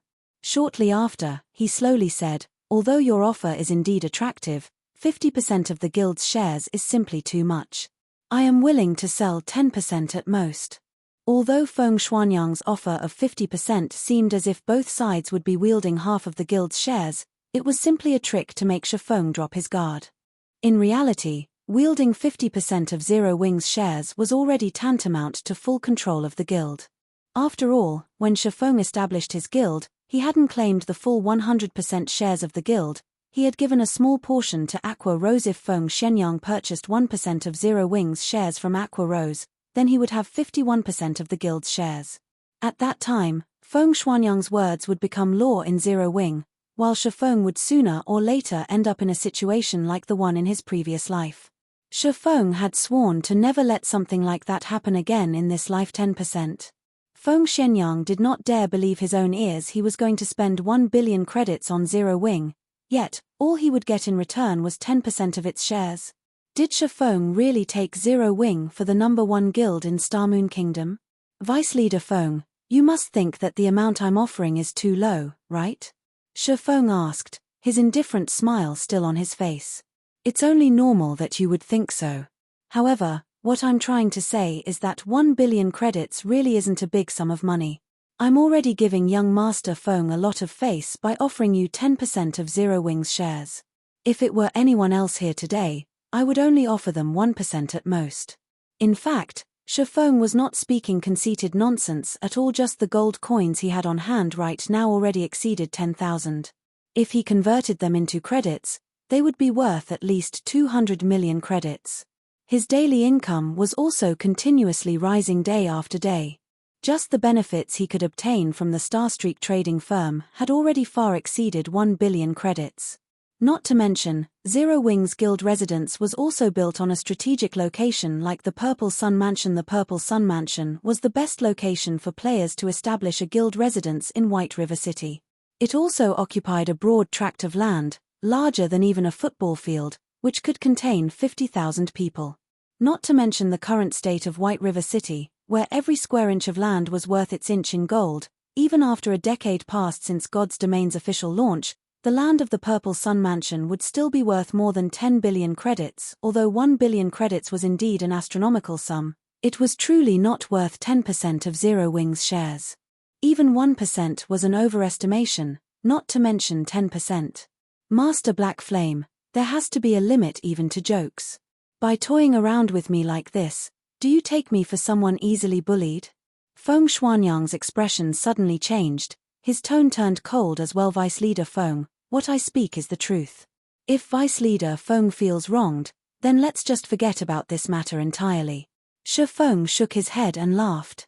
After this meeting, he, too, started thinking of looking for an investment partner. The falling flowers are yearning for love, but the heartless brook ripples on if Shifeng had rejected Feng Xuanyang's investment proposal from the very beginning, or had argued that Feng Xianyang was asking for too high a percentage of Zero Wings shares. Feng Xianyang might still have accepted Shifeng's answer with a smile. This was the atrocity of the truth, hence people would often prefer to hear a lie than the truth. The reason being, the truth was much crueler than a lie. If Aqua Rose were here right now, she would definitely scold Shifeng for speaking the truth. Soon after, Shifeng departed from the private room, leaving behind a thoroughly incensed Feng Xuanyang. South Wolf, get in here. Feng Xianyang roared. South Wolf hurriedly entered the private room, asking, young Master Feng, why are you so angry? Did that brat Black Flame fail to appreciate your kindness? Tell Lone Tyrant that he can take action immediately. I don't wish to see the guild called Zero Wing in White River City anymore. Feng Xianyang no longer had his elegant appearance from before. Instead, he revealed his sinister nature, saying, since he isn't willing to cooperate with Underworld, then we will just remove him, one way or another. White River City does not need a guild that Underworld cannot control. Yes, I'll notify Lone Tyrant immediately, South Wolf said with excitement as he licked his lips. After Shifeng departed from the high-class bar, he immediately headed towards the teleportation hall. Spending 32 silver coins, he quickly arrived at Starmoon City, Starmoon Kingdom's most affluent city. Compared to White River City, the competition at Starmoon City was much more intense. Just the number of first-rate guilds present in the city already surpassed 5. The second- and third-rate guilds were even more numerous. Meanwhile, the player population at Starmoon City was over 3 million. Such a number could easily match the total number of players in White River City and its neighboring 7 cities. One could say that Starmoon City was a location that every guild needed to compete for in the future. After all, it was a super city that would be able to contain over 10 million players in the future. Meanwhile, the resources available in the surroundings of Starmoon City were even more abundant. There were plenty of high-level maps that were only a short distance away from the city. Obtaining Starmoon City would be the equivalent of occupying a fifth of the entire Starmoon Kingdom's resources. Chapter 284, Ghost Raider. As the capital city of Starmoon Kingdom, beneath the flourishing appearance of Starmoon City were piles and piles of pearly white bones. The moment Shifeng arrived at the city, he could already sniff out the strong smell of blood. When Shifeng walked the bustling streets of Starmoon City, none of the players he saw belonged to small and unknown guilds. Instead, all the guild players he saw belonged to third-rate guilds or above. As for the unrated guilds, Shifeng could make a general guess as to where they had gone. They had definitely been completely annexed by these large guilds. Furthermore, the average level of players in Starmoon City was very high. In terms of equipment, the players of Starmoon City were also a notch higher than the players of White River City. Originally, it was a very rare sight to find average players possessing bronze equipment. At Starmoon City, however, it was not a rare sight at all. Shifeng had even seen some independent players who possessed equipment of mysterious iron rank and above. As for the players who wore a guild emblem on them, majority of their equipment were of mysterious iron rank. Some elite members of guilds were even fully geared with mysterious iron equipment. The standards of Starmoon City were clearly a lot higher than White River City's. However, if these players were to be compared to Shifeng, they would still be miles and miles behind. When Shifeng arrived in Starmoon City, he had removed his disguise of Black Flame. Instead, he had chosen to use his original appearance of Yi Feng to move around the city. Hence, he did not choose to hide the equipment he had on him right now. Although Shifeng had already turned off the innate glowing effect that dark gold equipment possessed, he was unable to do anything about the originally dashing appearance of the item itself. There was also the 2 weapons at his waist, the Abyssal Blade and the Demon Bane, whose quality could not be discerned through sight alone. Overall, Shifeng's equipment had caused all the players who walked past him to cast sidelong glances at him. Shifeng was just like a famous celebrity as he strolled along the streets of Starmoon City. It was impossible for him to keep a low profile even if he wanted to. However, Shifeng paid no attention to the stares he was receiving, focusing only on the task at hand. After arriving at Starmoon City, a new city, Shifeng first made a trip to the city's auction house by force of habit. He intended to gauge the market conditions of this entire city. As the capital city, Starmoon City was geographically located in the central region of Starmoon Kingdom. Hence, Whether it was the northern, southern, western, or eastern region, all trade would pass through this place. In the past, during the peak of Star Moon Kingdom, Star Moon City controlled a full quarter of Star Moon Kingdom's trade volume. One could simply imagine how large the trade volume at Star Moon City was if one could dominate Star Moon City. The daily profits one could rake in would be astronomical. In comparison, the Star Streak trading firm's daily profit of 1,600 to 1,700 gold coins was merely a trifling sum with such a large trade volume available. It would be a lie to say that Shifeng did not have aspirations towards it. Unfortunately, Zero Wing had just recently set out on its journey. It would still be a long time before he could attempt to get a share of the pie known as Star Moon City today. Shifeng was simply here to lay the groundwork for his eventual entry into Star Moon City's market. In the future, Star Moon City's auction house was also the largest auction house in Star Moon Kingdom. When players registered an item here, the item would also be available for the players in the surrounding tens of cities to purchase. It was much more amazing than the White River City auction house. Moreover, when players from another country wished to visit Star Moon Kingdom, or when players from the kingdom itself wished to head to another country, they would be required to make a transit through Star Moon City, as it was the capital city of the kingdom. This situation also led to players from other countries selling their wares at the Star Moon auction house. Hence, there was a very large variety of items available at the Star Moon auction house, and no other auction house in Star Moon Kingdom could ever dream of being its equal. This was also one of the reasons why many players would willingly come here to purchase or sell their items. The inside of the auction house was filled with a sea of players. After entering the building, Shifeng quickly looked for a quiet corner and sat down. He then called out the auction house interface, quietly browsing through its contents. Brother Blade, look at that person's amazing equipment. Although my eagle eyes skill allows me to identify any weapon or equipment that is fine gold rank or below, when I tried identifying that person's stuff, many of them returned as unidentifiable. A skinny ranger said excitedly as he drooled at Shifeng's equipment. What? Unidentifiable? Don't tell me he's using dark gold equipment. Imperial Thunder, did something go wrong with your skill? Let alone a player from an unknown guild, even the guild leaders of Ouroboros and the Star Alliance wouldn't be able to possess so many dark gold equipment, the robust-looking berserker named Lifeless Blade argued, laughing. Brother Blade, you should know that this identification skill of mine is an advanced skill that I obtained only after completing a unique quest. When had it ever gone wrong before? The ranger named Imperial Thunder replied earnestly. Lifeless Blade nodded, his expression turning serious. He then looked towards Shifeng, who currently sat on a stone chair, noticing that he was actually unfamiliar with this person. Yifeng? He isn't an expert of Star Moon City. He should have come from some other city. After Lifeless Blade used an identification skill on Shifeng, he immediately knew that Shifeng was not a player belonging to Star Moon City. Lifeless Blade could be considered a somewhat famous person in Star Moon Kingdom. He had met many players before, and he had also met majority of the experts that could be found in the city. As for the experts he had yet to meet, he knew what they were called, at the very least. Even so, he had never heard of an expert called Yifeng before, and yet, I seem to recall hearing this name, Yifeng, from somewhere. Lifeless Blade drifted into deep thought. I recall seeing this name on the official forums before. I wonder if I can still find it now. Thinking so, Lifeless Blade opened the official forums and started searching for information relating to a player called Yifeng. At this moment, Imperial Thunder used eagle eyes on the guild emblem hanging on Shifeng's chest. Instantly, a shocked expression surfaced on his face.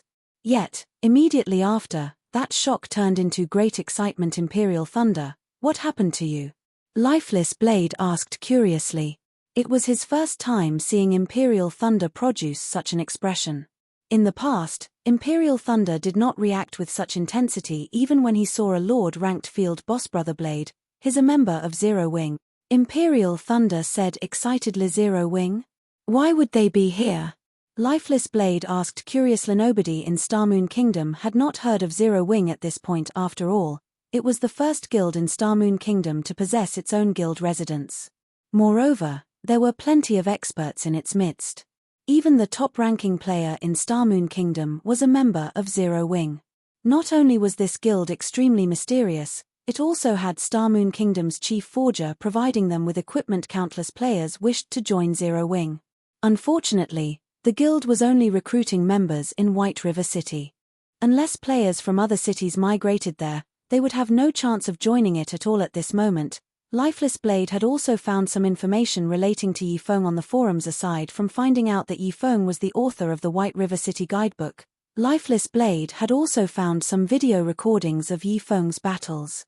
Of them, the video showing Yifeng's one-man battle against hundreds of Martial Union members was still ranked within the top 30 most viewed videos. The video had even been titled God-Ranked Swordsman's Instructional Video, so he is that God-ranked expert, Yifeng. Lifeless Blade felt greatly surprised at this moment. He never imagined he would get the chance to meet such a great expert. While Lifeless Blade and Imperial Thunder were watching Shifeng, with his extraordinary 5 senses, had long since noticed his 2 observers. The interest these 2 players emitted was very strong. In addition, the fervor in their gazes made it hard for Shifeng not to notice them, even if he wasn't trying, and here I was, wondering who was spying on me. It turned out that it was Lifeless Blade and Imperial Thunder.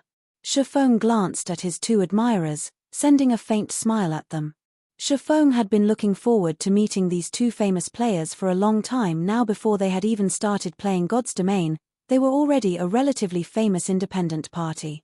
In the gaming world, they had even been called the Sharp Arrow Party. After they entered God's Domain, they shone even more than before. In the past, the team they had formed managed to successfully raid plenty of team dungeons that even the main force of first-rate guilds were helpless against. Meanwhile, the team leader, Lifeless Blade, had also been nicknamed the Ghost Raider Brother Blade. Such a chance won't fall into our laps a second time. Why don't we go get acquainted with him? Who knows, we might even become friends, Imperial Thunder suggested to Lifeless Blade. Chapter 285, Market Research. Imperial Thunder's suggestion sent Lifeless Blade into a light contemplation. Soon after, Lifeless Blade replied with a nod. As the saying went, another friend is another opportunity. If one wished to succeed in a game, an extensive network of friends was necessary. It was especially true when it came to friends who were experts. If we are going to hastily approach and interrupt him like this, we need to be careful with our words when we speak. After all, every expert has their own unique personality. Some might be cheerful, some might be indifferent, and some might be arrogant. It would be counterproductive if we happened to accidentally provoke him. Lifeless Blade whispered, of course I know about this point. Imperial Thunder laughed. You do, huh? Lifeless Blade rolled his eyes at Imperial Thunder. He then continued, do you still remember how you managed to provoke Yuan Fei, one of the top 10 rookies of the gaming world, whom we met last time? That was his fault for going overboard. He actually tried to roll for every equipment we got from that boss. Imperial Thunder still held a grudge against the player called Yuan Fei. When they had discovered a Lord-ranked field boss before, they had kindly sent Yuan Fei an invite to raid the boss together. After the boss died, the loot the boss dropped was distributed using the dice rolling system, as more than a dozen players had participated in the raid. It was also logical that every team member would only roll for the items they needed. Yet, contrary to custom, Yuan Fei had rolled for every single item the boss dropped. Yuan Fei's actions clearly stated that, if he could not use it, then he could still sell it. You could have just spoken up about the matter. At worst, we could have just stopped contacting him. There was no need for us to become enemies. Yet, you chose to pick a fight with him without even trying to talk things out. That's not how you make friends, that's how you make enemies. Yuan Fei is still holding a grudge against us even until now. Lifeless Blade felt speechless when he recalled the incident back then. Yuan Fei was one of this year's top 10 rookies of the virtual gaming world, and the Star Alliance had even offered him an annual salary of 2 million credits in order to recruit him. Meanwhile, just because their team had provoked that petty-minded Yuan Fei, they had received plenty of oppression from the Star Alliance, making it hard for them to mingle in Starmoon City. If not for the fact that Lifeless Blade was acquainted with the guild leader of the Star Alliance, this matter would never have been settled, and their team would have been forced out of Starmoon City long ago. I understand. I won't repeat the same mistakes, Imperial Thunder said in a soft tone. In fact, he, too, recognized the mistake he made in the past. However, it was not easy for him to fix his short temper. As the two of them quietly conversed while they made their way towards Shifeng. Shifeng had already grasped the general market trend in Starmoon City overall. The items sold here were cheaper than White River City. In White River City, a stack of hard stones could be sold for 10 silver coins. At this place, however, each stack was being sold for only 9 silver coins. The same went for whetstones. In White River City, each stack of whetstones could be sold for 35 silver coins, while at this place, it was being sold for only 32 silver coins. Only advanced whetstones were sold at the same price in both cities, whereby each stack went for 1 gold coin. On the other hand, mysterious iron ranked weapons and equipment sold here were at least 10% to 20% more expensive than the ones sold at White River City. As for secret silver ranked weapons and equipment, those were sold at prices 30% to 40% higher. Sure enough, with more players around, the resources available is also greater in volume. Even though mysterious iron equipment is such a rare commodity in White River City, here in Star Moon City, these items seem to be available in abundance. There is someone actually selling secret silver equipment as well. As expected of the capital city, the number of experts here is much higher than other cities. Just by looking at the items being sold at the auction house, Shifeng could clearly feel the intensity of the competition at Star Moon City. With higher quality equipment in greater demand, it was also precisely this fierce competition that resulted in more experts being produced here. In order to survive in this city, one had to rack their brains and constantly think of ways to improve themselves, gradually climbing up the ranks of this prosperous city. Otherwise, what other explanation would there be for a precious secret silver equipment to appear at the auction house? It was simply impossible for guilds to sell any weapons or equipment that were of mysterious iron rank or better. After all, these items were strategic material for a guild. At most, they would sell the equipment produced by their own forgers. However, where would they find a forger who was capable of producing secret silver equipment? Even Shifeng, who possessed plenty of support items, could not easily produce them. It went without saying that other forgers should only be able to produce bronze equipment, or at best, mysterious iron equipment at this stage of the game. Hence, the secret silver ranked weapons and equipment being sold at the auction house were definitely the offerings of independent teams. Meanwhile, their purpose in selling was simply to bolster their team's strength and obtain the funds necessary to cover their expenses. The number of independent teams that could obtain secret silver ranked weapons and equipment at White River City could definitely be counted using one's fingers. As far as Shifeng knew, the only team capable of such a feat was the Holy Grail Knights that he had met by coincidence last time. On the other hand, there were a number of such independent teams in Star Moon City. One could just imagine the difference between the two cities. If I am going to try to enter Star Moon City's market, it seems that selling high-end equipment would be the most effective way to do so. At this moment, the fine gold-ranked Dragonscale set equipment popped up in Shifeng's mind. He felt that it might not be a bad idea to rely on the Dragonscale set equipment to break into Star Moon City's market. However, his current forging standards were still too low. Cream Coco was also only an advanced forging apprentice right now. She was still in the midst of striving to get promoted into a true forger. Moreover, another condition needed to be met if Shifeng wished to enter Star Moon City's market. Currently, Shifeng's guild was based only in White River City. If he were to establish a branch guild at Star Moon City at this period of time, that branch guild would immediately be annihilated by the many large guilds of Star Moon City. Hence, what Shifeng needed right now to enter Star Moon City's market was a shop to do business with. However, not to mention a shop, even if Shifeng wished to set up a stall, he first needed to become a minor noble of Star Moon City. As for establishing a shop, at the very least, he needed to become a baron before he could do so. As expected, if I don't deal with this shop issue, I won't have any way of entering Star Moon City's market at all. After all, the auction house's 15% processing fee was simply too expensive. More importantly, placing items at the auction house was something only independent teams or players would do. If one wished to have any sort of development and earn large sums of money and fame, a shop of their own was essential. Hello there, friend. I am called Lifeless Blade. Seeing that you have come to the auction house, I'm guessing that you are here to sell some equipment, right? I am somewhat well known in Star Moon City, and I have plenty of sales channels. If you wish to sell your equipment at a good price and its attributes are good, I can lend you a hand with selling them, Lifeless Blade said as he walked over, a smile on his face. Selling equipment. Shifeng took a look at his own getup, discovering that the weapons and equipment he had on him were far better than what anyone else present inside the auction house had. From an observer's point of view, he definitely would not have any demands for the items sold at the auction house. In which case, the possibility of him coming to the auction house to sell some of his unwanted equipment was very high. After all, with so many good equipment on hand, there were bound to be some obsolete equipment that he needed to dispose of. Immediately, Shifeng shook his head, saying, "No, you misunderstand. I'm just here to take a look." "Sorry, it's my fault for misunderstanding," Lifeless Blade quickly said in embarrassment when he realized that he had acted too rashly.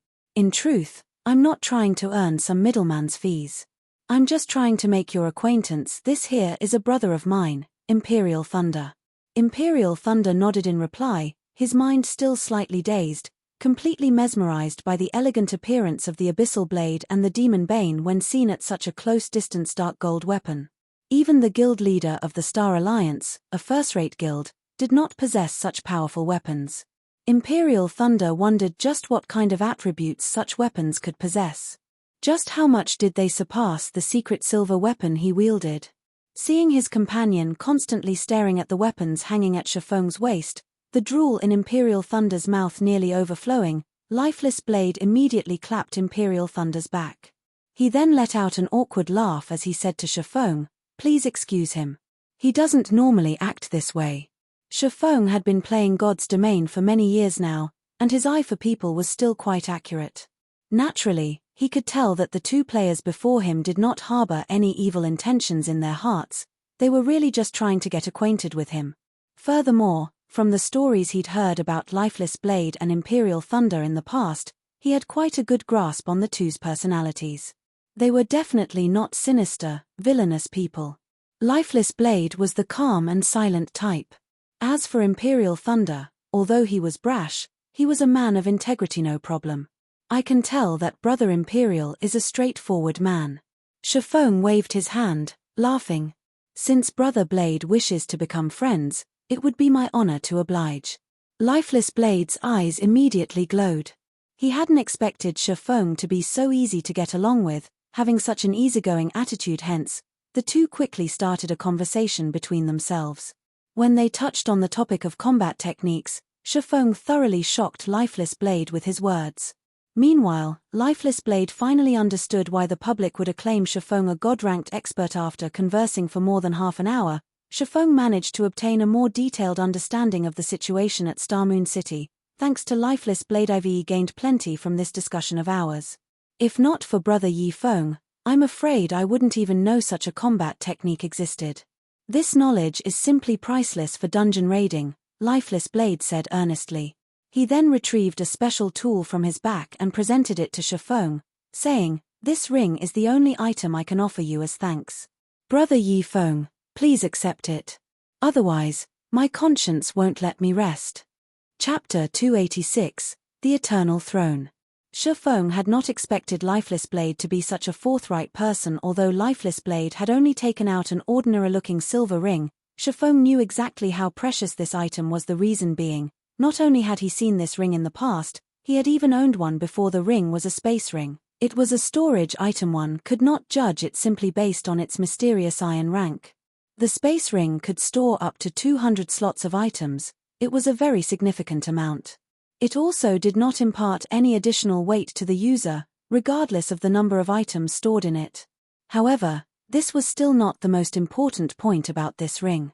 Instead, the space ring excelled the most when used during battle. Although it did not have many uses in a normal battle, when used in a fight between experts, a battlefield, or a boss battle, it could bring about game-changing effects. For example, if players wished to use magic scrolls or support items during a battle, they needed to first place their hands into their bags and search for their items before pulling those out. This entire process would waste much time. However, it was a different story if players possessed the space ring. With a simple thought, the item specified would instantly appear within the player's hands. The space ring was much more convenient than a bag. In reply to Lifeless Blade's offer, however, Shifeng shook his head and said, "This item is too valuable. I cannot accept it. Brother Yifeng, I am a man who never takes advantage of his friends. I'll feel extremely guilty if you don't accept it. Moreover, this ring is merely a storage item. It's not particularly valuable, so please accept it," Lifeless Blade said. "Well, How about this? I have a favor to ask of Brother Blade. I wonder, how many reputation points does Brother Blade have at Starmoon City right now? Shifeng whispered. Sighing, Lifeless Blade grew confused at Shifeng's question, failing to understand why Shifeng would ask him such a thing. However, he still chose to answer honestly. I'm only 30 points away from becoming a minor noble of Starmoon City. As the capital city of Starmoon Kingdom, the reputation points of Starmoon City was the most difficult to earn out of all the cities in the kingdom. Even if Lifeless Blade and his team were amazing, they were still a distance away from becoming nobles of the city. 30 points. Shifeng sank into deep contemplation. He thought to himself, that's not a lot, I guess. If he completes those several quests, he should be able to get those points. Must your favor require a noble to accomplish, Brother Yifeng? Lifeless Blade asked. Yeah. Shifeng nodded. Only by becoming a noble could one purchase a stall in Starmoon City. Also, exchanging of stalls could only be conducted between nobles of Starmoon City, in order to prevent players from taking advantage of any loopholes. However, Shifeng was a demon hunter. No matter where he went, he would still be treated like a noble. Hence, after Lifeless Blade purchased the stall, there would be no problems if he simply transferred ownership of the stall to Shifeng. In this way, Shifeng would have a stall in Starmoon City to officially sell his items. Originally, Shifeng had thought to complete a few quests in Starmoon City to increase his reputation here. However, it would not be easy to obtain 100 Starmoon City reputation points. He needed to invest plenty of time to do so. Meanwhile, Lifeless Blade had a trustworthy character, and it would be much faster to earn just 30 reputation points than to earn 100 reputation points. At first, Lifeless Blade felt ashamed for being unable to be of any help to Shifeng. However, Shifeng's next remark immediately sent him into a daze. I know a few high-level quests that can increase reputation points. After Brother Blade completes them, you should be able to become a noble of Starmoon City. After saying so, Shifeng proceeded to list out the few quests he had in mind to Lifeless Blade, withholding nothing at all. This shouldn't be a good idea, right? Lifeless Blade was nearly left speechless. Originally, he had fully intended to help Shifeng. In the end, however, he had been the one to receive help from Shifeng instead. Currently, the many guilds in Starmoon City were desperately searching for quests that could increase one's reputation, holding back nothing to do so. However, even when they offered a huge reward for any related information, they still had no luck in finding any. Yet, Shifeng had just casually revealed to him 4 high-level quests that rewarded reputation points, his casual remarks making it seem as if these quests were plain cabbages that could be found anywhere. Is the difficulty of these quests too hard for you to manage? Shifeng suddenly came to a realization when he saw Lifeless Blade's troubled expression. I still know a few quests that reward reputation. However, as their difficulty is much lower, the reputation points rewarded is similarly low. You'll have to complete at least 7 or 8 of them in order to accumulate 30 points. Lifeless Blade's mind was an utter mess now. He even started to suspect Shifeng was a GM, to actually know of so many reputation quests in Starmoon City. However, Lifeless Blade quickly dispelled this notion from his mind. After all, God's domain was controlled by the main God system. Nobody else was allowed to interfere with the game. Hence, the quests in the game were auto-generated by the system, and nobody should know about them in advance. Of course, if there was an exception to this point, then that would be the extremely mysterious beta testers. However, after God's domain was officially released, many settings and quests in the game were changed. In theory, the quests that were originally present during the beta test should no longer exist. Thinking up to this point, Lifeless Blade was thoroughly confused by Shifeng's identity. Just how was he able to know so many things? Are you wondering why I know so much? Naturally, Shifeng could discern Lifeless Blade's doubts. Lifeless Blade silently nodded his head, making no attempt to hide his thoughts. It's because I am a reincarnated person. I returned to this time from 10 years into the future, hence I know about all these quests, Shifeng said in full honesty. Brother Yifeng sure knows how to joke. Lifeless Blade abruptly burst into laughter. I'll complete these quests as quickly as possible. After I've managed to become a noble, I'll immediately notify Brother Yifeng. Lifeless Blade knew full well that everyone had their own secrets. Meanwhile, information on reputation quests would definitely be categorized as a top secret by guilds. Shifeng's willingness to reveal such precious information to him showed how much trust Shifeng placed in him. If Lifeless Blade still tried to probe deeper into the matter, then he would simply be too insensible. I'm telling the truth, Shifeng laughed bitterly. I know. Lifeless Blade nodded his head repeatedly, the smile on his face seemingly saying, I understand. Shifeng was left completely speechless. Although he had long since grown familiar with such a behavior, he still could not help but feel helpless every time he was faced with it. Why wouldn't anybody believe him even though he was telling the truth? Why must the world make an honest man like him tell a lie before somebody was willing to believe him? Shifeng was no longer able to make sense of this world. Soon after, Lifeless Blade added Shifeng as a friend before hurrying off to complete the quests. Meanwhile, thanks to Lifeless Blade, Shifeng now had a better understanding of Starmoon City's situation. After Lifeless Blade's departure, Shifeng hailed a horse carriage and headed to the War God's Temple of Starmoon City. He intended to continue carrying out his legendary ranked main storyline quest. The War God's Temple of Starmoon City was built beside the palace. From the outside, the building looked like a magnificent and majestic pyramid, and at the summit of this pyramid was a house-sized sunstone, which exuded a divine light. Be it day or night, this sunstone would shine brilliantly on the entire War God's Temple, and one couldn't help but admire this dazzling construction when seeing it as the main branch of the War God's Temple. It had Tier 3 NPCs roaming around outside the temple itself, and even a Tier 5. Shadow Saint would not be able to penetrate the tight security here. Although this was not Shifeng's first time visiting this War God's Temple, it was still his first time coming to the 9th floor of the temple. The Eternal Throne. Just the NPC guiding Shifeng to this place was already a Tier 4 Glory Knight.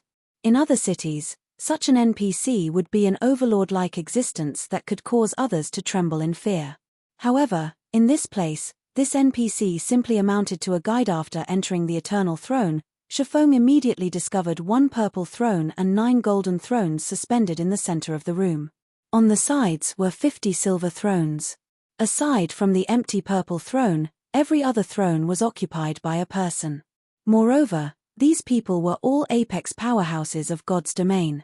A single step of theirs could send tremors throughout the entire continent. However, among all these people, only one of them had a real body. The others were simply phantoms sitting in their thrones. These powerhouses quietly observed Shifeng. Meanwhile, as the recipient of these gazes, Shifeng could not help but feel that his life was no longer in his hands. His body felt incomparably heavy under these stares, and his back was also already drenched in sweat. This was the imposing aura of a true apex powerhouse. It was not something Tier 4 classes could ever hope of equaling, as expected of one of God's domain's strongest powers. To think they actually have so many apex powerhouses in their midst. Shifeng was racked with emotion right now. Although he had played God's domain for over a decade, this was the first time he personally witnessed the War God's Temple's true strength. What an interesting young man. However, I don't believe a little guy like you can accomplish that quest. This is something that involves the fate of the entire continent, after all. Since it is so, let us give this little guy a test. If he passes it, I believe that nobody here would have any other objections, right? A test. This lady likes it. Let's go with that. If he passes the test, I'll throw in my vote of support. If he fails, well, he'll already be dead at that point, so no punishment will be necessary. How are we going to test him? Obviously, we are going to activate the 12 trials. Ha ha ha. The 12 trials. I have only heard of it before and only treated it as a legend. The last time it was activated was more than 900 years ago. I didn't expect that I would be so lucky as to witness it being activated in my lifetime. I must really thank you, little guy. I do hope you can last a few rounds, though. Let this old man here widen my horizons. Chapter 287, 12 Trials. The occupants of the Silver Thrones voiced their opinions one after another, merrily deciding how they should deal with Shifeng. Standing a short distance from the golden doors of this chamber, Shifeng silently muttered, "Crap. Don't players have any human rights?" However, Shifeng had no choice under the circumstances. The NPCs before him were all apex powerhouses of God's domain. Shifeng was merely an ant in their eyes. It would be fortunate if they even decided to give him a few extra glances, not to mention involve him in their discussion. At this moment, a youth garbed in white robes, one of the occupants of the silver thrones, moved and instantly appeared before Shifeng, although this youth was simply standing in front of Shifeng, showing no animosity whatsoever to Shifeng. The formidable pressure Shifeng felt from him was much more overwhelming than what he'd felt from White River City's magistrate. Weissman, this white-robed youth, was none other than Eucharis, the Star Moon Temple Lord of the War God's Temple, whom Shifeng had been instructed to look for. Young man, we already know your reason for coming to this place. Although the endless abyss has indeed been unsealed, this is something that would have happened sooner or later. After all, no seal is eternal. In the face of time, everything is powerless. It is already good that the seal could suppress the endless abyss for hundreds of years. In the near future, we will join forces to suppress the endless abyss, preventing this matter from escalating. However, before we go and suppress it, we need to choose a person to collect the materials needed to reseal the endless abyss. However, this person must be a heaven-blessed person, and you just so happen to be one. Hence, we've decided to send you to collect the materials for us. Before we send you on your way, though, we need to first take a look at your potential. If you are no good, we will have no choice but to look for someone more suitable for the task. By heaven-blessed person, the NPC meant a player. In the NPC settings, heaven-blessed people were immortal existences, as even if these individuals died, they could still revive shortly after. Hence, heaven-blessed people were the best candidates for collecting the materials needed for the seal. We have decided that your test will be the War God's Temple's 12 trials. You will be considered to have passed the test as long as you can clear 6 of the 12 trials. Of course, we won't make you go through the trials for nothing. As long as you can clear up to the second trial, you will be rewarded with 100 War God's Temple merit points. Also, the rewards will be doubled with every subsequent trial you clear. After you're done with a trial, you can use the treasury of the War God's Temple to exchange your merit points for treasures. You should know that the treasury of the War God's Temple contains the most treasure throughout God's domain. An ordinary secret silver ranked item only costs 200 merit points, while a fine gold ranked item costs 500 merit points, a dark gold ranked item costs 1,500 merit points, an epic ranked item costs 4,000 merit points, a fragmented legendary item costs 15,000 merit points, and lastly, a legendary item costs 60,000 merit points. If you have sufficient strength, you can even exchange for a divine artifact. However, that would require 200,000 merit points. While Eucharis was giving his explanation with a smile, Shifeng's heart was already pounding madly with excitement. Shifeng couldn't help but admit that a legendary ranked main storyline quest was indeed amazing. The highest ranked item Shifeng had seen before was only of legendary rank. He had only heard rumors about divine artifacts, he had never personally seen one before. Now that he had the chance to actually see one, his gains from this trip to the War God's Temple was already plenty. However, Shifeng knew his own limits. Even a legendary item was already a luxury for him, not to mention a divine artifact. Shifeng did not even dare fancy the notion of owning one. He would be satisfied as long as he could take a look at it, just as Shifeng was imagining what a divine artifact looked like. Eucharis started chanting some incantations, while drawing complex divine runes with his fingers. After Eucharis finished chanting, a pair of large golden doors appeared before him. There were 12 scenes carved into the dazzling golden doors, and each scene told of a cruel battle. When the doors parted, a very ancient and violent aura gushed forth from within, as if there was a ferocious primordial beast housed beyond those doors. Young man, the 12 trials lies beyond these gates. Go ahead, Eucharis said slowly as he pointed towards the golden doors. Shifeng nodded in reply. Step by step, he slowly walked towards and beyond the doors, soon vanishing from the eternal throne. Ha ha ha. That little guy sure is brave. Doesn't he know that the 12 trials is the cruelest trial of the War God's Temple? Eucharis, you're a devious bastard yourself as well. You actually used such a temptation against that little guy. Moreover, you've only mentioned the abundant rewards he could gain, but not the penalty for death. The merit points needed for the divine artifact. Even after saving for an entire lifetime, this old man still hasn't collected the necessary amount. If he wishes to obtain the divine artifact, at the very least, he needs to clear the 11th trial. Ever since the War God's Temple was established, from ancient times until now, only one person has ever managed to do so. However, That great personage was a mighty god who had saved the entire continent in the past. This lady has read plenty of ancient texts relating to the 12 trials. According to the information in those ancient texts, the majority of the people that had entered the trial only managed to clear up to the 3rd or 4th trial. Meanwhile, the ones that were capable of clearing up to the 6th trial were as rare as a phoenix's feather and a Chilean's horn. Eucharis, your requirement for him sure is high. Collecting the 7 treasures is a matter of great importance.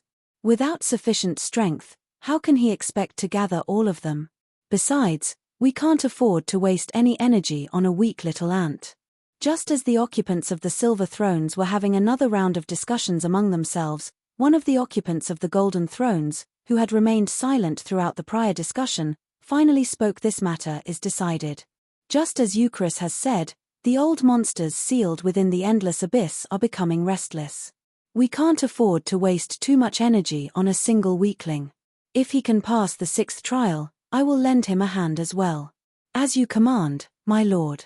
The occupants of the silver thrones could not help but feel astonished when they heard one of the lords of the golden thrones speak. They never expected that this great personage would take action as well. This was a fortune that could not be obtained even if one begged for it. Soon after, Eucharis waved his hand, summoning a water screen into the eternal throne. The water screen that was suspended in mid-air showed the image of Shifeng, who was currently facing the 1st trial. Shifeng's current location was at the summit of a precipice. Aside from the 100-yard or so plateau available to him, he was surrounded on all sides by deep cliffs. In addition, the winds here were extremely violent, and a single misstep could send him plunging into the endless abyss. Shifeng quietly sat on a platform paved with stone slabs. Immediately, he discovered that, aside from the weapons and equipment he had on him, everything else he possessed was unusable. The powerful frost grenades could only lie quietly inside his bag. Even the magic scrolls Shifeng had prepared beforehand were completely useless, and the same went for recovery potions. Instantly, Shifeng's combat strength had been reduced sharply. It seems that these trials are meant to purely test my combat power. I wonder who my opponent will be. Shifeng took a look at his surroundings and failed to discover any monsters. He then thought to himself in bewilderment, don't tell me the monster is invisible. Having thought up to this point, Shifeng immediately extended his 5 senses to their limits. Invisible monsters were not unusual in God's domain. In fact, some of the truly powerful monsters were even capable of serial teleportation. Meanwhile, inside the Eternal Throne, the big shots of God's domain were excitedly observing Shifeng's trial. After all, it had been close to a millennium since the 12 trials had last been activated. None of the occupants of the silver thrones were that old yet, so they were naturally very curious about the 12 trials. I wonder who will be his first opponent. Though there are no records about it in the ancient texts, I did hear that the creatures inside the 12 trials are all primordial beasts that are extremely ferocious. However, this is only the 1st trial.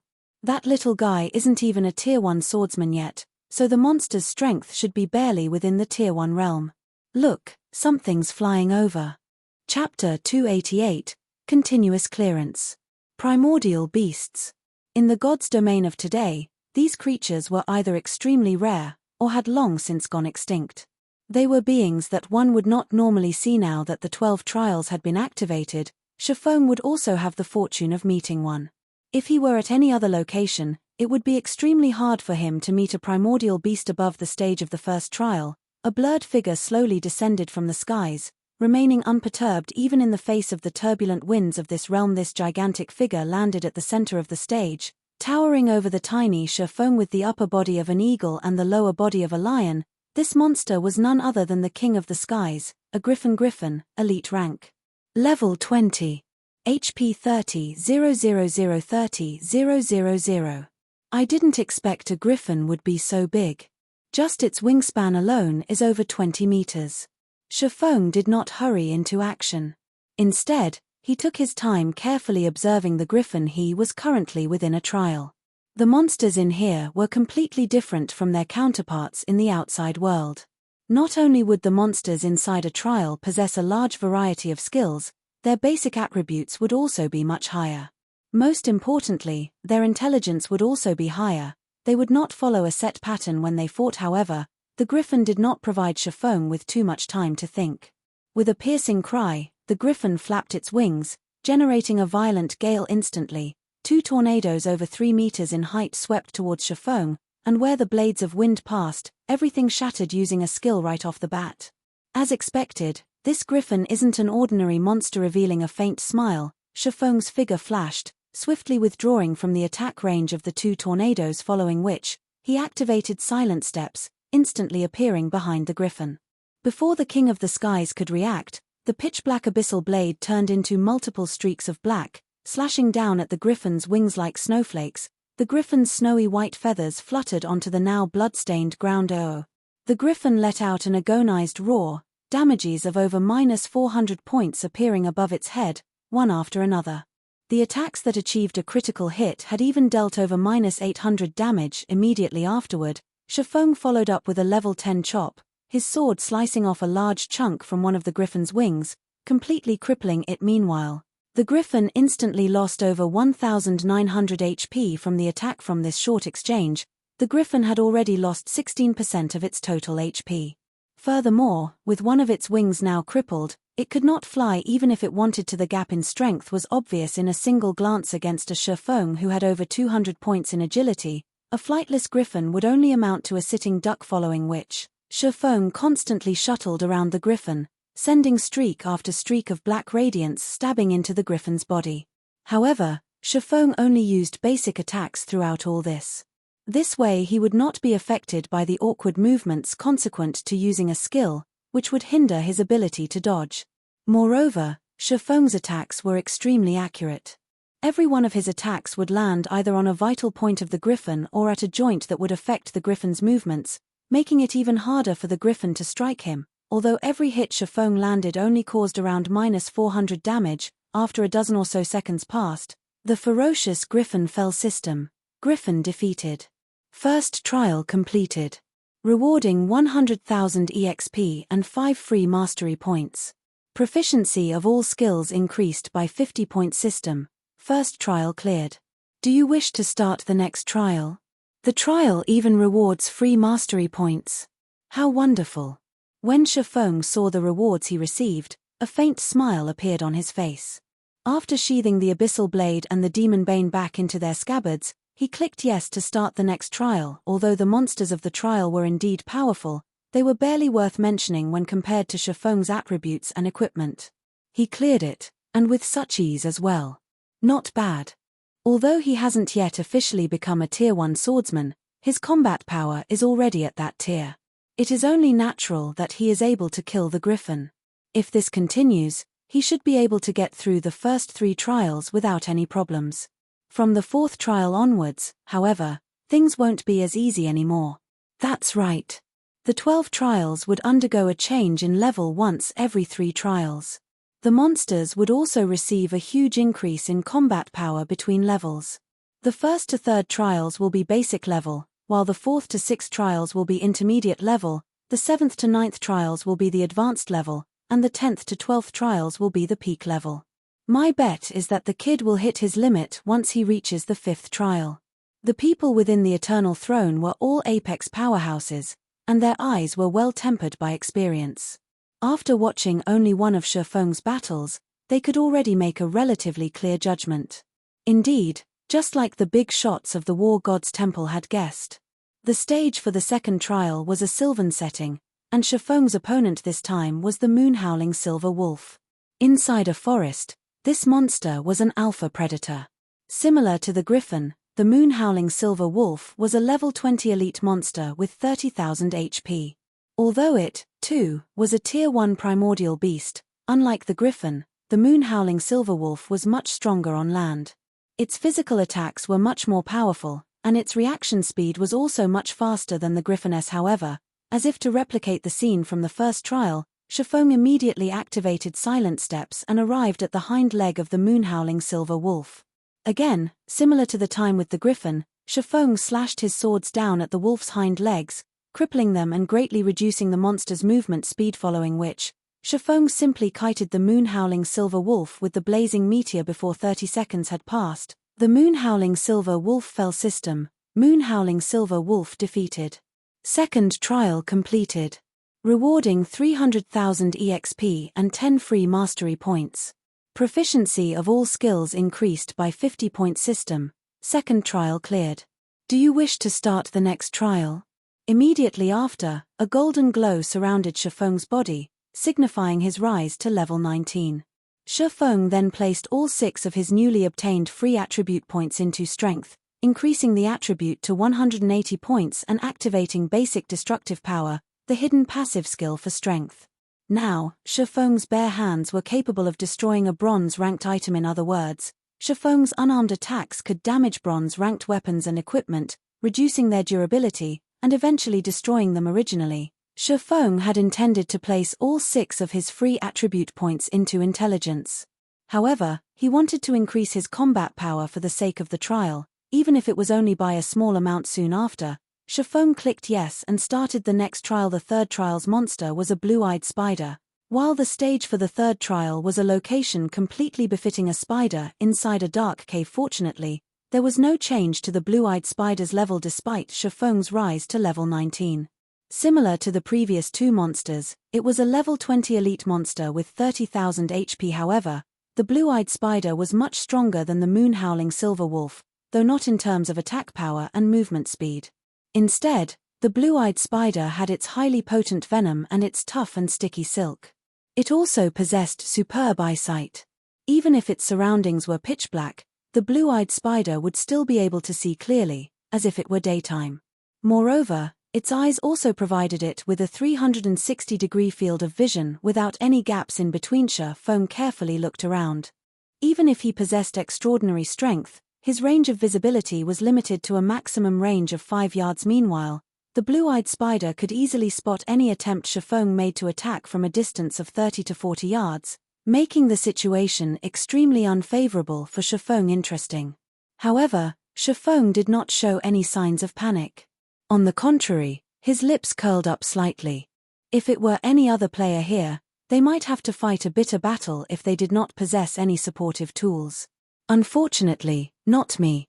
Suddenly, a deep blue flame appeared in Shifeng's hand, lighting up the surrounding area. The scorching flame also caused the freezing temperatures inside the cave to rise sharply. Nevertheless, this was still not the end. The ice blue devil flame in Shifeng's hand quickly expanded and enveloped his body, completely covering him in a layer of deep blue flames. At this moment, Shifeng looked just like a god of fire, the flames on his body brightly illuminating the entire cave. Meanwhile, the blue-eyed spider's position had also been clearly revealed. Chapter 289, Silver-Eyed Lion King. The blue-eyed spider lived in darkness all year round. Hence, its eyes, which were accustomed to the dark, could not adapt at all when the dazzling flame suddenly illuminated the entire cave.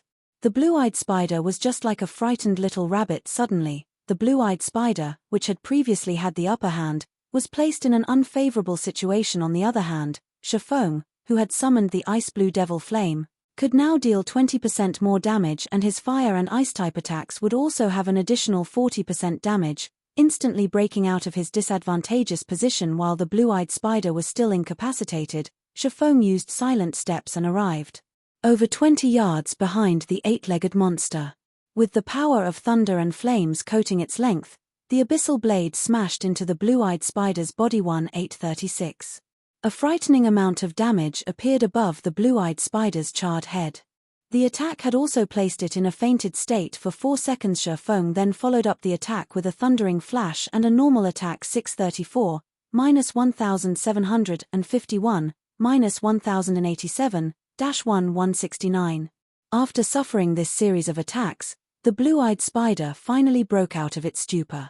However, it only had 72% of its HP remaining. Now the blue-eyed spider was furious.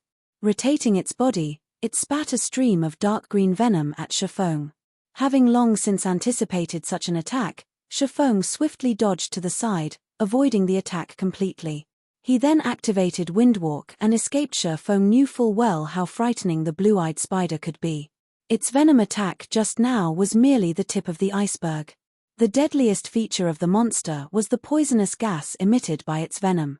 If he stood his ground to fight the blue-eyed spider, the end result would be obvious: he would inevitably die of poisoning. Meanwhile, Shifeng's purpose in using Thundering Flash on the blue-eyed spider was simply to inflict the damage amplification effect on the monster. He would then kite it using the blazing meteor shortly after. One by one, fiery red needles streaked through the air and pierced the blue-eyed spider's body. Although the blue-eyed spider was very skilled at dodging and blocking attacks, Shifeng still managed to land 2 out of every 3 hits thanks to precision throw, the special skill he obtained back at the Steel Fortress Barusha. Moreover, his attacks would occasionally trigger the quadruple phantom effect of the blazing meteor, instantly causing 4-600 damages to appear above the blue-eyed spider. When his luck was good, he would also trigger the burning flames effect. When the effect stacked up to 5 times, combined with the amplification effects of the ice blue devil flame, the debuff caused -1,600 damage every second to the blue-eyed spider. The damage of this debuff was even higher than Shifeng's melee damage. However, such an occurrence was only natural. Although magic weapons were amazing, before they were fully released, they would still be far from comparable to a pseudo-extraordinary item. Meanwhile, aside from Venom Attack, the only other ranged attack the blue-eyed spider possessed was Silk Bind. However, these 2 skills were simply superfluous when used against Shifeng. Shifeng simply made an effortless sidestep to dodge these attacks, and with a flick of his wrist, he would send yet another needle into the blue-eyed spider, following which, the blue-eyed spider's HP bar constantly decreased 62%, 45%, 33%, 20%. Within a few moments, the blue-eyed spider died at Shifeng's hands as well. System: blue-eyed spider defeated. 3rd trial completed. Rewarding 1 million EXP and 10 free mastery points. Proficiency of all skills increased by 100 points. System: 3rd trial cleared. Do you wish to start the next trial? 1 million EXP just for clearing the 3rd trial? The system sure is generous. The difficulty for the first 3 trials isn't that high, though. It seems that the truly difficult part would start from the 4th trial onwards. I should take a rest and get my mental state back to peak condition for now. Despite having effortlessly cleared the first 3 trials, Shifeng did not believe, even for a second, that a legendary ranked main storyline quest could be so easily completed. Although Shifeng did not possess a good understanding of the 12 trials, it was still established as one part of a legendary quest. Its difficulty would definitely be high. The passing requirement was for Shifeng to clear up to the 6th trial. Yet, the difficulty of the first 3 trials was not particularly high. According to combat power, the monsters Shifeng had faced were only at the basic level of a Tier 1 monster. Hence, the truly difficult part was definitely the 4th to 6th trials. Shifeng had always been a careful person. Hence, he intended to make ample preparations. Inside the Eternal Throne, the many Apex powerhouses there had been slightly surprised by Shifeng's battle. That was a Tier 2 mysterious flame, the Ice Blue Devil Flame. It seems that the kid is still hiding his strength. It seems he really does have a chance at clearing the 6th trial. Based on his current strength, from the 4th trial onwards, he should be facing intermediate level Tier 1 primordial beasts. In terms of combat power, the kid is already at the intermediate level of Tier 1. Since the primordial beast that would appear in the 6th trial will be at the peak of intermediate Tier 1, he should have a 30% chance of defeating it with his current combat power. The big shots sitting in the silver thrones unanimously acknowledged Shifeng's potential. After resting for more than 10 minutes, Shifeng discovered an interesting matter. Although he could not use any potions or magic scrolls, he could still eat food made from cooking to boost his attributes. It was a good choice to let Violet Cloud continue pursuing the chef subclass. Shifeng smiled. After Zero Wings Workshop was established, Shifeng had given Violet Cloud a very high salary. The salary was much higher than what Violet Cloud earned from selling her cooking products. There was no need for her to continue on the path of a chef. However, Violet Cloud had chosen to continue cooking, giving the reason that it had already become a habit of sorts. Moreover, Violet Cloud herself loved cooking, and currently, she was already an advanced chef. She was not far away from being promoted to a master chef now. Not only could the delicious steaks she cooked increase the consumer's HP regeneration rate while in a non-combat state, it could also provide an additional buff that increased the consumer's strength by 10% for 10 minutes. To others, a 10% increase in the strength attribute might not amount to much. However, to Shifeng, who currently had 180 points in strength, that would mean an additional 18 points in strength, which was also equivalent to an additional 36 points in attack power. Overall, the effect of the delicious steak provided Shifeng with a significant increase in combat power. After Shifeng was rested, he clicked yes to start the fourth trial. Soon after, Shifeng was teleported to a grassy plain. Taking a look at his surroundings, Shifeng quickly discovered a lion with a golden mane lazily sprawled across a large boulder, its stout tail swishing around in a leisurely manner. However, Shifeng's arrival had obviously alerted it. When this golden-maned lion stood up, its height exceeded 5 meters. A chill flashed in the lion's silver eyes as it raised its eyelids. In the next moment, the lush, green grass beneath its paws was frozen solid. The grassy plains had also been instantly transformed into an icy hell, the green landscape turning snow-white. Silver-eyed Lion King, Special Elite. Level 20. HP 100 000 100 000. The difficulty of the fourth trial was clearly much greater than the third trial. Amazing. As expected of the primordial beast of the fourth trial, it is actually capable of affecting its surroundings, transforming its environment into the ideal territory for it to fight in. Shifeng couldn't help but be shocked. Even with his 10 years of experience playing God's Domain, Shifeng had very rarely encountered such a monster. However, the icy hell had minimal effect on Shifeng. After activating the ice blue devil flame, the icy hell instantly returned to its original state. Just like that, the silver-eyed lion's environmental advantage was easily vanquished by Shifeng. Although the silver-eyed lion had lost its advantage, its innate strength and destructive power was still high. With a swipe of its paws, a large pit was formed in the grassland and gravel flew all over the place. Before Shifeng could get a good grasp of the situation, he was hit by the shockwave ensuing from the impact of its claws and instantly lost 621 HP. What terrifying strength! Just the shockwave of its attack could already deal over -600 damage to me. If I received a direct hit from its claws, the damage will definitely be in the thousands. Although Shifeng had been caught off guard by the silver-eyed lion, he did not freeze in place. Immediately, he activated Windwalk and escaped. If he fought a direct battle against the silver-eyed lion, there was no question that he would die. Although Shifeng could avoid the silver-eyed lion's claws in a head-on confrontation, if its claws battered the ground just like before, the resulting shockwave would propagate over at least an 8-yard radius. Shifeng would have no way of dodging the shockwave at all. Also, Shifeng only had a little more than 2,400 HP in total. He would last only a few hits at best. Chapter 290, Simultaneous Advancement. The silver-eyed Lion King roared furiously when it saw Shifeng running away. Focusing its eyes on Shifeng, the silver-eyed Lion King abruptly pushed against the ground with its robust and powerful legs. Like a violent gale, its body shot forth directly at Shifeng. Unfortunately for it, in terms of speed, Shifeng had a clear advantage over the silver-eyed Lion King. The distance between Shifeng and the silver-eyed Lion King gradually grew as the chase continued. However, if Shifeng started his kiting maneuver, the silver-eyed Lion King would quickly close this distance. Under a situation where he was not allowed to use potions to recover his HP, Shifeng's only recovery method was his innate battle recovery. However, he would only recover 1% of his HP every 5 seconds.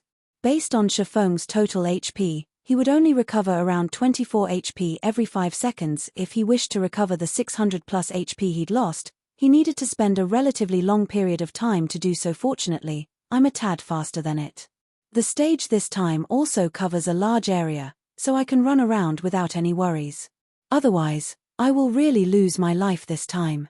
Shifeng sent a casual glance at the silver-eyed Lion King. While majority of his attention was focused on the surrounding terrain, God's Domain was different from other virtual reality games in that it was much more realistic than the others. One could say that a player's combat power was responsible for only around 50% of a battle's outcome. Meanwhile, 40% was due to environmental factors, while the remaining 10% was up to luck. Luck was something filled with uncertainties, so there was no need to place much consideration into it. As for the 50% combat power and 40% environmental factors, how much a player could grasp them was an important indicator of how skilled a player was. A normal expert could only exhibit around 50% of their personal combat power. In God's Domain, the main god system would be the one responsible for evaluating and making the final judgment on a player's personal combat power. This method of calculation was the most credible way to judge a player's personal combat power. As to how it was calculated, only the main god system knew this currently. However, the main god system would not show players how much their personal combat power was, and how much of it they could actually exhibit once the first 100-man team dungeon was successfully raided. The second evolution of God's domain would be activated. After the second evolution, a teleportation gate to the Divine Colosseum would appear in every city. When players entered the Divine Colosseum, they could compete and battle against other players there. Not only could they obtain equipment there, they could also upgrade and improve their combat techniques. It was also due to this reason that the fights in God's domain became extremely popular. As more time passed, the popularity of fights in God's domain would even grow to surpass that of the fighting competitions in the real world. Those who were capable of exhibiting over 50% of their personal combat power would be considered normal experts. Meanwhile, players that could exhibit over 60% would be considered second-rate experts. Once a player could exhibit 70%, they would be considered first-rate experts. If one could exhibit more than 85% of their personal combat power, then they would be considered apex experts. A majority of the players within this category were famous experts of God's domain, and they would often participate in the international competition that was held only once a year by the developers of God's domain. They were, without a doubt, the most popular individuals in God's domain back in the days when Shifeng was still a Tier 3 Sword King. Although he was not comparable to these great experts of God's domain, he had still been categorized a first-rate expert since he could exhibit around 80% of his personal combat power.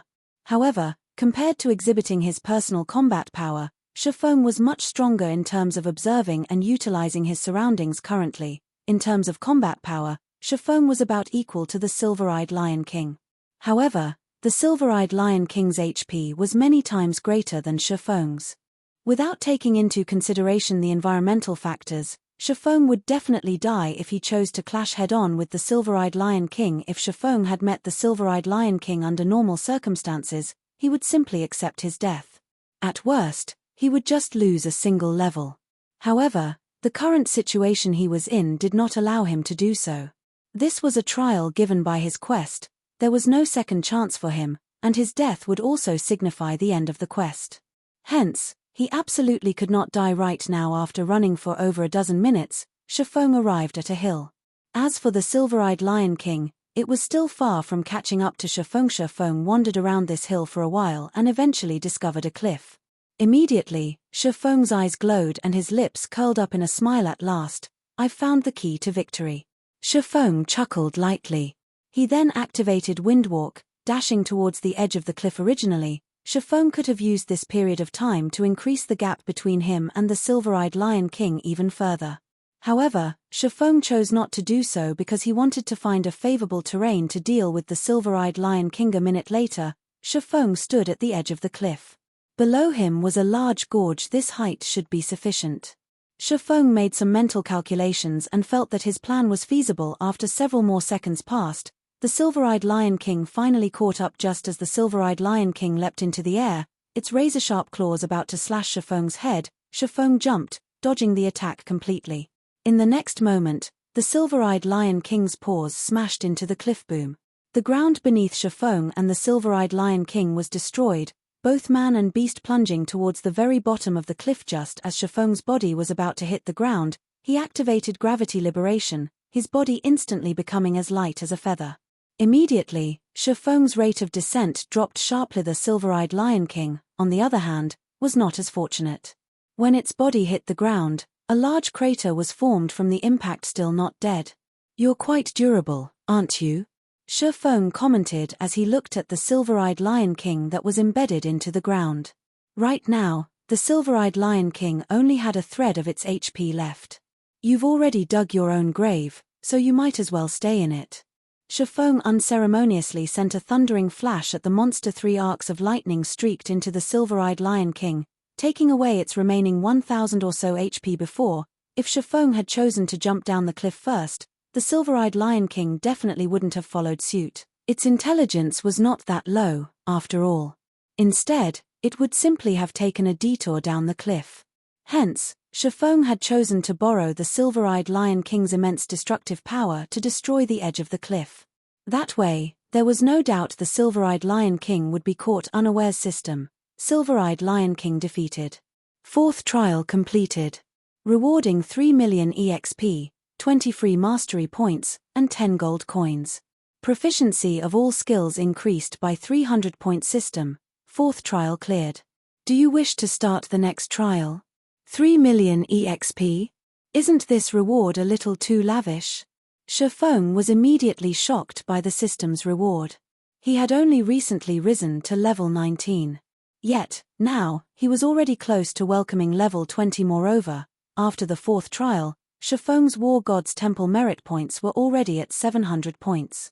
He could now afford to exchange for 1 fine gold ranked item and 1 secret silver ranked item, and as long as he cleared the fifth trial, he could obtain another 800 merit points. The points in that round alone trumped those from all the previous rounds combined. He would then be able to afford to exchange for either 1 dark gold ranked item or 3 fine gold ranked items. After a short rest, Shifeng clicked yes again and started the fifth trial. The stage of the fifth trial was set in a desert. Meanwhile, the primordial beast that would serve as his opponent in this trial was a monstrosity that had the head of a lion, the body of a goat, and a snake as its tail. The moment this monster noticed Shifeng's entry into its territory, its crimson-red eyes immediately squinted, a hint of excitement leaking out from them. Chimera. Shifeng was surprised without even needing to use observing eyes on the monster before him. Shifeng already knew what it was. After all, he had fought this monster countless times in the past. A chimera was the final boss of a 100-man team dungeon. In the past, Shifeng and the team he led had suffered defeat after defeat under the hands of the chimera. Only after experiencing innumerable team wipes did they manage to finally kill it. Hence, Shifeng had a very deep impression of Chimera's chimera, special elite. Level 20. HP 120 000 120 000. The chimera was a monster Shifeng was extremely familiar with. Shifeng knew both the strengths and weaknesses of a chimera like the back of his hand. A chimera could spit fire from its mouth, and its strength was comparable to the Silver-Eyed Lion King. Meanwhile, the snake that acted as the chimera's tail was equivalent to another monster entirely. The snake boasted powerful venom attacks. If players were struck by the chimera's flames after being poisoned by its tail, they would die with 100% certainty. However, the chimera also possessed a fatal weakness. Poison. Shifeng immediately activated Windwalk. Faced with the chimera's sharp claws and venom attacks, Shifeng chose only to dodge and not retaliate. After the venom spat out by the chimera's tail started spreading and emitting a poisonous gas into the surroundings, Shifeng finally took action without hesitation. Shifeng charged into the poisonous fog, with the chimera following closely behind him. The moment Shifeng stepped into the poisonous fog, he was inflicted with a poisoned debuff, losing 200 HP every second. However, Shifeng paid no mind to the debuff. After he ran out of the poisonous fog, he spun his body around and threw the blazing meteor. When the blazing needle entered the poisonous fog, the vivid green fog instantly turned into a dark green.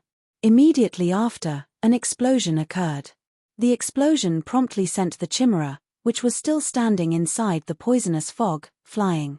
The monster lost over 10,000 HP from the explosion, and it was placed in a momentary crippled state.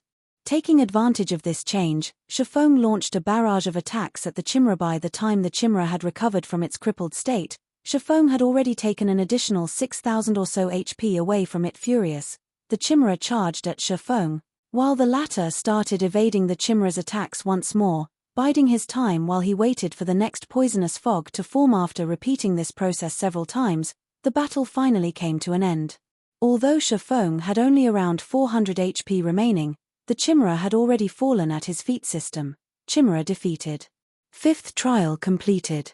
Rewarding 6 million EXP, 20 free mastery points, and 10 gold coins. Proficiency of all skills increased by 300 point. System. Fifth trial cleared. Do you wish to start the next trial? Immediately, Shifeng's experience bar rose to 62% of level 20. He was not far away from reaching level 21. Although Shifeng was slightly stronger now after allocating his free attribute points, he still felt that the next trial would be extremely dangerous.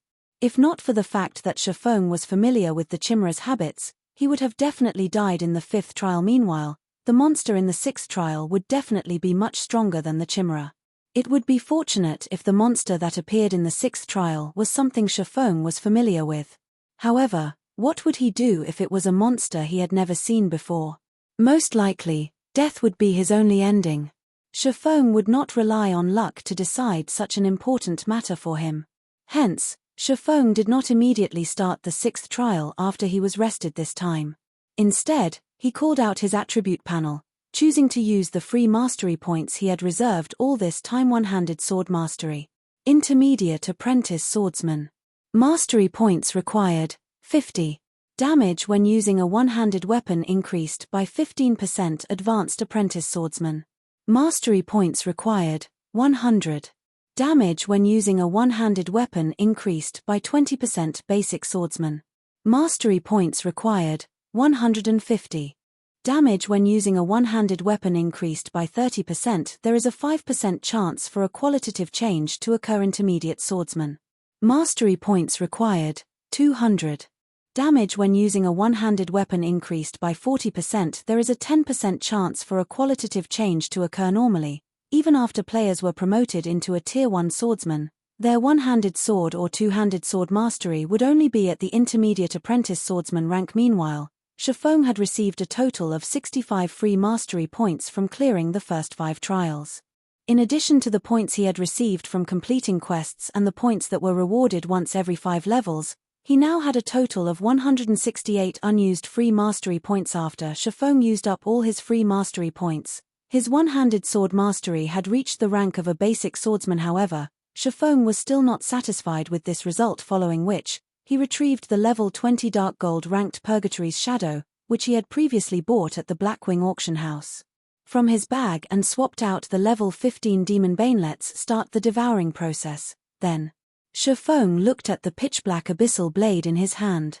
He then offered the 10 level 15 mysterious iron weapons, which he had prepared at an earlier date, and the level 15 Demon Bane as sacrifices to upgrade the abyssal blade, though it was unfortunate that he did not possess 10 level 15 secret silver weapons to use as a sacrifice. The legendary quest was of utmost importance. He could not afford even the slightest misstep, and it was necessary for him to utilize all available avenues. Chapter 291, The Beginning of Greatness. In order to increase the abyssal blade's potential, Shifeng had intended to gather 10 level 15 fine gold weapons to serve as a sacrifice. Hence, he had deliberately kept the abyssal blade at level 10 all this time now. However, he no longer had the leeway to do so. The abyssal blade started exuding a dark fog, which immediately charged at the sacrificial weapons Shifeng had prepared within 3 seconds. Even the incomparably hard Demon Bane, a dark gold ranked one-handed sword, had been turned into dark fog and was absorbed by the abyssal blade. After the abyssal blade had finished devouring the sacrificial weapons, the weapon was no longer completely pitch-black in appearance. Golden divine runes appeared on the blade of the sword, giving off a faint golden glow. Meanwhile, the entire blade itself had also become silvery grey when Shifeng casually brandished the abyssal blade, slashing it through the air. The feeling he got was like he was cutting a transparent sheet of paper sharp. Shifeng looked at the abyssal blade in his hand, astonishment filling his eyes. If he combined such sharpness with the basic destructive power passive skill, even without the ice blue devil flame, he could still easily destroy mysterious iron ranked weapons and equipment. Secret silver ranked items would also last only a while longer. Abyssal blade, one-handed sword, magic weapon. Attack power plus 211. All attributes plus 25. Attack speed plus 8. Ignore levels plus 8. Attacks have 35% chance to cause 200% damage, 10% chance to cause 300% damage, 20% chance to induce Doom Curse, reducing all attributes by 40% for 30 seconds if wielder belongs to any swordsman-related class. All skill levels plus 3 increase free ability points received for every increase in level by 2 points. Equipment level 15. Can be upgraded. Devour 10 level 20 mysterious iron weapons and 1 level 20 secret silver weapon to upgrade to level 20. Can be evolved, unknown. Additional skill 1, Phantom Kill. Instantly creates a doppelganger. You can control this doppelganger. Doppelganger will have 55% of original body's attributes and all skills. At the same time, Doppelganger, and the original body can be swapped. Duration, 40 seconds. Cooldown, 5 minutes. Additional skill 2, Abyssal Bind. Binds enemies and prevents movement, reducing defense by 100%. Duration, 3 seconds. Cooldown, 1 minute. Additional skill 3, 9 Dragons Slash. Instantly creates 9 phantoms of the Abyssal Blade for wielder to use. Each phantom sword is capable of dealing up to 30% damage. Duration, 30 seconds. Cooldown, 5 minutes. Additional skill 4, Dark Violent Dance. 45% of the total damage dealt to the target spreads in a cone-shaped area towards targets within a distance of 12 yards. Duration, 30 seconds. Cooldown, 1 minute. The Abyssal Blade was personally created by Master Smith Ulysses using the Black Dragon King's fangs as material. It is one of 36 famed swords, and it is ranked 31st. However, this sword has been cursed by the Black Dragon King. Aside from providing the wielder with immense strength, there will be a backlash every period of time. However, after being remodeled by Jack using a star crystal, the strength of the backlash has been greatly reduced. If the wielder is unable to suppress the backlash, the wielder will receive the curse of the Black Dragon King, permanently reducing all attributes by 50%. Unable to be dropped, unable to be traded as expected of a magic weapon. Even though only 10 mysterious iron weapons and 1 dark gold weapon were used as its sacrifice, its new attack power is even higher than a dark gold weapon of the same level. This attack power could already rival a dark gold ranked two-handed sword. Shifeng smiled in satisfaction. The level 15 dark gold ranked Demon Bane only had 183 attack power. Meanwhile, the Abyssal Blade had 211 attack power. It was far stronger than the Demon Bane. Not to mention, the other attributes and skills of the Abyssal Blade had also received a significant improvement from the upgrade this time around. Unfortunately, the Abyssal Blade was still far from being a match for the Purgatory's Shadow, a level 20 dark gold ranked one-handed sword. Purgatory's Shadow, one-handed sword, dark gold rank. Level 20, can be upgraded twice. Attack power plus 273. Strength plus 30, agility plus 25, endurance plus 22. Attack speed plus 2.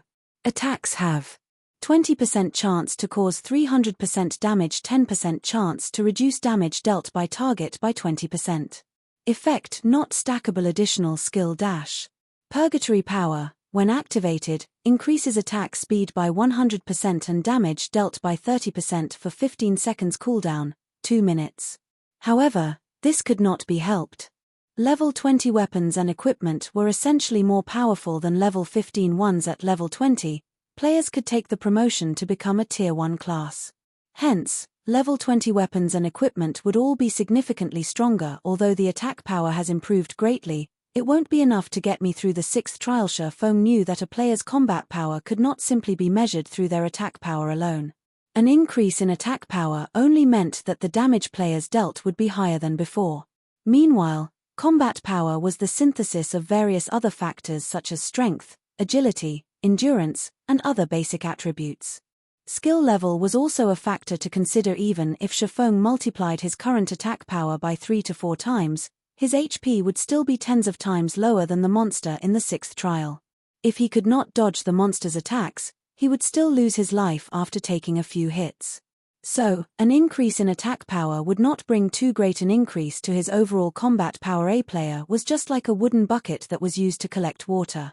How strong they were depended not on their strengths but their weaknesses. Shifeng called out the system interface. As Eucharis had already opened up the exchange system of the War God's Temple's treasury for Shifeng, he could now directly exchange his merit points through the system. Shifeng immediately used 1,500 merit points to exchange for a level 20 dark gold weapon. He then took out another 10 level 20 mysterious iron weapons from his bag. There were plenty of mysterious iron weapons stored inside the guild warehouse. Moreover, during the past few days, while Shifeng, Aqua Rose, and Firedance were trapped within the Forgotten Lands, Blackie and the others had kept themselves busy raiding level 20, 5-man party dungeons to level up and obtain materials and equipment. They were making preparations to challenge the level 20, 10-man Great Dungeon. During this process, they had obtained plenty of level 20 mysterious iron ranked weapons and equipment. Currently, Zero Wing possessed the most level 20 weapons and equipment out of all the guilds in White River City. With such a large supply, Shifeng had set aside some of the level 20 Mysterious Iron ranked weapons and equipment with the weakest performance for future use. However, he had never thought he would get to put them to good use so quickly, following which, Shifeng chose to upgrade the Abyssal Blade once more in God's domain. Level 20 was considered a large threshold. Just like the time the Abyssal Blade had risen to level 10, it would receive a large improvement when it was upgraded to level 20. Now, whether or not Shifeng could clear the next trial would rely solely on the performance of the level 20 Abyssal Blade. The devouring process this time was clearly different from when the Abyssal Blade got upgraded to level 15 after devouring the offerings. The Abyssal Blade erupted and let loose a dragon's roar. The sky and earth trembled in the face of this mighty roar. Immediately after, the Abyssal Blade broke free from Shifeng's grasp and floated in mid-air. Boom. The Abyssal Blade exploded, transforming into a black tornado. The surroundings went deathly still as if with bated breath. As the black tornado dissipated, a gigantic figure emerged in its place.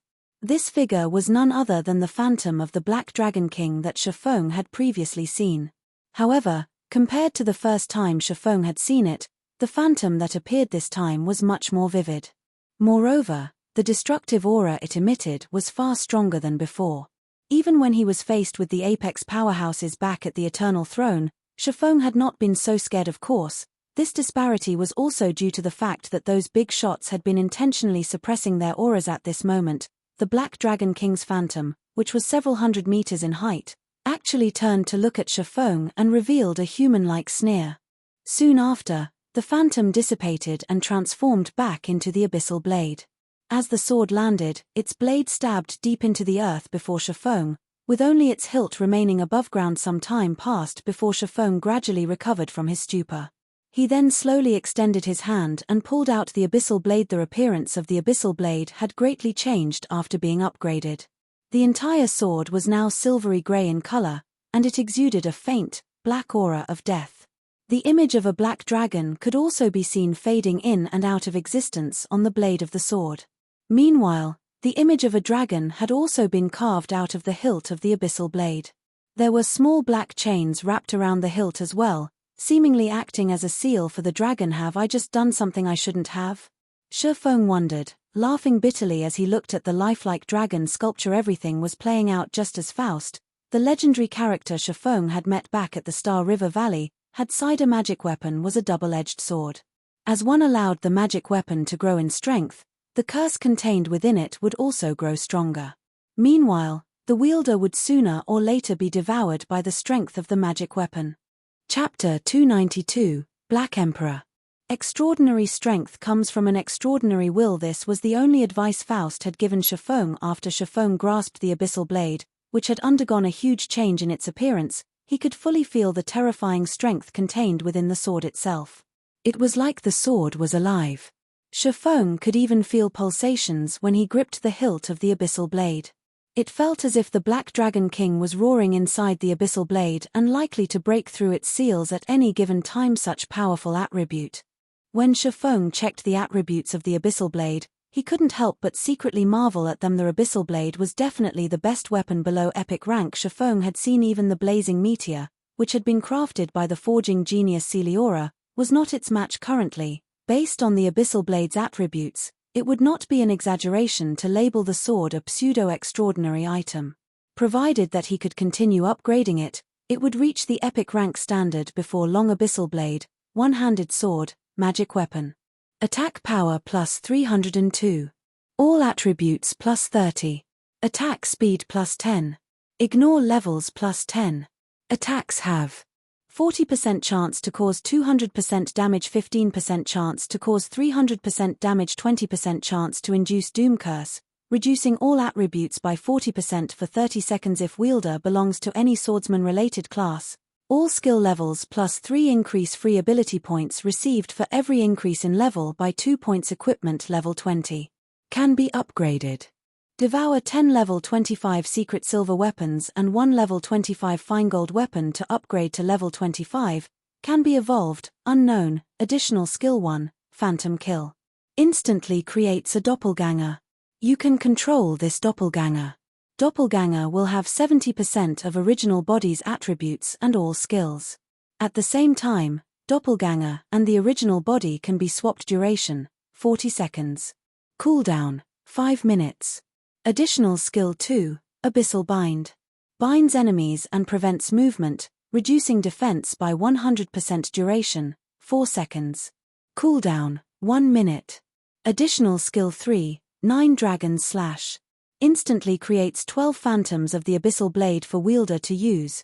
Each phantom sword is capable of dealing up to 40% damage. Duration, 30 seconds. Cooldown, 5 minutes. Additional skill 4, Dark Violent Dance. 50% of the total damage dealt to the target spreads in a cone-shaped area towards targets within a distance of 12 yards. Duration, 30 seconds. Cooldown, 1 minute. Additional Profound Inheritance, Black Emperor. When activated, every critical hit will accumulate 1 layer of Death Aura. Each layer of Death Aura can be used to increase all attributes of wielder by 2% and attack speed and movement speed by 1% for 10 seconds, or be used to reduce the cooldown of a skill by 3 seconds. Maximum of 30 layers of Death Aura. Duration, 10 minutes. Cooldown, 18 hours. The Abyssal Blade was personally created by Master Smith Olysses using the Black Dragon King's fangs as material. It is one of 36 famed swords, and it is ranked 31st. However, this sword has been cursed by the Black Dragon King. Aside from providing the wielder with immense strength, there will be a backlash every period of time. However, after being remodeled by Jack using a star crystal, the strength of the backlash has been greatly reduced. If the wielder is unable to suppress the backlash, the wielder will receive the curse of the Black Dragon King, permanently reducing all attributes by 50%. Unable to be dropped, unable to be traded as expected of a magic weapon. It really doesn't disappoint. Even epic weapons rarely have profound inheritances attached to them. Now, before even reaching the standard of an epic weapon, it already possesses a profound inheritance. Shi Feng breathed a sigh of relief after carefully reading through the introduction of the Black Emperor. With it, he should not have any problems facing the 6th trial. Profound inheritances were rarely seen during the early stages of God's Domain. They only started becoming widely known during the middle stages of the game. Inheritances and skills were different. In God's Domain, the skills provided to each class were made to accommodate the masses of players, so there was no sense of individuality to them. To put it another way, instead of skills being made to cater to the individual player, players were required to adapt themselves to pre-made skills, regardless of the suitability of said skills. Meanwhile, inheritances could be used by players to create their own unique method of attacking, allowing more freedom in their fighting styles. It could also further increase a player's combat power. The most basic of inheritances in God's Domain would enhance a player's skills, such as increasing the skill's damage or altering the effects of said skill to allow a more flexible fighting style. As for the more advanced inheritances, not only would they alter a player's skills, they could also increase a player's attributes. Meanwhile, the Black Emperor inheritance clearly belonged to this category. If others were to see the attributes on the Abyssal Blade, their jaws would definitely fall to the ground in shock. Some would even harbor thoughts of owning it for themselves. An organization like Underworld, which had been continuously gathering all kinds of powerful items, would definitely not hesitate to use unscrupulous means to take possession of the Abyssal Blade. In today's society, virtual gaming had already become one of the world's main forms of entertainment. The emergence of God's Domain had further solidified the position of virtual reality games in people's lives.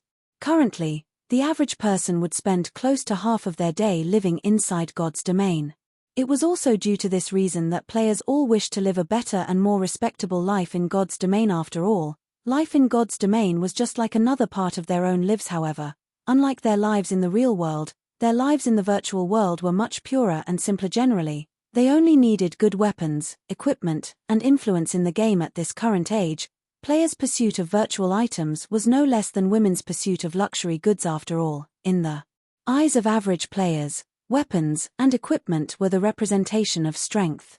Gorgeous-looking weapons and equipment that allowed one to have amazing damage output were all the envy of average players. High-level weapons and equipment were symbols of strength in God's Domain, and countless players pursued them.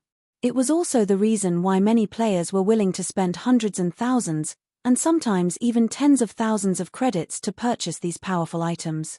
Some wealthy youths that were born with a golden spoon would even spend several millions without blinking just to obtain a powerful item. These people were willing to go to such lengths because, with powerful weapons and equipment, they could experience the pleasure of being superior to others. In the case of a magic weapon like the Abyssal Blade, it wouldn't be impossible for it to sell for an astronomical price of several tens of millions. Shifeng recalled that 1 year after God's Domain's official launch in the past, a legendary item had appeared in the world auction, which was held in the real world. At that time, the legendary item had been sold off for 60 million credits. The price had thoroughly shocked the entire world. Shortly after the auction, however, the person who sold the legendary item immediately regretted that decision. There was only a limited number of legendary items throughout the entire God's Domain, and every single one of them was considered a strategic weapon by guilds. Just by owning one, a player could easily get through their Tier 4 or even Tier 5 class promotions. Meanwhile, the value of a Tier 5 powerhouse could reach up to tens of billions of credits. The reason being, when a guild gave birth to a Tier 5 powerhouse, the guild would have the ability to conquer 2 or 3 additional cities that could each hold a population of several million people. Of course, the Abyssal Blade was still incapable of rivaling a legendary weapon at present. It wasn't even at the level of an epic weapon yet. However, it was what Shifeng currently needed the most. For Shifeng, several hundred points of additional attributes weren't as beneficial a powerful skill. And the Black Emperor inheritance just happened to fit the bill. Shifeng had learned many powerful skills. However, all of them possessed the same fatal weakness, all of them possessed explosive power, but none of them possessed any staying power. Maybe this weakness wouldn't be a problem when these skills were used inside a dungeon or against players with poor equipment. After all, when going against players with poor equipment, Shifeng did not even need to use up all the skills in his arsenal to finish them off. He could simply overwhelm them with superior attributes, and not even techniques would be required. Meanwhile, when inside dungeons, he would have MTS to tank the monsters at the front lines, healers to heal him from behind, and many other players to support him. He only needed to survive and wait for the cooldown of his skills to end before starting the next volley of attacks, but when fighting against monsters or players that were equal in strength with him, just a short burst of damage would not carry him to victory. Without sustainability, he would be trampled by his opponent after his short burst. Just take Absolute Heaven for example. When he had ambushed Shifeng, after his series of attacks had been defended against by Shifeng, the only other thing Absolute Heaven could do was to escape. Unless Absolute Heaven had a method to take advantage of his opponent's weakness, only death awaited him. Following the upgrade of the Abyssal Blade, Shifeng sank into deep contemplation for more than 2 hours, thinking of ways to incorporate the Black Emperor inheritance into his fighting style. Now, he felt much more confident about clearing the 6th trial. Let's see what kind of monster is awaiting me in the 6th trial, then. Shifeng revealed a faint smile.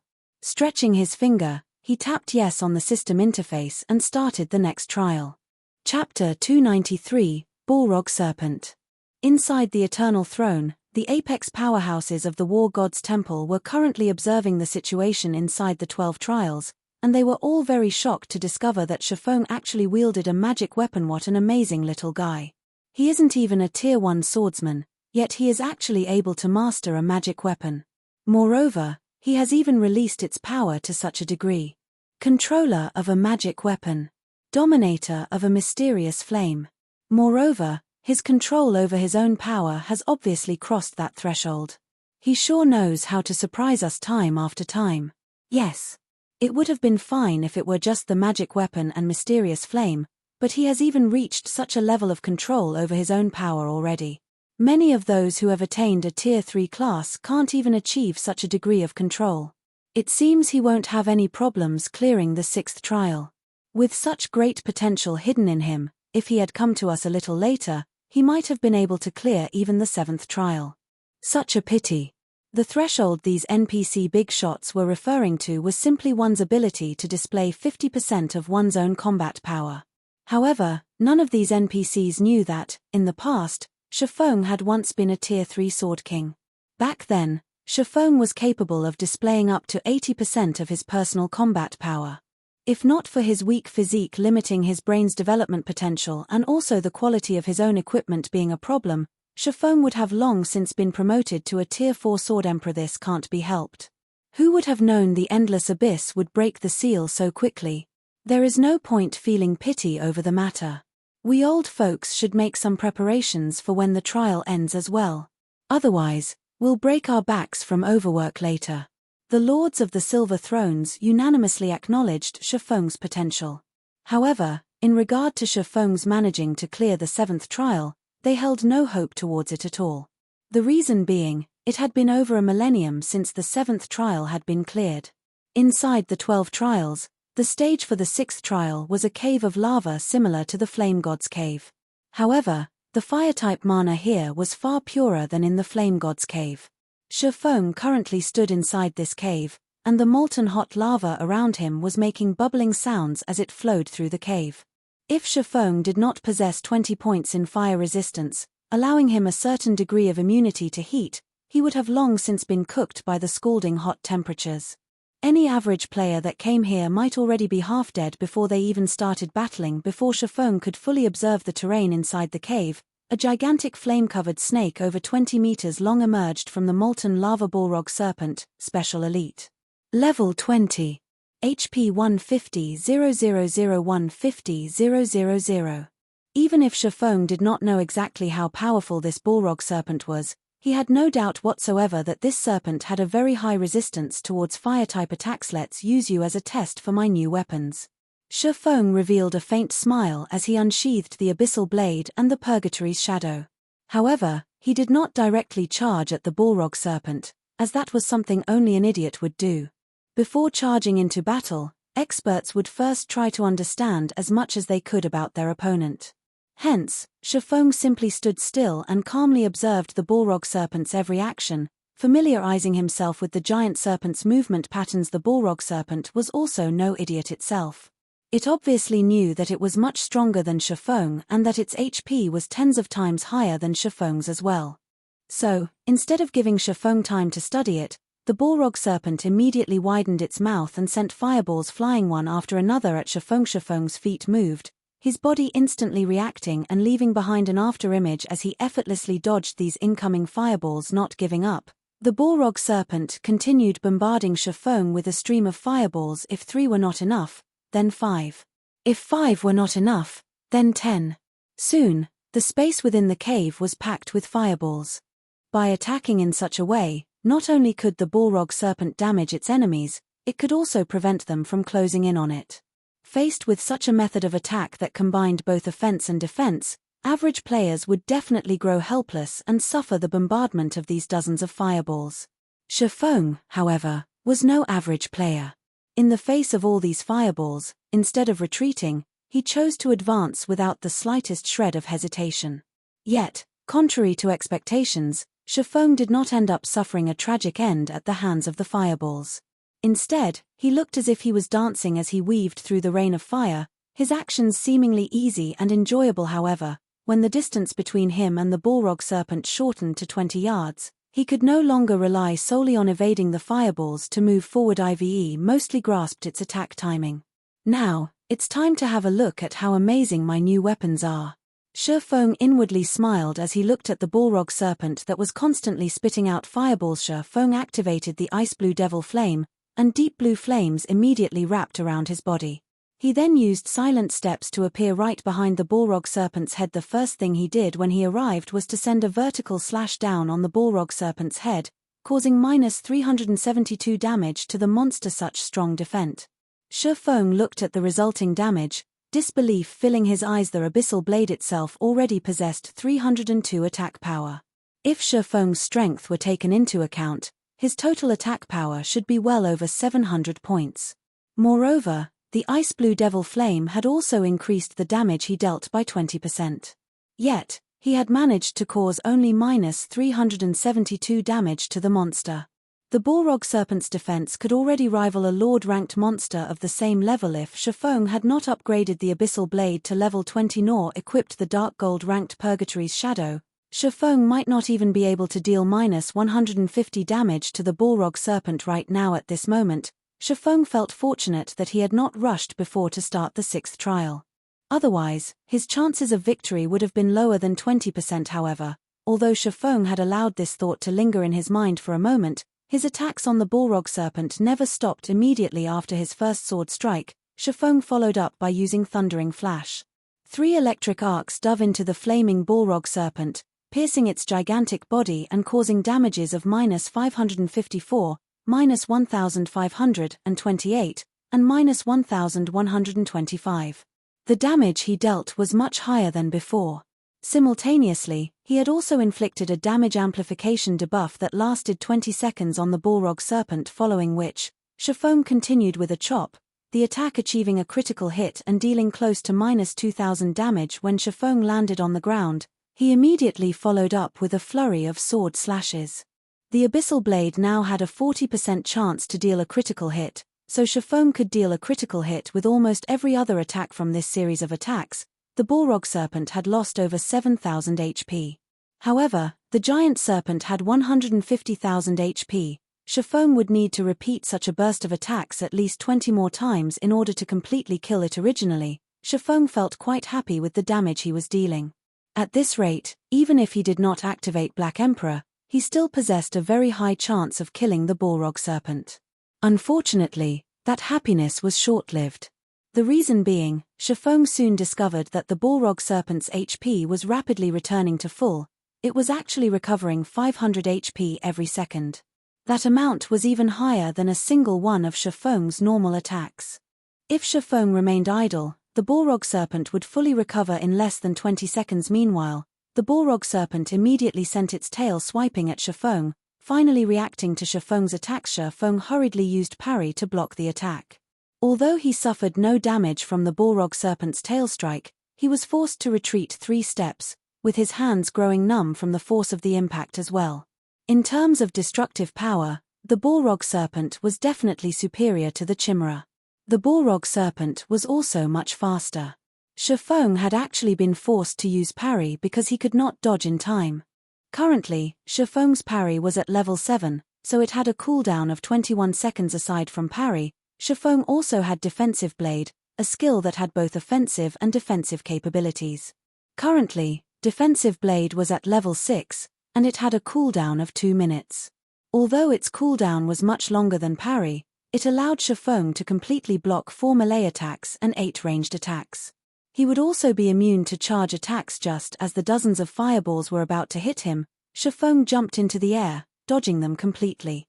Right after that, the Balrog Serpent swiped its tail at Shifeng again. The sound of wind whistling could be heard as its tail streaked through the air. In the face of this powerful attack, Shifeng showed no signs of weaknesses. Immediately, he countered the attack with the level 7 Thunder Flame Explosion. When sword and tail collided, sparks of flame scattered in all directions. The Balrog Serpent's tail was knocked back, the monster itself receiving over -400 damage from the brief clash. On the other hand, Shifeng landed heavily onto the ground, his feet sinking partly into the molten lava. A damage of over -700 points also appeared above his head. As expected, in a direct confrontation, Shifeng was definitely a lot weaker than the Balrog Serpent. However, Shifeng was probably the only player in God's domain right now who dared to actually fight a special elite monster in such a way. Chapter 294, Storm of Swords. Although Shifeng lost against the Balrog Serpent in a direct confrontation, Thunder Flame Explosion, the skill he used, wasn't just a powerful destructive skill. It was also a control skill. However, the Balrog Serpent was a special elite monster. It possessed a degree of resistance towards control skills. Hence, the level 7 Thunder Flame Explosion, which would originally place enemies hit by it in a fainted state for 5 seconds, only managed to incapacitate the Balrog Serpent for 3.5 seconds for average players. 3.5 seconds might not seem like a long time. For Shifeng, however, it was plenty of time. Wind Blade.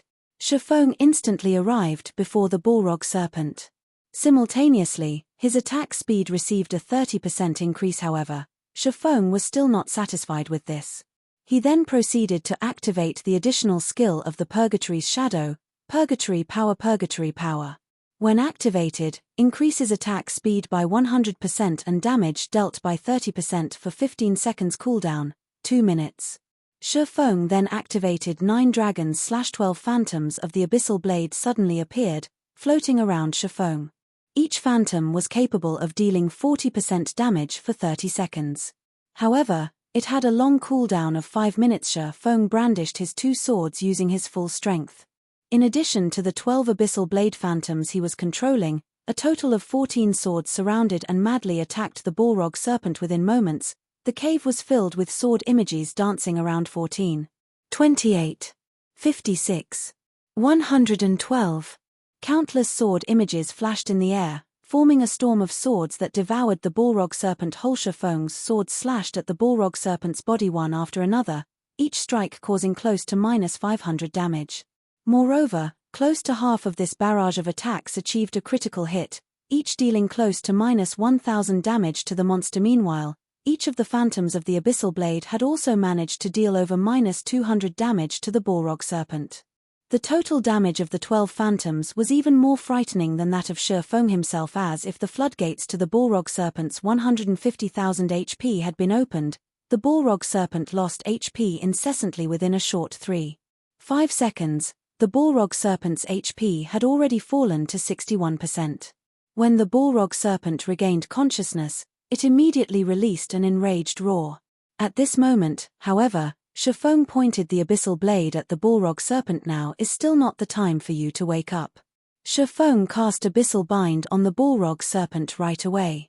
If he were to allow the Balrog serpent to start retaliating, his previous efforts would all go to waste in the blink of an eye. 9 pitch-black chains emerged from the ground, quickly wrapping around and binding the Balrog serpent.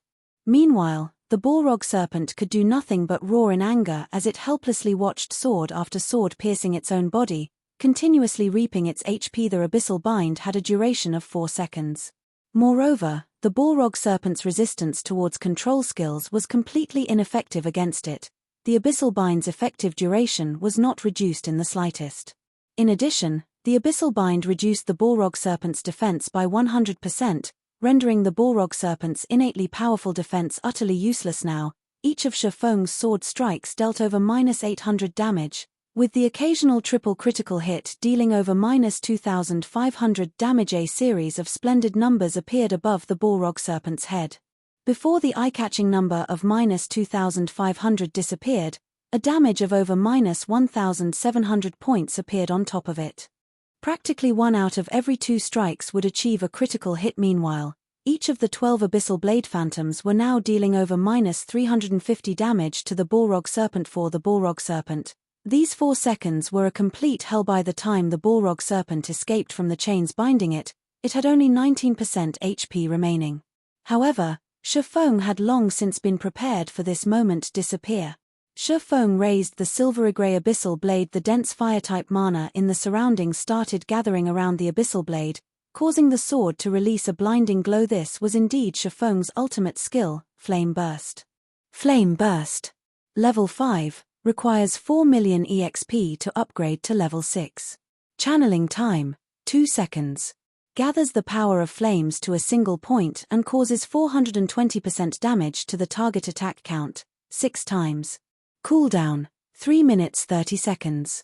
Before the Balrog serpent could even start attacking, Shefeng had already brandished the scorching hot abyssal blade 6 times. All 6 sword slashes immediately sank into the Balrog serpent's body. 3-3-10, -3347, -6784, -6706, -3371, -6, 754. 6 frightening damages appeared consecutively above the Balrog serpent's head, instantly taking away the monster's remaining 28,000 HP. Soon after, the Balrog serpent's body started fading away, and only after it disappeared completely did Shefeng release a sigh of relief. System. Balrog serpent defeated. 6th trial completed. Rewarding 9 million EXP, 20 free mastery points, and 10 gold coins. Proficiency of all skills increased by 500 points. System. 6th trial cleared. Do you wish to start the next trial? Shefeng's experience bar immediately rose to 41% of level 21. If put on the ranking list on White River City, Shefeng would only be beneath Violet Cloud and the others. However, he was still 2 levels behind Blackie, the current top-ranking player of White River City. Finally, I've passed the requirement. Should I try to take on the 7th trial, though? Shifeng looked at the system interface showing the trial's prompt. Privately, Shifeng had the notion to take the challenge now that he had cleared the 6th trial. It signified that his task was already over. He had no need to brave the dangers and accept the next trial at all. Moreover, if he happened to lose his life in the next trial, he would definitely suffer a heavy penalty. It absolutely wouldn't be limited to just losing a single level. Truth be told, however, Shifeng felt confident about his chances at clearing the 7th trial. After all, he had not even unveiled the Black Emperor inheritance when he fought the Balrog Serpent. He definitely had the necessary strength to challenge the 7th trial. After clearing the 6th trial, Shifeng obtained an additional 1,600 merit points. If he were to clear the 7th trial, he could obtain another 3,200 merit points, bringing his total to 4,800 merit points. It would be enough points for him to exchange for an epic ranked item. Just the prospect of obtaining an epic ranked item made Shifeng feel that he should give it a try. Besides, Shifeng no longer had any burdens to carry, so why not give it a try? However, Shifeng was unsure of what kind of price he would have to pay if he were to suffer death. If it was only losing a single level, then Shifeng would gladly proceed to the 7th trial. However, Shifeng knew such an outcome was not likely. Just the penalty for not completing the Trial of Gods was already considered unbearable for players. Some players might even have to delete and restart their accounts due to the harsh penalties imposed. Meanwhile, the 12 trials was the most challenging trial of the War God's Temple. It would be an insult to the War God's Temple if the punishment for dying was only the loss of a single level. Just as Shifeng was hesitating, his system communicator rang. Meanwhile, the person calling him was Aqua Rose. Did something happen? Shifeng asked previously. Shifeng had already told Aqua Rose that he did not wish to be disturbed as he was about to do a quest, and that, unless there was something big happening, she shouldn't try to contact him. Based on Aqua Rose's serious personality, if it wasn't an extremely important matter, then she definitely wouldn't try to contact him. Hence Shifeng's question. Darkstar has suddenly declared an all-out war against us, and several hundreds of our guild members have already been killed by members of Darkstar while they were out grinding. Moreover, the core team, led by Firedance, has also been trapped by Darkstar inside the Silverleaf Forest. Although we've already sent reinforcements, they were blocked by members of Darkstar outside the forest. What I'm trying to say is that, guild leader, you need to immediately contact Gentle Snow and have her send some people to help contain Darkstar so that our members can take the opportunity to save Firedance and the others. Aqua Rose was extremely anxious at this moment. They had already failed to break through the encirclement of Darkstar around the Silverleaf Forest multiple times now. If this situation continued, Firedance and the others would truly be finished. Feng Shenyang, you did good. Shifeng's expression immediately sank, a cold killing intent gleaming in his eyes. If Firedance and the others belonging to the main force of the guild were to die a few times, it would be a tremendous loss to Zero Wing. Leaving aside the fame that Firedance and the others had accumulated for themselves, just losing a part of the equipment they possessed would be a serious blow to the guild. Just how long would it take for them to recover such precious equipment? Meanwhile, when Shifeng tried to figure out who was responsible for such a situation, Feng Shenyang came up as his strongest suspect. Feng Shenyang was the true wielder of authority in Darkstar. After Shifeng's previous forthright rejection, it would not be strange if Feng Shenyang retaliated. Hence, who else could be responsible for Darkstar's declaration of war? Chapter 295, Mirage Beast. Although Shifeng was incensed by this news, Firedance and the others would have long since lost their lives by the time he arrived at the Silverleaf Forest. All right, I'll contact Gentle Snow immediately. Shifeng disconnected his call with Aqua Rose after saying so. He then called out his friends list, selected Gentle Snow's name, and chose to contact her. It was a fact that Ouroboros and Zero Wing were allies. Since an ally was under attack, Gentle Snow naturally did not refuse to send reinforcements when Shifeng asked. Moreover, Gentle Snow had found out about this entire matter a step ahead of Shifeng. Hence, she had already organized her subordinates even before Shifeng contacted her, and they were just about to hurry over to the Silverleaf Forest. Right at that moment, Gentle Snow had gathered 2,000 members from Ouroboros to aid Zero Wing. Of them, 500 were elite members of the guild. Such a powerful force would pose a huge threat to the 6,000 members of Darkstar blocking the way into the Silverleaf Forest. Many thanks for your help, Miss Snow. In the future, members of Ouroboros that shop at the Starstreak trading firm can enjoy a 10% discount on all products, Shifeng said in thanks. You said this yourself. I'll gladly accept your offer, then. Gentle Snow revealed a faint smile. Currently, over half of the player population in White River City was patronizing the Starstreak trading firm. After all, not only were the items sold there of good quality, there was also a large selection available. Moreover, the product supply was plentiful. Normally, the various guilds in White River City would always make a trip to the Starstreak trading firm before they went dungeon diving. If Ouroboros could receive a 10% discount when purchasing items there, it would save the guild a lot of money really, though, just what is going through the minds of those people in Darkstar? It would be fine if it were just the usual minor skirmish. However, they have actually declared an all-out war on Zero Wing. Isn't Lone Tyrant afraid that his guild might suffer heavy losses and lose the ability to compete for the first clear of the 3 great dungeons? Gentle Snow commented curiously. The competition over the first clear of the 3 great dungeons had already reached its most crucial moment right now. Moreover, Darkstar only had the final boss left to defeat in order to snag the first clear of the Land of Death and gain an absolute advantage over the other guilds. However, Darkstar had instead chosen to take action against Zero Wing at this critical junction. God's Domain had been launched just recently. At this early stage of the game, everyone was busy leveling up and raiding dungeons to strengthen themselves. Guilds, in particular, were deeply afraid of falling behind others. Even if conflict arose between guilds, both sides would usually choose to show restraint. After all, an all-out war between guilds would profit nobody. Worse, they might even get taken advantage of by a third party. If such a situation were to truly occur, then the damage to both guilds would grow even more massive. Hence, unless there was a huge disparity in strength between both sides, nobody would casually choose to start a war. Darkstar and Zero Wing were both among the top 6 guilds in White River City, so the difference in strength between the 2 guilds was not particularly wide.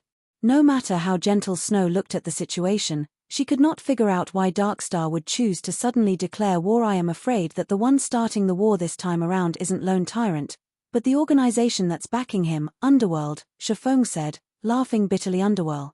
Gentle Snow couldn't help but wrinkle her eyebrows at this revelation. So that's how it is.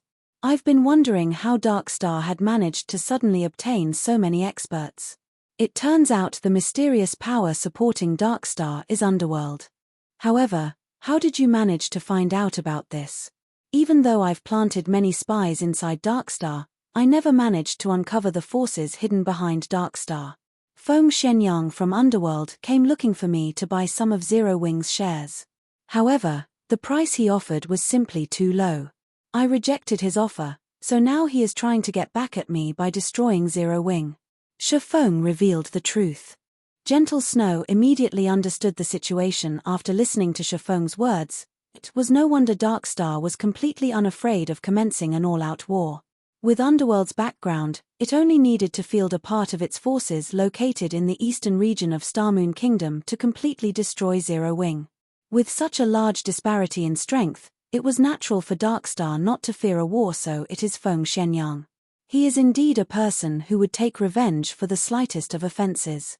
However, with Underworld's financial power, his offer to buy Zero Wing, which possesses a guild residence, should not have been low.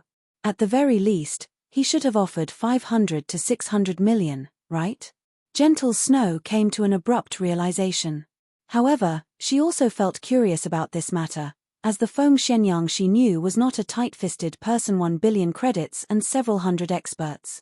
In addition, they would also provide 100 gold coins as support every week. Shifeng said 1 billion credits and also 100 gold coins per week. Feng Shenyang sure is generous. Even I might feel tempted if given such an offer. Yet, you actually complained that it's too little. No wonder he's angry. Gentle Snow chuckled softly. Feng simply replied with a faint smile, not bothering to give an explanation on the matter. Aside from a few core guild members knowing about the Purple Sun Mansion being their new guild residence, nobody else knew anything about it. The others only knew that Zero Wing possessed a guild residence. They were not clear where exactly it was located. After all, there were simply too many plots of land available in White River City. Moreover, the Purple Sun Mansion was currently under reconstruction. It would take 2 more days before it can be used and also unveiled to the public, following which, Shifeng made some small talk with Gentle Snow before ending the call. He then proceeded to start the 7th trial. If nothing unexpected happened, the 2,000 players led by Gentle Snow could definitely break apart Darkstar's encirclement around the Silverleaf Forest. Hence, what Shifeng needed to do now was to increase his own strength by obtaining even better tools and equipment, slowly and gradually enhancing their guild's foundation. In regard to the battle at the Silverleaf Forest, Shifeng could only play the role of an observer. Even if he were to rush over there right this instant, everything would have long since been over by the time he arrived. However, Shifeng would definitely remember this debt of hatred. Sooner or later, he would repay this debt to Darkstar and Underworld 10 times over. The stage for the 7th trial was an ancient coliseum. The moment Shifeng laid eyes on his opponent, he was immediately shocked by what he saw. "Why is it myself?" Shifeng looked at the familiar figure gradually appearing at a corner of the coliseum, feeling very surprised. However, when he used observing eyes on this twin of his, he immediately came to an understanding. Mirage Beast, Rare Special Elite. Level 20. HP 200 000 200 000. This Mirage Beast was capable of replicating the appearance and skills of an enemy. However, unlike players, it had a frightening amount of HP. In a one-on-one situation, players would find it extremely difficult to kill the Mirage Beast in God's domain. The only advantage players had over monsters was the diversity of skills they possessed. Meanwhile, players could use these skills in various combinations to exert even stronger power. Yet, if the Mirage Beast possessed the same skills that players did, then players would lose even that little advantage they had. When comparing the power of skills, the Mirage Beast's skills might even be more powerful than the player's good timing. "I was just thinking of trying out a few things." Shifeng advanced, immediately directing a chop at the Mirage Beast. Meanwhile, the Mirage Beast had similarly charged at Shifeng, and it, too, had sent a chop at Shifeng. The moment the two swords clashed, sparks flew all around. However, when all was said and done, Shifeng was still a player. In terms of strength, he was still far inferior to the Mirage Beast. Hence, Shifeng was easily repelled, forced by the Mirage Beast to retreat step by step. Meanwhile, the Mirage Beast was also superior in terms of attack speed. Although the ensuing damage from a collision of weapons was small, after clashing for tens or even hundreds of times, Shifeng would eventually lose his life. After all, the Mirage Beast possessed 200,000 HP, while Shifeng's HP was just slightly over 2,600 after reaching level 21. Moreover, Shifeng was receiving more damage than the Mirage Beast from their exchanges. Not to mention, both sides were also executing various skills. When Shifeng used Thundering Flash, the Mirage Beast would activate Windwalk to dodge the attack. It would then counter with a Thundering Flash of its own. Knowing that he could not receive the attack directly, Shifeng, too, activated Windwalk to dodge. However, the Mirage Beast activated Wind Blade to immediately appear before Shifeng. It then followed up with a chop, sending an extremely quick vertical slash down towards its prey. Shifeng hastily used parry to block the Mirage Beast's chop. He countered with a Thunder Flame explosion right away. In the end, however, the Mirage Beast used parry to fend off the powerful attack. Shifeng then followed up with a Flame Burst, which was promptly countered with a defensive blade by the Mirage Beast. The exchange between both sides was extremely intense. After a dozen seconds or so, Shifeng's HP had fallen to 60%. On the other hand, the Mirage Beast had lost only a negligible amount of HP. Just the Mirage Beast's battle recovery negated most of the damage Shifeng had caused. As expected of the 7th trial, even the monster's normal attacks and skills are used with such viciousness. However, instead of feeling afraid, a sense of excitement was bubbling within Shifeng at the moment. However, "Do you know this move?" Shifeng looked at the Mirage Beast, a faint smile appearing on his face. He then proceeded to activate the Black Emperor Inheritance. Dark fog immediately started emerging from the Abyssal Blade and then entered Shifeng's body. Chapter 296, Perfect Combination.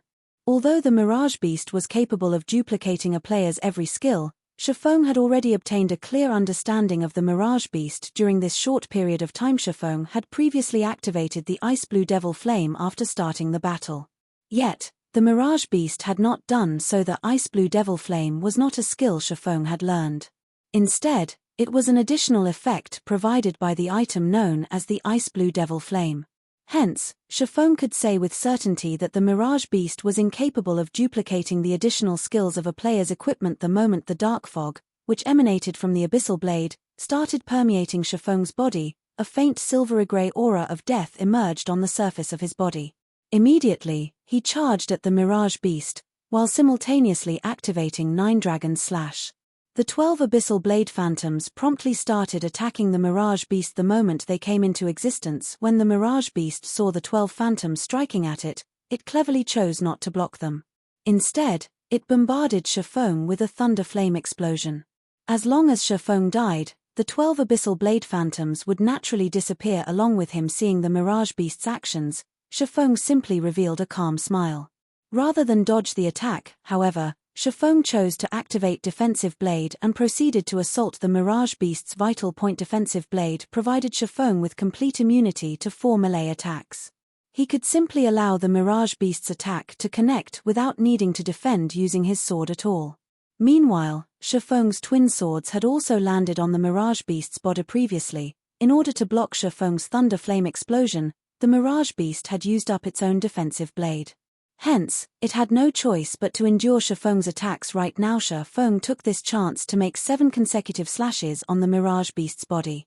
His normal attacks caused over -500 damage, while critical hits dealt over -1000 damage. Meanwhile, each of the abyssal blade phantoms could also inflict over -200 damage. Out of the 7 sword strikes Shifeng landed on the Mirage Beast, achieved a critical hit. Coupling those sword strikes with the attacks of the abyssal blade phantoms, Shifeng dealt over -7000 damage within this brief moment.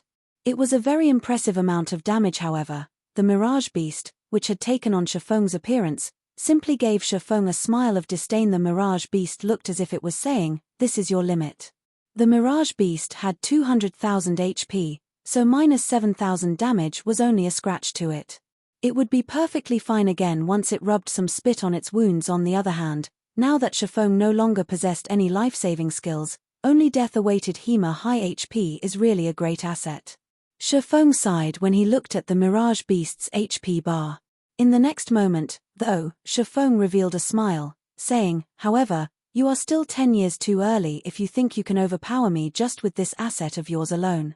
Shifeng activated the Purgatory Shadow's additional skill, Purgatory Power, increasing his attack speed by 100% and damage by 30% for 15 seconds. Shifeng then pointed the abyssal blade at the Mirage Beast, charging at him. Abyssal Bind. 9 chilling chains instantly emerged from the ground, wrapping around and restraining the Mirage Beast. Abyssal Bind had a duration of 4 seconds.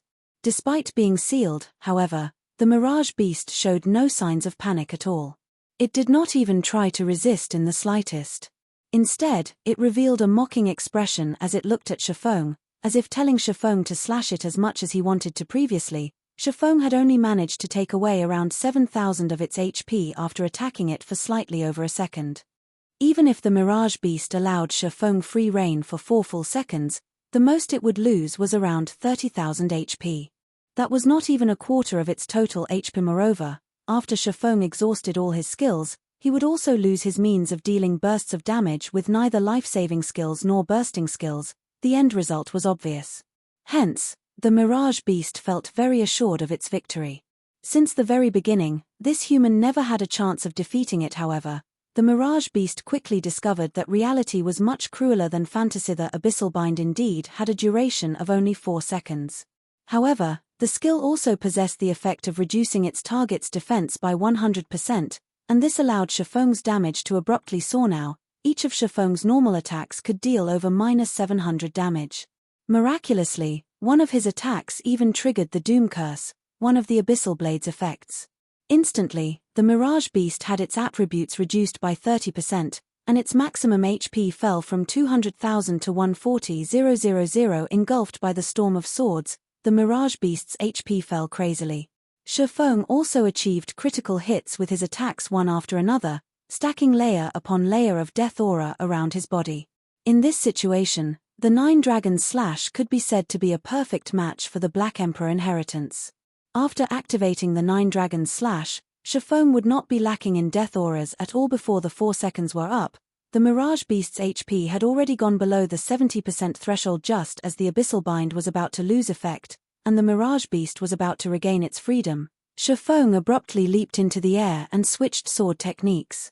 Simultaneously, he used 10 of the 30 layers of death aura he had accumulated to reduce the Thunder Flame Explosion's cooldown. The level 7 Thunder Flame Explosion had a cooldown of 30 seconds. Meanwhile, each layer of death aura could reduce a skill's cooldown by 3 seconds. After using 10 layers of death aura, Thunder Flame Explosion could be used again. However, Shifeng was still not done.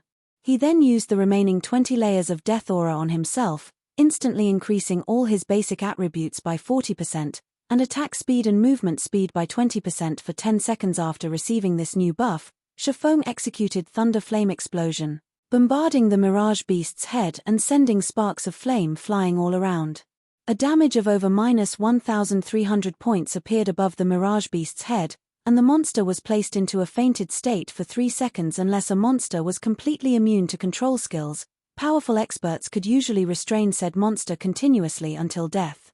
Meanwhile, it was obvious that the monsters were not completely immune to control skills, they simply had a certain degree of resistance that would degrade the effects of control skills.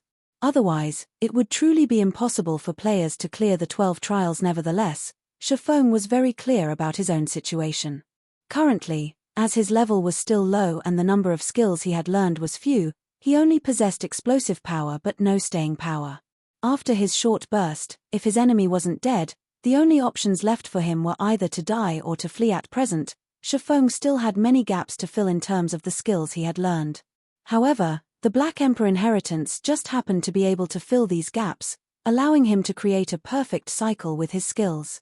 Without the Black Emperor inheritance, Shifeng would not have dared to challenge the 7th trial at all.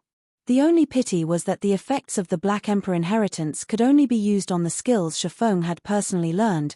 It could not be used on the additional skills that came with equipment or weapons. If it were actually possible to do so, it would simply be too overpowered. Throughout the fainted debuff's 3-second duration, Shifeng had not only dealt a ton of damage himself, he had also managed to collect over 20 layers of death aura, thanks to the 9 dragons. When the Mirage beast was about to regain consciousness, Shifeng spent another 10 layers of death aura to reset the cooldown of Thunder Flame Explosion, before promptly using it on the Mirage beast again. This time, however, the fainted debuff of Thunder Flame Explosion was less effective on the Mirage beast. The debuff's duration was less than 3 seconds now. However, Shifeng did not care about this matter, because at this time, he was drowning in the pleasure he felt from brandishing his 2 swords. He felt that this was the true combat method a swordsman should have, and it was a combat method he had always been pursuing. Excessive strength easily gave rise to gaps. Instead of mindlessly trying to deal as much damage as possible, the true way to battle was to combine and coordinate one's skills to attack steadily like flowing water. In this way, Shifeng continually used Thunder Flame Explosion to incapacitate the Mirage beast. Although the fainted debuff's effect grew weaker and weaker each time, the Mirage beast's remaining 140,000 HP was still forcefully wiped out by Shifeng's perfect control. Ultimately, the Mirage beast remained helpless until the very end. The various big shots present in the Eternal Throne also could not help but be shocked by this result. They had never imagined that Shifeng had such strength within him. System. Mirage beast defeated. 7th trial completed. Rewarding 15 million EXP, 30 free mastery points, and 10 gold coins. Proficiency of all skills increased by 800 points. System. 7th trial cleared. Do you wish to start the next trial? The moment Shifeng received 15 million EXP, he instantly leveled up twice to level 23. Currently, only Blackie had reached level 23 throughout the entire White River City. However, Blackie had spent several days in order to go from level 21 to level 23. On the other hand, Shifeng had taken less than 10 seconds to do so. Shifeng then looked at the system notification. Although his heart was filled with anticipation towards the 8th trial, he still shook his head, thinking to himself, one needs to know when to stop. With the points I've earned, I can already exchange for an epic ranked item. If I were to choose to continue, I would no longer be an expert but a gambler. The 12 trials was the toughest trial of the War God's Temple. The difficulty of the trials would definitely multiply several-fold the further he went. In Shifeng's estimation, the monster of the 8th trial would not be just a special elite monster. Instead, It was highly possible for it to be a chieftain-ranked monster. A chieftain was much more powerful than a mere special elite. Aside from having even more HP, it would also possess a much greater resistance to control skills. Chieftain-ranked monsters also possessed team-wipe skills, and a single mistake would mean the end for Shifeng. Moreover, Shifeng did not possess the slightest idea what kind of monster he would be facing in the 8th trial. If it was a chieftain-ranked monster that he was completely unfamiliar with, then he practically had no chance of successfully killing it. Their ability to make calm analyses was also a prerequisite to becoming an expert in God's domain. As a first-rate expert, Shifeng naturally knew when to decisively give up, following which, Shifeng selected no in reply to the system's prompt. He was then teleported out of the 12 trials. Chapter 297, Stigmata. Interesting. Truly interesting. Sitting on a silver throne, Eucharis voiced his praise as he looked at Shifeng. Your performance has completely surpassed our expectations. It is also for this reason that we have decided to reward you with an additional 2,000 merit points. It was also a fact that the last time someone managed to clear the 7th trial was over a millennium ago. System, rewarding 2,000 War Gods Temple merit points. That's generous of them. An expression of joy appeared on Shifeng's face. With 1,500 merit points, Shifeng could afford to exchange for a dark gold ranked item. Meanwhile, 4,000 merit points would be equivalent to an epic ranked item. Hence, the additional 2,000 merit points he received right now was truly a big harvest. Since you've already passed our test, walk to the center of the chamber. We will give you the strength necessary to locate the 7 treasures, Eucharis said. Shifeng then strode to the center of the eternal throne. There were countless divine runes inscribed on the floor there, joined together to form a huge magic array. Meanwhile, the 50 silver thrones were hovering around this magic array, the thrones themselves apparently connected somehow with this magic array. Let us begin, then, Eucharis said as he looked at his companions. The lords of the silver thrones nodded their heads and promptly stood up. Immediately after, the mana inside the eternal throne started churning. The mana density here was no less than at the god's grave. Meanwhile, this thick mana clustered around the magic array, forming 50 dense-looking fluid balls. Each one of these fluid balls was the size of a basin. These balls of liquid mana were definitely the densest mana Shifeng had ever seen in all his years of playing God's domain. At this time, Eucharis had also turned his head to look at one of the lords of the golden thrones. My lord, the preparations are completed, Eucharis said respectfully. It is still not enough. The phantom sitting in a golden throne said in a low tone. Eucharis was confused by these words. The liquid mana they had formed was several hundred times more precious than even 7 Luminaries crystals, and each and every drop had taken the 50 of them great efforts to form, not to mention 50 basin-sized. Liquid mana. Such an amount of liquid mana was more than enough to cast a silver stigmata. It is rare to find good talent. Let us lend a hand as well, the phantom sitting in a golden throne said to his 8 other companions. Very well, then. A person capable of passing the 7th trial is indeed worthy of the 9 of us taking action. The other 8 lords of the golden thrones nodded their heads in reply to their companion's suggestion. They then stood from their seats, floating in mid-air as they started to condense mana as well. In the blink of an eye, 9 house-sized balls of liquid mana appeared in the air above the thrones in the eternal throne. Eucharis and the others were shocked by this sight. Never would they have imagined that these 9 lords would actually take action and work together to cast a stigmata for a minor existence like Shifeng. This was the first time since the appearance of that absolute genius thousands of years ago. As for Shifeng, at this moment, he could no longer keep his mouth closed in regard to liquid mana. Shifeng had seen this item before in the past. Mags considered it a priceless treasure. Even when offered epic ranked items in trade, mage players would not be willing to part with the liquid mana they possessed. Just the basin-sized balls of liquid mana that each of the lords of the silver thrones had formed had already given Shifeng a great shock. Now, the 9 peerless existences floating in front of the golden thrones had actually managed to each form a house-sized ball of liquid mana. Judging based on sizes, the total liquid mana summoned by the 50 people from before did not amount to even 1/10 of a single house. In the next moment, all of the liquid mana summoned was injected into the magic array. The divine runes engraved into the chamber started lighting up one after another, and within moments, every single divine rune inside the grand chamber was giving off a golden glow. In the center of the eternal throne, a golden divine pattern took form. This divine pattern then melded with Shifeng's body. Feng immediately felt his body being filled up with an infinite amount of power, his mind clear as day, as if he knew everything there was to know in the world. However, this feeling only lasted for a few short seconds before it completely dissipated. Meanwhile, Feng's pupils, which were originally pitch black in color, had also turned golden for a brief moment. Although his pupils regained their original color, careful observation would reveal innumerable bright stars flashing within them, looking just like the starry skies at night system. Congratulations. Player has obtained Golden Stigmata. Reputation with the War God's Temple increased by 3,000 points. The seal on the Endless Abyss has been broken. If we wish to reseal the Endless Abyss, we need the assistance of the 7 treasures, which the gods had bestowed upon the human race. However, the 7 treasures have been missing for hundreds of years now, scattered throughout this large continent. A few of these 7 treasures have even been damaged. It would be extremely difficult to locate and gather the 7 treasures. However, with the stigmata that we have engraved into your body, your task of locating the 7 treasures should become much easier. As long as you come within a certain range of one of the 7 treasures, the stigmata will produce a response to notify you of it. If you happen to come across one of the 7 treasures that is damaged, the stigmata can also aid you in repairing it. Now that our part here is done, we will move to suppress the Endless Abyss. The fate of the entire continent will depend on you now. I pray that you will be able to gather the 7 treasures as soon as possible. System: Legendary Ranked Main Storyline Quest 7 Treasures Accepted Quest Details. The 7 treasures have been scattered throughout the continent. Player is required to gather the 7 treasures within 2 years.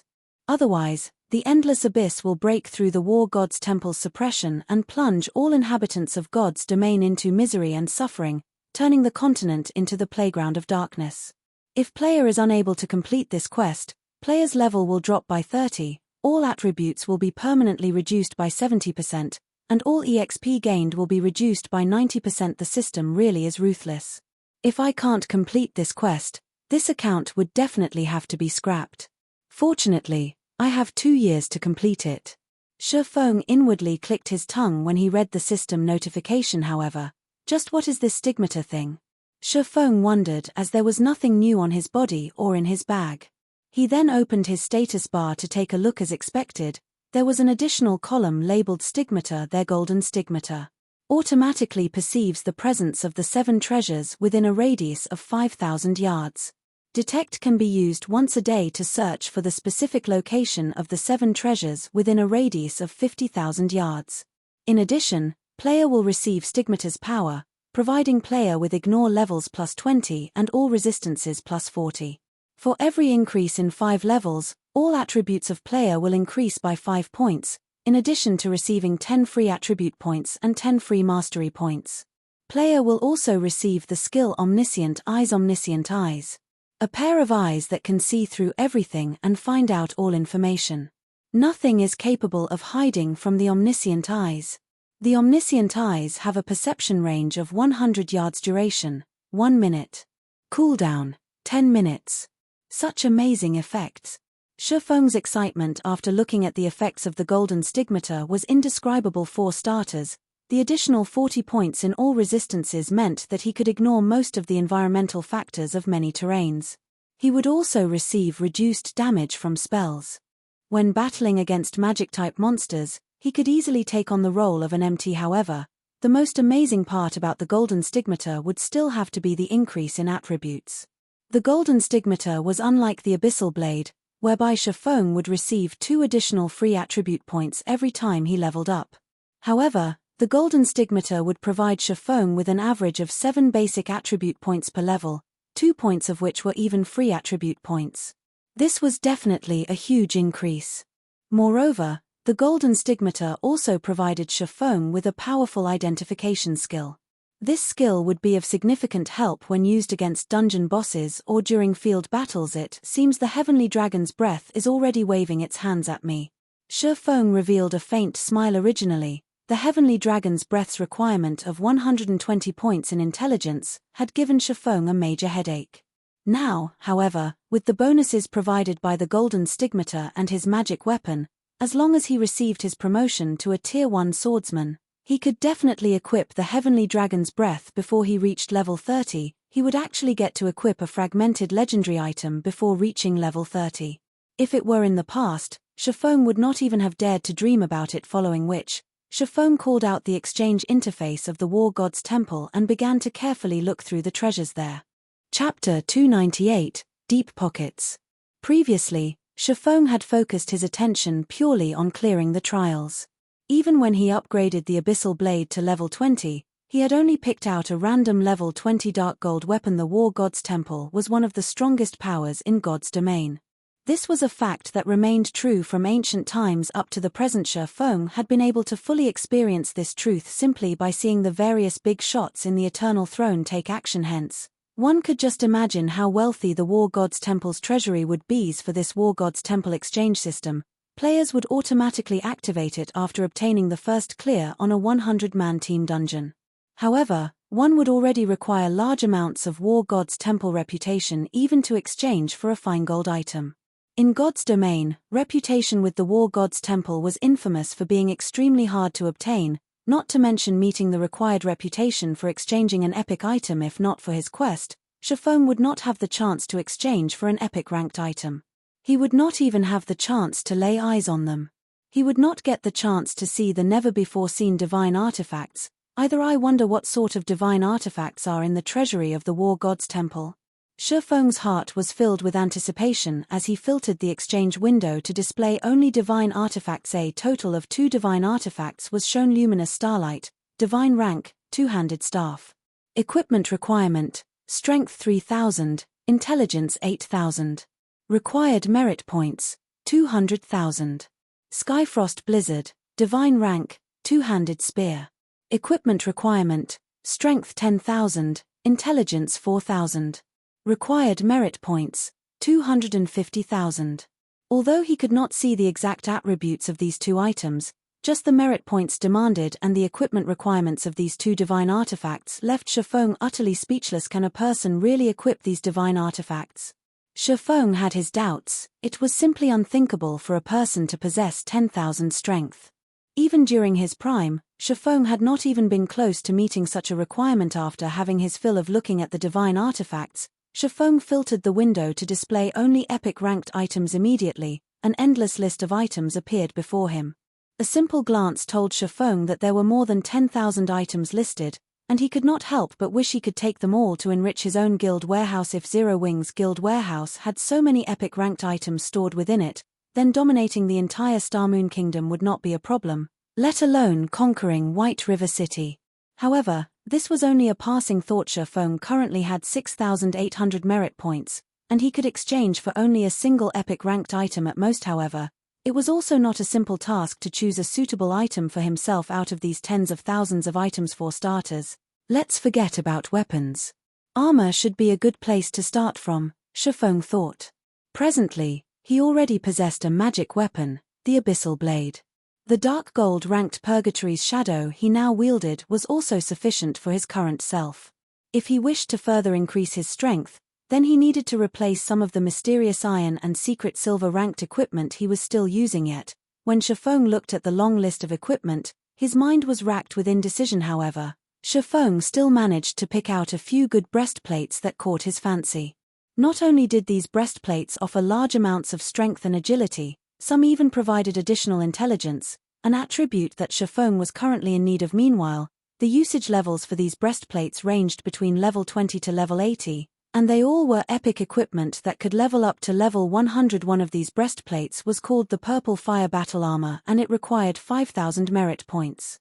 It was a breastplate that mainly focused on the strength attribute, in addition to providing a certain amount of intelligence. The other one was called Merciless and required 5,300 merit points. It was similarly a breastplate that mainly focused on the strength attribute, and likewise it provided a certain amount of intelligence. The final breastplate that caught Shifeng's fancy was a breastplate called the Carnage Chest Protector. It required 6,000 merit points to exchange for, and it provided a balanced amount of strength, agility, and intelligence. The design of the breastplate was also very good, and it was also Shifeng's favorite out of the 3 breastplates. However, if he were to exchange for the Carnage Chest Protector, he would not be able to do much with his remaining merit points. Let's take a look at some other items for now. After some contemplation, Shifeng filtered the exchange window to display ornaments that had a minimum equipment requirement of level 20. The merit points of the War God's Temple were extremely precious, so he needed to be extra careful when spending them. After browsing through the list for some time, Shifeng suddenly discovered an item he was extremely familiar with. Space Ring. However, instead of being of mysterious iron rank, this space ring was of epic rank. It was capable of storing up to 2,000 slots of items and cost 4,500 merit points. However, it would simply be a luxury to spend 4,500 merit points on this item, and Shifeng was definitely not willing to waste his precious merit points to purchase it. Isn't this the ring mentioned in the legends? Why is it categorized under epic ranked items? Shifeng noticed another ring he was familiar with, 7 Luminaries ring. Shifeng had done his fair share of research on the history of God's domain during his past life. The 7 Luminaries ring was a ring crafted by one of the ancient gods, the Twilight Goddess. 7 formidable powers were sealed inside this ring, and each one of these 7 powers could match the power of a god. Meanwhile, the 7 Luminaries ring allowed the simultaneous use of these 7 powers. Even a mere mortal would have the power to destroy heaven and earth when equipped with this ring. Rumor had it that the legendary god Slayer possessed this 7 Luminaries ring, and it was precisely because of this ring that he had the power to kill gods. Is it a replica? Shifeng did not believe that the War God's Temple possessed the real 7 Luminaries ring. The reason being, an epic ranked item would not be powerful enough to decimate heaven and earth. Even a divine artifact did not have that strength. According to Shifeng's understanding, the 7 Luminaries ring was a true godly relic. However, even a replica was an extremely rare find. To put it bluntly, replicas were weaker copies of the real deal. Although the replica 7 Luminaries ring would not possess the power to decimate heaven and earth, at the very least, it could still be used to beat some tigers and kill some wolves. It should still have the original features, albeit greatly watered-down versions of them. Shifeng then looked at the merit points required, discovering that the ring actually cost 8,000 merit points. It was worth almost half of a fragmented legendary item. Are you kidding me? Is this the brand effect? Shifeng couldn't help but inwardly curse the War God's Temple. It was simply a replica. The other epic ranked rings only cost 6,000 points, at most, so on what basis would a replica be worth 8,000 points? 8,000 merit points. It seems I won't be able to exchange for it, Shifeng sighed. Although he coveted the 7 Luminaries ring greatly, he had only 6,800 merit points, following which, after taking his time looking through the myriad items, he still did not find anything that he fancied. Ultimately, he ended up choosing the Carnage chest protector. As for the 7 Luminaries ring, he could only slowly accumulate merit points and exchange for it in the future system. 6,000 merit points are required to exchange for the Carnage chest protector. Current merit points in possession, 6,800. Do you wish to exchange? Shifeng immediately clicked yes. System. Player's reputation with the War God's Temple has reached 3,000 points. Player is allowed to pay 20% of the required merit points using gold coins. Do you wish to pay using gold coins? It can't be, right? I can also pay using gold coins. Shifeng grew ecstatic. He had hope of obtaining the 7 Luminaries ring. Now currently, he needed to pay 1,800 gold coins for 1,200 merit points. This meant that each merit point was equivalent to 1 gold 50 silvers. Such a price was much more expensive than just simply buying epic ranked items on the market, where one epic ranked item was worth only around 1,000 gold. If 6,000 merit points were converted to gold coins, that would be a total of 9,000 gold. This price was at least 8 to 9 times more expensive than the markets. The system was truly blackheart. However, this was a rare chance for Shifeng. If he could pay a portion of the merit points required using gold coins, he would be more than willing to do so, following which, Shifeng chose to exchange for the 7 Luminaries ring instead. 20% of 8,000 merit points would be 1,600 points, which would be 2,400 gold coins. At this stage of the game, average players would be glad just to have a few extra silver coins to spend, and spending 20 to 30 silver coins at once would be considered an extravagance. As for gold coins, average players might not even know what these things looked like. Currently, 1 gold coin could be sold for 11,000 credits. Meanwhile, 2,400 gold coins would be worth over 25 million credits. Even a first-rate guild would not spend so much money just to obtain an epic ranked item, not to mention spending 2,400 gold coins. If Aqua Rose were to find out about this matter, she would definitely label Shifeng a spendthrift. However, Shifeng chose to pay the 2,400 gold coins without hesitation. He had 5,000 gold on his person at this time, having originally intended to use this money to purchase a stall in Starmoon City. Now, though, doing so was no longer possible after completing the exchange, a purple gold crystal ring appeared on Shifeng's palm. There were 7 different gems inlaid into the ring, and the entire ring itself exuded a faint purple aura. It looked absolutely luxurious and fascinating. Chapter 299, One Word. When Shifeng received the ring, he could not help but grow excited. In the past, a legendary item had been sold for tens of millions of credits at the world auction. At that time, the news had thoroughly shocked the entire world. Many people felt that the person who purchased the legendary item was a complete fool. After all, it was simply an item inside a virtual world. It was nothing more than a data-generated item. Only a person whose head was caught in the door would spend so much money to purchase it now. If Shifeng converted the War God's Temple merit points and gold coins he had spent into credits, the total amount would be even higher than the price of the auctioned legendary item. More importantly, he had spent such a large sum just to obtain an epic item, which was 2 ranks lower than a legendary item. However, even if Shifeng were called a fool several hundred times over, he would still be willing to do what he had done without hesitation. He was only afraid that he would not get such a chance back then. Countless people had ridiculed the person who purchased the legendary item as a big fool. Later on, however, that person became the guild leader of King's Return, Odin. King's Return was a super guild, and the territories it occupied surpassed even an empire. Meanwhile, as the guild leader of such an amazing guild, Odin was an existence that made everyone feel fear and respect. The wealth and status he possessed was simply unimaginable. Did anyone laugh at him after that? The answer was no.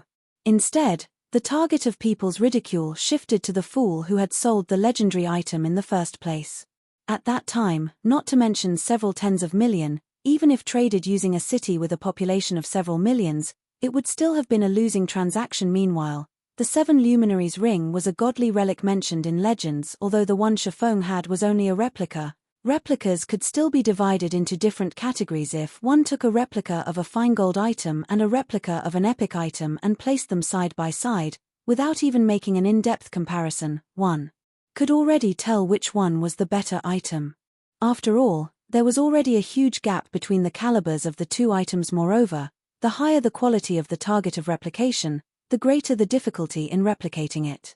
One could not produce a replica simply by wishing for it. The difficulty of producing an epic item that was the replica of a godly relic was much higher than simply producing a normal epic item. The difficulty of doing so might even rival the difficulty of producing a legendary item. The person who produced this ring must be a truly amazing forging sage. If the materials and energy used were of higher quality, the final product might even have become a legendary item. Shifeng was a forger himself, so he naturally could tell just how amazing the forger that managed to produce this 7 Luminaries ring was. The replica of a godly relic would definitely not have been easy to produce. Even a Grandmaster forger would not be able to produce one. It would only be possible for a forging sage. 7 Luminaries ring, replica, ring, epic rank. Level 20, level 80, current level, 23. Equipment requirement, strength 200. Attributes will be adjusted according to user's level. Strength plus 45, agility plus 35, intelligence plus 35, endurance plus 30, vitality plus 30. Damage plus 10%. Maximum HP plus 15%. Ignore levels plus 10. All skills plus 2 levels. All items level requirement reduced by 5 levels. Additional skill dash. 7 Luminaries aura. There are 7 different auras: earth, water, wind, fire, time, illusion, and space. Only one aura can be used each time, and there will be a cooldown of 1 minute when changing between auras. Aura of earth. Level 1 requires 1 million EXP to upgrade to level 2. Defense increased by 30%. Damage taken reduced by 20%. Activatable skill dash. Absolute defense, provides immunity to 7 attacks cooldown, 1 minute 30 seconds. Aura of Water. Level 1, requires 1 million EXP to upgrade to Level 2, received healing increased by 30%, cast consumption reduced by 20%, activatable skill dash. Life Bloom, heals selected target for 10% HP every second for 30 seconds cooldown, 1 minute 30 seconds. Aura of Wind. Level 1, requires 1 million EXP to upgrade to Level 2. Movement speed increased by 20%, attack speed increased by 20%, agility increased by 15%, activatable skill dash. Wind Rider, enables temporary flight and movement speed increase of 100% for 15 seconds cooldown, 2 minutes. Aura of Fire. Level 1, requires 1 million EXP to upgrade to Level 2. Damage increased by 30%, target's defense reduced by 20%, activatable skill dash. Firestorm, inflicts 500% damage within a range of 10 by 10 yards for 5 seconds cooldown, 5 minutes. Aura of Time. Level 1, requires 2 million EXP to upgrade to Level 2. Cooldown of all skills reduced by 20%, enemies within a 100-yard radius will have their movement speed and attack speed reduced by 20%, and cooldown of skills increased by 20%, activatable skill dash. Absolute Time, prevents enemies within a range of 50 by 50 yards from using any skills or tools for 20 seconds cooldown, 3 minutes. Aura of Illusion. Level 1, requires 2 million EXP to upgrade to Level 2. All attributes increased by 20%, enemies within a 100-yard radius will have all their attributes reduced by 20%, activatable skill dash. Fantasy World, immunity to all magic damage and 10% of magic damage received will be converted to healing to recover player's HP for 10 seconds cooldown, 3 minutes. Aura of Space. Level 1, requires 2 million EXP to upgrade to Level 2. Immunity to all control and restricting effects, activatable skill dash. Space Movement, instantly move to any location within a radius of 300,000 yards cooldown, 10 minutes. As expected of a Godly Relics replica. Even if it is only at epic rank, apart from the basic attributes it provides being inferior to a legendary item, its other aspects are much stronger. Shifeng's surprise reached its limits after he read the attributes of the 7 Luminaries ring. This was the first time Shifeng was seeing the exact abilities of the 7 Luminaries ring at this moment. Shifeng finally understood why the legends had said that even an ordinary mortal would have the ability to decimate heaven and earth when in possession of the genuine 7 Luminaries ring. One could even kill gods with this ring. Meanwhile, the 7 Luminaries ring in Shifeng's hand was only a replica. It was also only at epic rank, and it was tens of thousands of miles away from being comparable to the genuine article. However, even if it was only an epic ranked replica, in Shifeng's eyes, it was already a miniature godly relic. It could easily outshine any other epic item. It would be great if I could upgrade this epic ranked 7 Luminaries ring to legendary rank. Shifeng could not help but start fantasizing. If he could raise the 7 Luminaries ring's rank to legendary, then its value would become immeasurable. At that time, only divine artifacts would be able to suppress it. After Shifeng equipped the 7 Luminaries ring, his attributes greatly increased. His intelligence reached 91 points, only a small distance short of 120 points. I can use the Aura of Earth when acting as an MT, Aura of Water when acting as a healer, Aura of Wind when hunting or escaping, Aura of Fire when battling, Aura of Time and Aura of Illusion when fighting in a team battle, and Aura of Space when I'm in a hurry. This ring covers almost every possible situation. It truly is the most powerful epic item.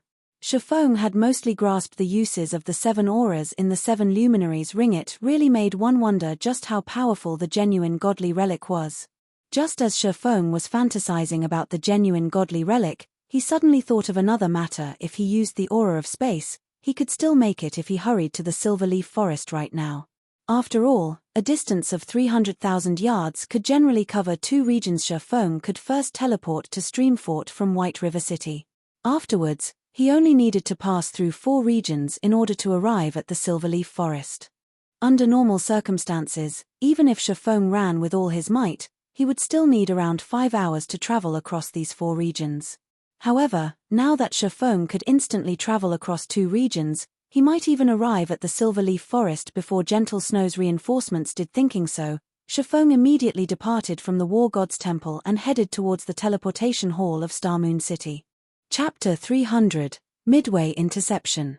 The Silverleaf Forest, also called the Silver Forest by players, was a place filled with monsters ranging from level 18 to level 25. It was a Richlanders. To why it was called rich, it was because the monsters here were a great source for high-quality leather. These leathers were important materials used in the production of bags and leather armor. Moreover, the monsters here also dropped high-quality meat. Most importantly, however, there were a total of 14 field bosses present in this Silverleaf Forest. Field bosses were one of the main sources of income for guilds. Also, unlike team dungeons, which would reset only once every 3 days, field bosses respawned daily. The improvement these field bosses could bring to a guild's equipment was quite significant. It was also the reason why Firedance had led Zero Wing's core team here to kill field bosses now. However, the Silverleaf Forest swarmed with members of Darkstar. These players were grouped into smaller teams of a dozen or so players and larger teams with as many as 100 or so players. Meanwhile, each and every one of these players was currently out searching for members of Zero Wing Master Tyrant. We need to speed up our operations. If we wait until Gentle Snow's people arrive, it will be difficult if we wish to wipe out Zero Wing's main force, Southwolf said as he looked at Lone Tyrant. For her to actually willingly send out reinforcements, it seems that woman really does have a deep relationship with Zero Wing. Lone Tyrant was slightly surprised. His lips then curled into a sneer as he said, even so, she is too late. We've already searched through the majority of this Silverleaf Forest. We've also tightly blockaded the 3 exits for this place. In addition, we've also placed a guild war order to seal off the entire Silverleaf Forest, so the bastards won't be able to simply return to the city using a return scroll. It won't be long before we will find them and get rid of them. However, even if they did use a return scroll and return to the city, their red names would get them killed by the guards the moment they arrived. They would also get locked up and lose their freedom for a long period of time. Such a penalty would be much worse than simply getting killed by us. Southwolf nodded in agreement. In order to deal with Zero Wing's main force this time, Darkstar had spared no effort, sending out all the elite members it had.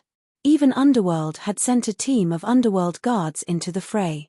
There were over 10,000 players participating in the hunt this time around, and of those, 6,000 were used to hinder Zero Wing's reinforcements. With its current power, Zero Wing definitely could not contend against these 6,000 players. However, Southwolf himself could not help but admit that Zero Wing indeed possessed some real ability. Even when they were ambushed, they had still reacted in an extremely calm manner. They had immediately launched a counterattack and bravely fought back. Moreover, many within their ranks possessed relatively good techniques this time. In order to kill the few hundred elite members of Zero Wing, Darkstar had lost over 1,000 members. Southwolf found this result simply unbelievable. The reason being, of the 1,000+ members that died, over 300 were elite members of Darkstar. Their fighting techniques could definitely be considered first-rate. The most unbelievable part was that even a few members of the Underworld Guards had been killed by Zero Wing. However, that was it. So what if Zero Wing was top-notch when it came to dungeon raiding? In a field battle, numbers triumphed over everything else. This was an unchangeable fact for all games. It's a pity that we didn't manage to locate Black Flame or Yifeng. If we could deal with them as well, we can thoroughly remove Zero Wing's name from White River City. We'll see if they dare act presumptuously in front of young Master Feng again. Southwolf's hatred of Shifeng had never dissipated in the slightest, and he had always intended to fulfill the words he had spoken before. However, now that they were about to get rid of Zero Wing's main force, the anger in his heart had lessened slightly. Relax, those two will soon be finished as well. In White River City, nobody can protect them. Even the elites led by Gentle Snow won't be able to do so, Lone Tyrant said proudly. How so? Asked Southwolf, somewhat surprised. If Zero Wing can make allies, why can't Darkstar do so as well? Lone Tyrant softly chuckled. Allies? This was the first time Southwolf was hearing about this. Of course you wouldn't know about this matter. This is a heavily guarded secret of Darkstar. I made this alliance precisely to forestall Gentle Snow's intervention, and also to prevent them from joining together with Zero Wing to deal with us, Lone Tyrant said pridefully, as if he had full control over everything. If Gentle Snow wishes to bring reinforcements over, she'll have to first see if she can arrive at the Silverleaf Forest's entrance regarding the matter of exterminating Zero Wing. This time, you can rest assured. You just need to remind Vice Leader Feng of the agreement we made. Guild Leader Tyrant can rest assured on this matter. As long as you complete the task this time, we will definitely deliver the 100 million credits and weekly funding of 150 gold that we promised. South Wolf laughed. Fine, as long as you guys don't forget your promise. Lone Tyrant nodded in satisfaction.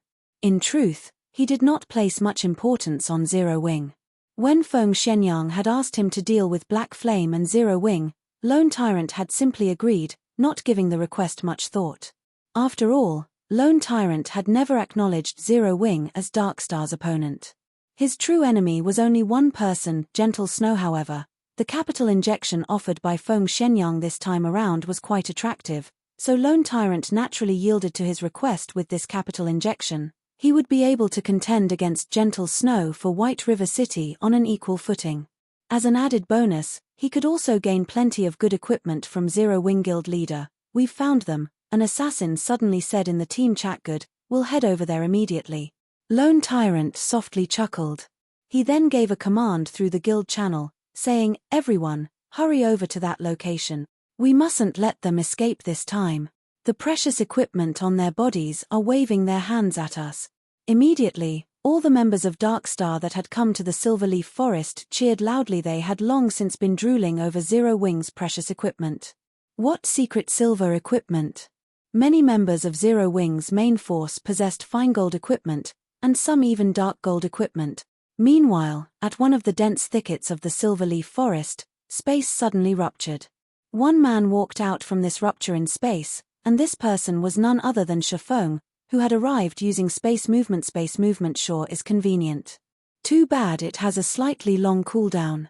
Shifeng was liking the 7 Luminaries ring more and more now. Shifeng had taken less than an hour to get here from Starmoon City, even arriving ahead of Gentle Snow. Just as Shifeng was about to contact Fire Dance, a call came from Gentle Snow. "We got ambushed by 500 or so elite players, so it may be a little later before we can reach the Silverleaf Forest." Gentle Snow apologized. Ambushed? Shifeng was surprised. To actually muster so much manpower, that Lone Tyrant sure came prepared. "We weren't ambushed by players from Darkstar." Gentle Snow shook her head. "No? Is it Underworld, then?" Shifeng couldn't help but feel amazed by Underworld's strength. It definitely should not be easy to field so many players for this hunt. Yet, they were actually able to deploy another 500 plus elites to hinder Gentle Snow. The organization known as Underworld really possessed a powerful framework. No. They're elites from world dominators. My guess is that Darkstar has already joined hands with world dominators. Gentle Snow then suggested, "It won't be possible for my side to break through anytime soon. If your reinforcements really can't break through, you all should just give up. If we wait until World Dominator's troops head over there and carry out a pincer attack against you, then Zero Wing will truly be finished." "I know." Shifeng fully understood the situation now. Darkstar wasn't planning on just giving a huge blow to Zero Wing this time. Instead, they intended to wipe out Zero Wing, removing it as a threat completely. Chapter 301, Fangs. The reinforcements form Ouroboros definitely won't make it now. Zero Wing's forces had also been blocked at the outer perimeter of the Silverleaf Forest. According to Shifeng's understanding, Darkstar currently had over 3,000 members searching inside the Silverleaf Forest, including practically all of Darkstar's elites. The 6,000 or so players blockading the outer perimeter were merely cannon fodder. If this stalemate continued, world dominators might succeed in carrying out a pincer attack with Darkstar, annihilating Zero Wing's forces. "Aqua, would it be possible to break through on your side?" Shifeng contacted Aqua Rose and asked. "With the current numbers we have at hand, definitely not. However, I've already mentioned this matter in the guild channel and have sent for more members to hurry over. We should be able to gather another 3,000 members in half an hour. The level and quality of equipment of our guild members are much higher than Darkstar's, so as long as we can join with these 3,000 members, we can break through their blockade," Aqua Rose said confidently. She had faith in their guild's combat prowess. Although Zero Wing had far fewer members than Darkstar, with Darkstar having well over 30,000 members, there wasn't much of a difference in the number of elite players each guild possessed. Of Darkstar's 30,000 members, more than 10,000 were newbies around level 10. Meanwhile, the elites that managed to reach level 16 only numbered around 6,000. On the other hand, despite recruiting only a small amount of players, their member count only hovering slightly above 5,000, there were actually over 4,000 elites in Zero Wing who were over level 16. If other guilds discovered this fact, they would be shocked. This was also why Aqua Rose had maintained an optimistic view of Zero Wing's future. As long as Zero Wing could assemble these remaining 3,000 members, they could easily deal with Darkstar's 6,000 extras. However, it would be impossible for them to engage in an all-out war against Darkstar. After all, there was still a big gap in the total number of elites each guild possessed. On top of that, Darkstar still had over 10,000 extras. Even if their combat prowess was weak, they could still overwhelm and kill Zero Wing's elites using the advantage of numbers. I understand. World Dominators is currently hindering Gentle Snow's group. You should stop trying to break through into the Silverleaf Forest from your side. Instead, turn around and begin a pincer attack on World Dominators. Let's take this chance to kick them out of White River City. Shifeng issued his commands after some thought. However, Shifeng's words had shocked Aqua Rose into a daze. Guild leader, we're here to save people. Wouldn't it be a bad idea to start a war with World Dominators right now? Aqua Rose asked worriedly. World Dominators was a first-rate guild. Although the main force of World Dominators was not based in White River City, they still should not be taken lightly. Just like Ouroboros, even though their main force was based outside of White River City, they were still the top guild in White River City. Moreover, wasn't World Dominators similarly one of the top 6 guilds in White River City? If Zero Wing headed over and attacked the members of World Dominators right now, it would be a declaration of war. Dealing with Darkstar was already a huge headache. If they had to face another one of the top 6 guilds in White River City, how could Zero Wing continue mingling in White River City? It'll be alright, just go. Remember, the moment you arrive, immediately use a guild war order to seal the location. Don't allow anyone from World Dominators to use a return scroll to leave that area, and make sure you kill every single one of those bastards. Teach them that there is a price to pay if they wish to take advantage of Zero Wing. Shifeng growled murderously. Although Shifeng advocated a low-profile and secretive development, that did not mean that he would receive enemies with a smile, even when said enemy banged on their front door. Whether it was Darkstar or World Dominators, if they really thought Zero Wing was a sickly animal that they could easily bully, they should get ready to pay a heavy price. But what do we do about Fire Dance? And the others? There are still more than 50 players with them, and they are all the cream of the crop of our guild. Now that they are all red names, if they die, our guild will suffer tremendous losses. Although Aqua Rose could discern Shifeng's rage and killing intent from the tone of his voice, she still tried to dissuade him. I'll save Fire Dance and the others. Shifeng answered with absolute confidence. Aqua Rose sighed at Shifeng's answer. However, she no longer chose to pursue the matter, and instead, she said, fine, but as the guild leader of Zero Wing, don't you think you should say a few words to your fellow guild members as well? You haven't expressed your intentions since Darkstar declared war against us. Although nobody in the guild has said anything about it, considering the weight of this incident and the declaration of war against World Dominators, how can you stay silent? After the war with Darkstar began, both murderous intentions and excitement swept through everyone in Zero Wing. Many in the guild had expressed their eagerness for vengeance, speaking in the guild channel about how they were going to teach the bastards from Darkstar a lesson and show Darkstar know how amazing Zero Wing was. However, as the intensity of the battle between both guilds grew, and the number of deaths increased, the atmosphere in Zero Wing became heavy. Even though they had fought for so long, they still hadn't managed to break past Darkstar's blockade around the Silverleaf Forest. The number of dead Zero Wing elites inside the Silverleaf Forest also grew as time passed. Hence, it was inevitable that Zero Wing's momentum would falter at this point. Most of the Zero Wing members had already lost their motivation to continue fighting, not to mention carrying out a pincer attack on World Dominator. Shifeng, of course, was aware of Aqua Rose's concerns. However, compared to just speaking through the guild channel, Shifeng had taken more decisive action and directly uploaded a post to the official forums. Darkstar, today you've dared to send tens of thousands of players to hunt the hundreds of players of Zero Wing. My Zero Wing guild will return this slight 100-fold. Even if we're down to our very last breath, we will massacre your 30,000 members as payback. The name of Black Flame, the chief forger of Star Moon Kingdom, had long since spread throughout the Star Moon Kingdom. Moreover, Zero Wing was also the first guild to own a guild residence. The moment this post uploaded, it immediately garnered the attention of the residents of Star Moon Kingdom. Crap. Are they starting an all-out war? I show my support for Zero Wing.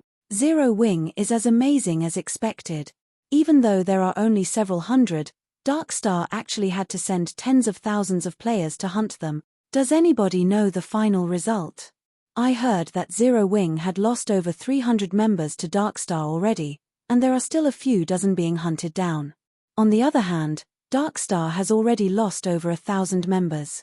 Right now, every player in White River City is discussing this matter. Amazing. With just several hundred players on their side, even when faced with more than 10,000 players, they can still kill over 1,000 players. Dozens are still alive, too. I also want to join Zero Wing and become an expert. I despise Darkstar. If they can, they should duel Zero Wing fairly. What's so great about using numbers to bully someone? I am one of the members of Zero Wing that had been surrounded and killed. You guys should have seen how amazing our guild's Sister Dance and Brother Black fought.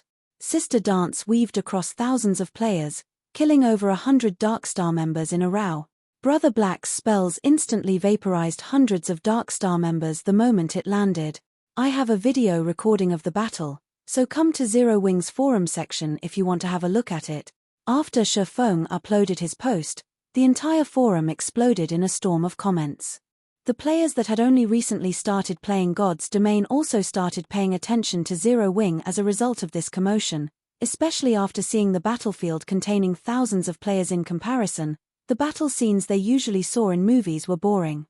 The scene where countless stars crashed onto the battlefield, destroying the land and instantly turning hundreds of players into ash, especially stunned them.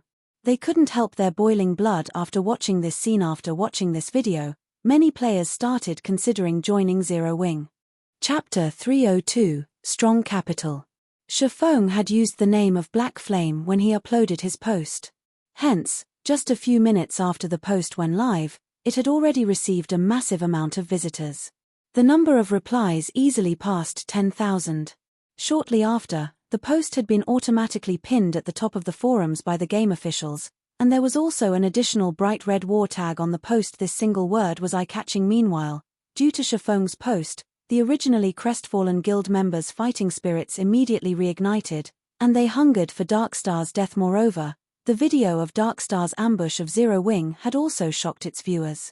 The video allowed everyone to understand that even players could become so powerful. When the stars of light descended, the scene seemed as if the world was coming to an end, and within an instant, hundreds of players had been vaporized.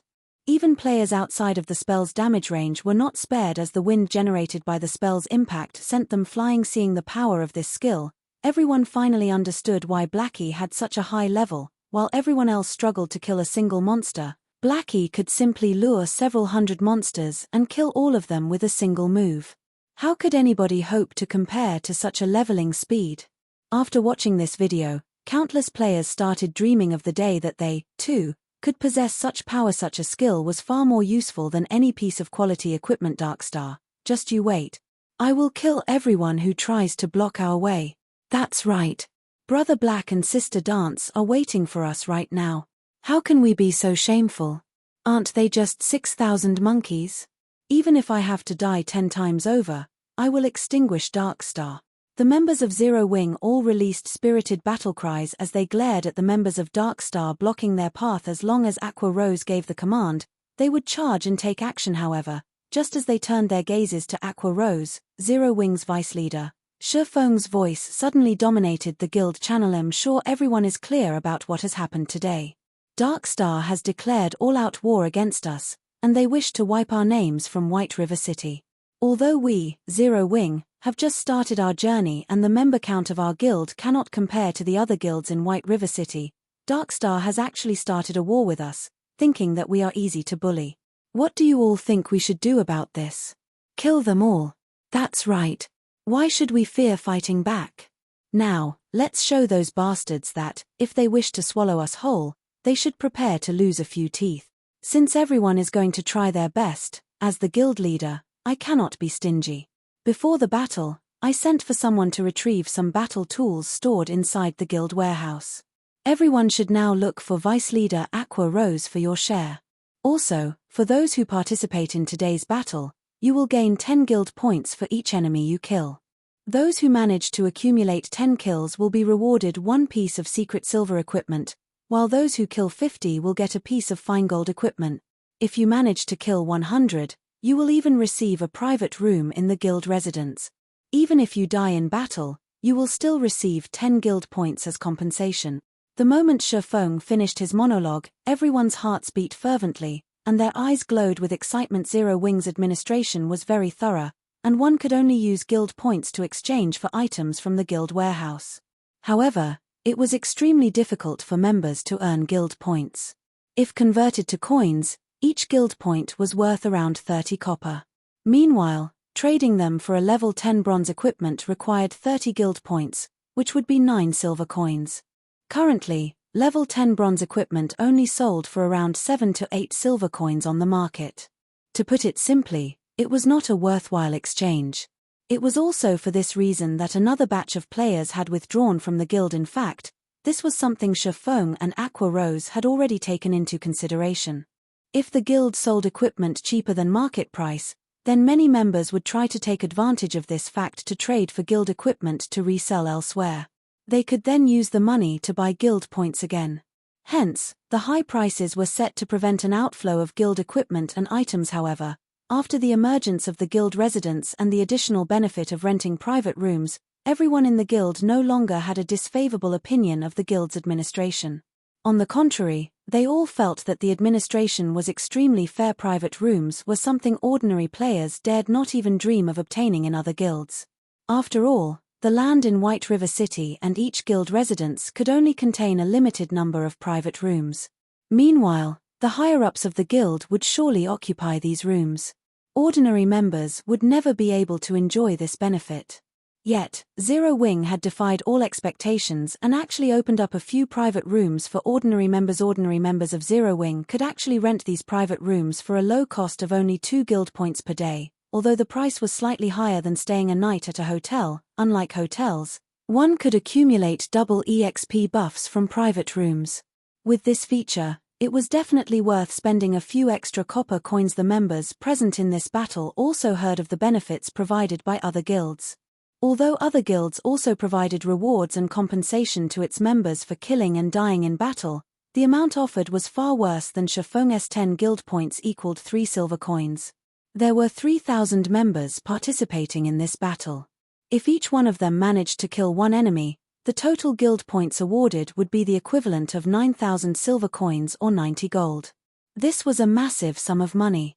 Moreover, Shifeng also promised to compensate for each guild member's death.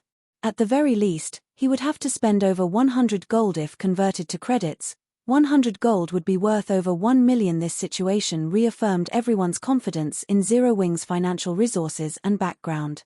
With such great benefits, powerful financial resources, and most importantly, such an amazing guild leader, was it possible for such a guild not to grow powerful?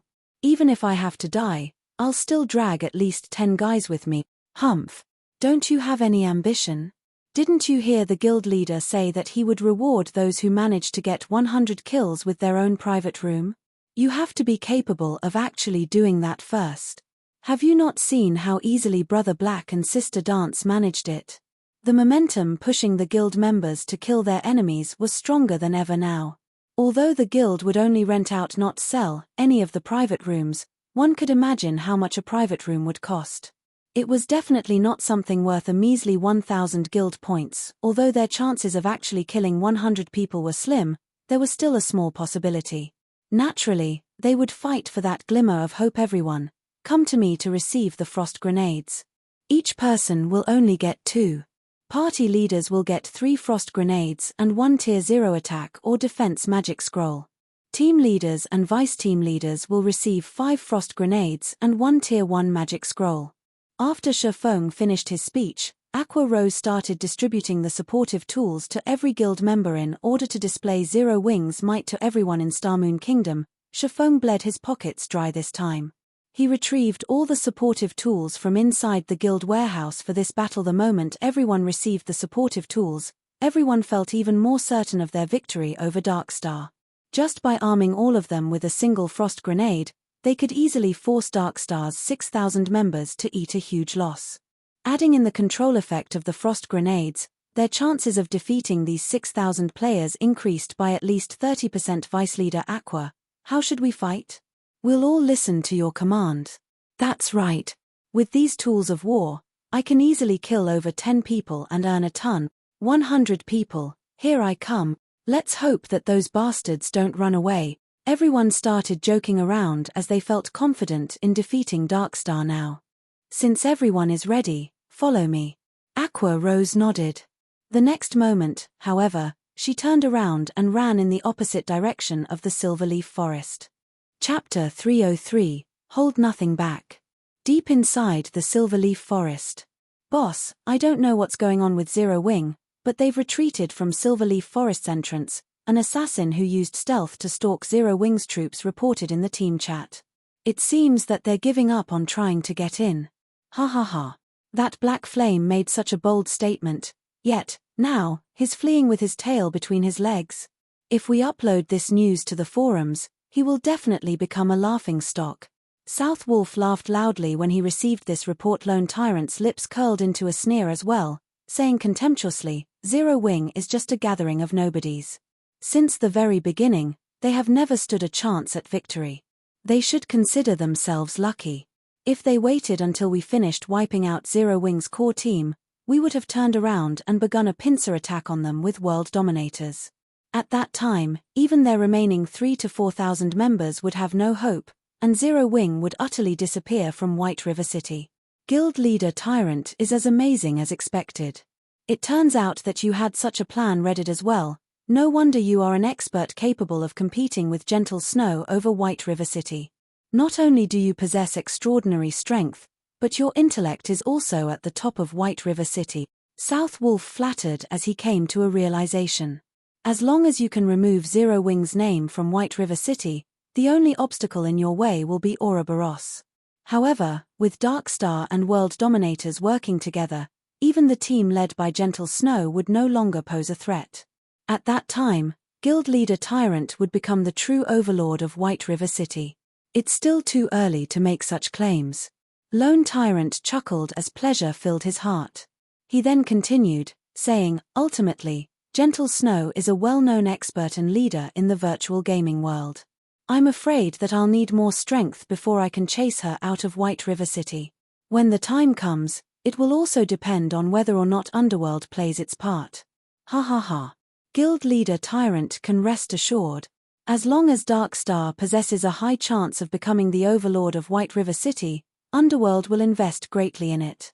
When the time comes, Underworld will send even more experts to help Darkstar solidify its position as overlord.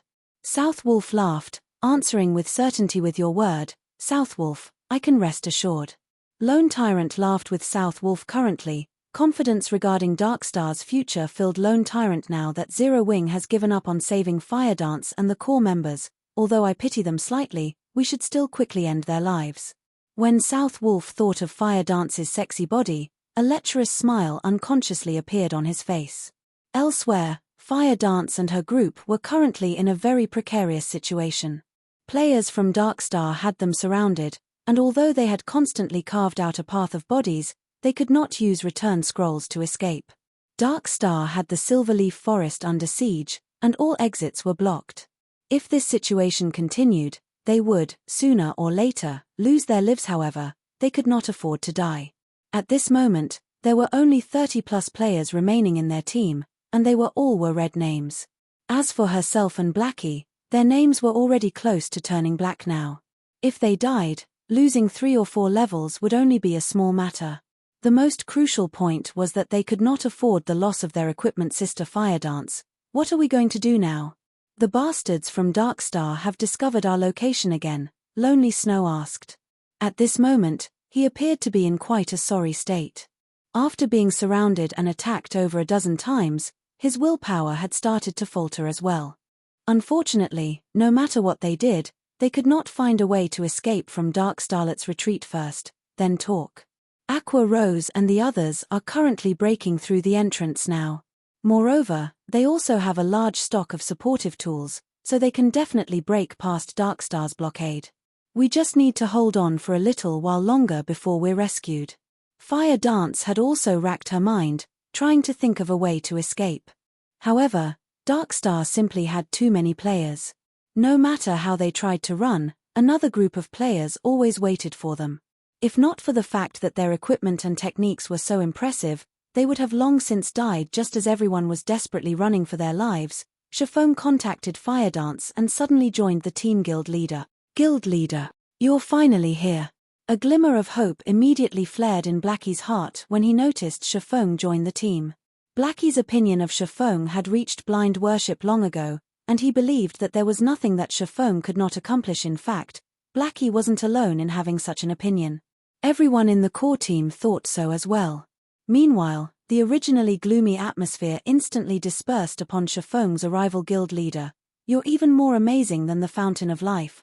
By simply joining the team, you have caused everyone's spirits to recover instantly. Their fighting powers have doubled.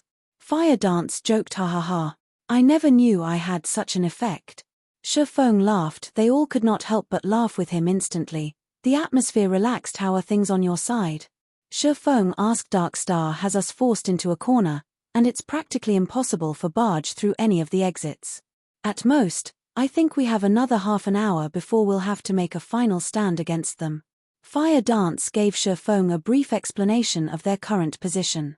Meanwhile, as a veteran of the battlefield, Chiffon quickly grasped the general situation. If Fire Dance and her group faced Darkstar's 3,000 players in direct combat, the conclusion would be obvious. Even if they had Chiffon with them, the result would be the same. After a long moment of silence. I understand. Head to these coordinates. I'll meet you guys there, Chiffon said. Now that Fire Dance's group had been forced to such a corner, even Chiffon could not turn the tides. Darkstar had 3,000 players fighting for them, not just 1 or 200. At this stage of the game, most players should have already learned quite a few skills, and of them, there would definitely be a few life-saving skills. Furthermore, their fighting techniques would have improved greatly. It was no longer possible for Chiffon to slaughter them by the hundreds as he had with Martial Union. Fortunately, Chiffon was very familiar with the Silverleaf Forest. After giving it some thought, he concluded that there was only one location Fire Dance and the others could head to survive. The chances for survival was less than 30%. However, a 30% chance of survival was far better than none at all. After all, if they faced Darkstar's 3,000-strong army, they would die 10 out of 10 times. Hopefully, Aqua Rose can take action quickly.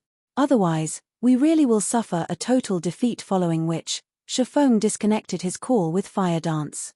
He then activated the 7 Luminaries ring space movement once more, teleporting to the meeting location that he gave Fire Dance's group. Although Guild War orders could seal off the usage of teleportation scrolls, they were completely useless against the power of the 7 Luminaries ring.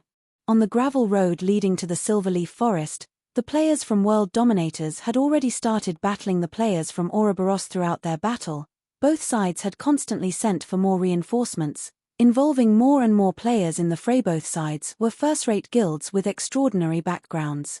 To hinder Gentle Snow's advance, World Dominators had sent over 10,000 players to this fight. Meanwhile, Gentle Snow had even more players on her side. Currently, her army had increased to over 14,000 players.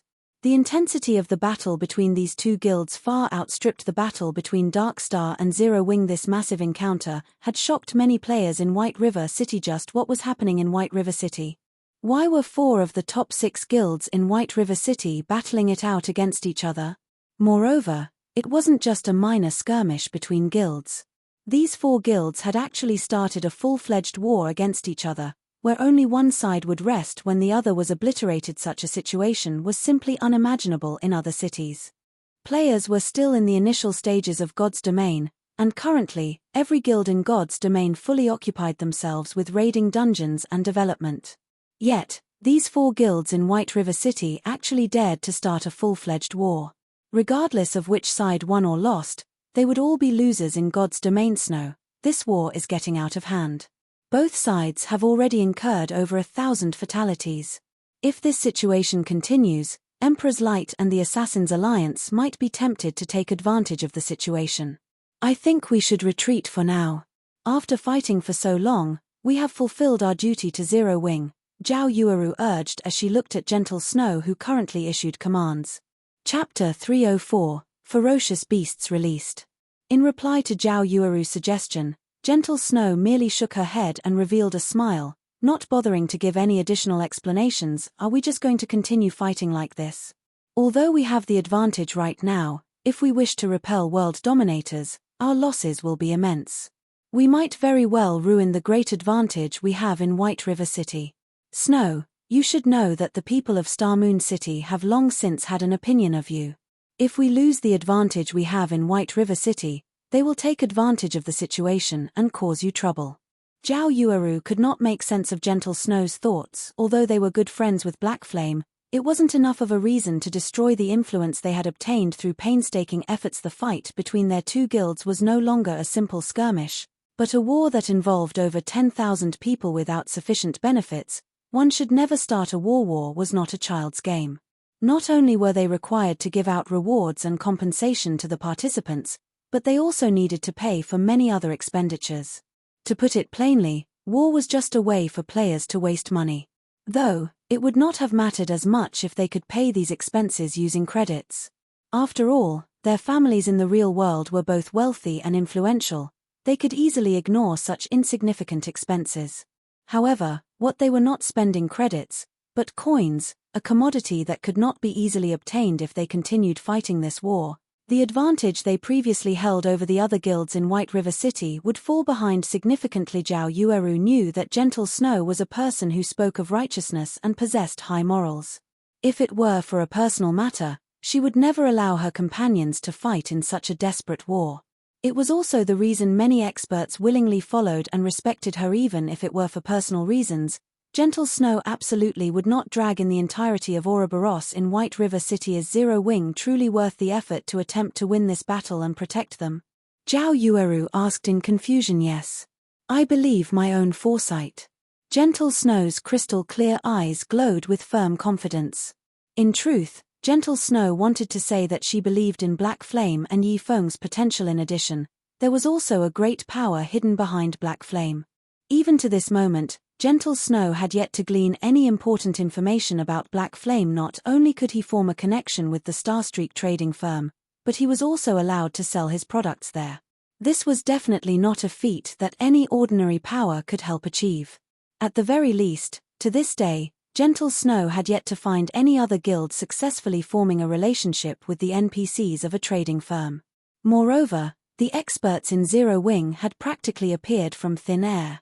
If one claimed that no power supported Zero Wing from behind, then how was it even possible for a recently established guild like Zero Wing to draw in so many experts? Hence, Gentle Snow felt confident that she had made the right decision. However, if Gentle Snow discovered that Shifeng had simply recruited people in Jinhai City who had been experts in the past, just what would her expression be? As the desperate battle between Ouroboros and World Dominators continued, the vice leader of World Dominators, Blood Halberd, experienced a slight headache. Has that Gentle Snow gone insane? Isn't she just helping out some foreign guild? Is there a need to try so desperately? Blood Halberd appeared disappointed and confused as he looked at the casualty report he had received. As of this moment, they had lost over 1,500 players. Just the compensation they had to pay out had already reached astronomical amounts. The more Blood Halberd read the death toll written in the report, the darker his expression became. No matter how he considered things, World Dominators would undertake a huge loss this time. Guild leader Tyrant, World Dominators has incurred an immense loss due to your great plan. If you don't compensate us appropriately, don't blame me if the relationship between our guilds turns sour. Blood Halberd was furious now. He felt that Lone Tyrant had used him as cannon fodder. Vice Leader Blood, please calm your anger. This entire incident was purely an accident. I did not expect Gentle Snow to be a madman. Rest assured, I will definitely compensate you for your losses. Lone Tyrant agreed to Blood Halberd's demands without hesitation. Or to put it in another way, he did not dare hesitate. Although Darkstar was powerful in White River City, It was still weaker than Ouroboros. If a misunderstanding occurred with world dominators, it would be a disaster if they joined hands with Ouroboros to deal with Darkstar. Hence, Lone Tyrant had no choice but to compensate them. After all, he was the one who had requested world dominators to hinder Ouroboros.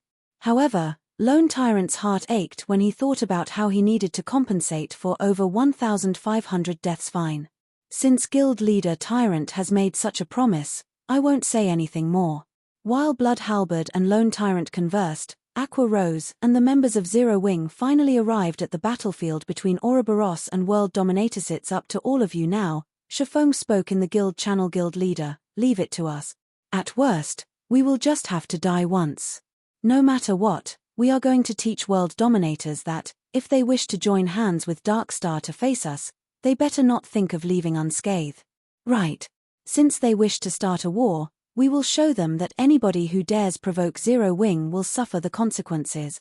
Energy filled the 3,000+ members of Zero Wing that had hurried to the battlefield. The moment Shafong gave the order, they would instantly transform into ferocious beasts and tear apart their enemies. Good, listen to my command. Assassins, your job is to use stealth and sneak over to World Dominators' healers. Shield Warriors, Guardian Knights, Berserkers, and Swordsmen, all of you are to charge into the heart of World Dominators and break their formation. Healers, follow the group closely and keep everyone in the unit alive. As for ranged attackers, block their path of retreat. We will not let a single one of them leave here alive. Aqua Rose will be in charge of commanding the ranged classes. Under Shafong's commands, everyone from Zero Wing took organized action. Very quickly, more than 300 assassins snuck to World Dominators' rear lines. Meanwhile, as all of the players from World Dominators were occupied with their battle against Ouroboros, none of them managed to discover the forces of Zero Wing arriving behind them, let alone the assassins sneaking up on them. Assassins, confirm your targets. Have 2 people deal with each target and kill the healers with certainty. Do not give World Dominators a chance to react, Shafong said in the Guild Channel. Guild Leader, we're in position, the assassin party leader reported. Good. On the count to 5, take action together. After the assassins make their move, Shield Warriors and Guardian Knights, remember to activate your life-saving skills immediately as you start your charge. You all are to become a wall for everyone else and block of every bit of damage sent at you. As you move closer to World Dominators, everyone is to attack using the frost grenades that you received to break their first line of defense. Afterward, shatter their formation. Does everyone understand? Shafong said, following which, as Shafong started his countdown, everyone began to grow nervous. It was especially true for the assassins tasked with launching the first attacks. Meanwhile, the healers of World Dominators stood comfortably in their positions as they carried out their duties. None of them had any sense of danger instilled in them at all. However, they could not be blamed for this. After all, they had an army of over 10,000 strong between the perceived enemy and themselves.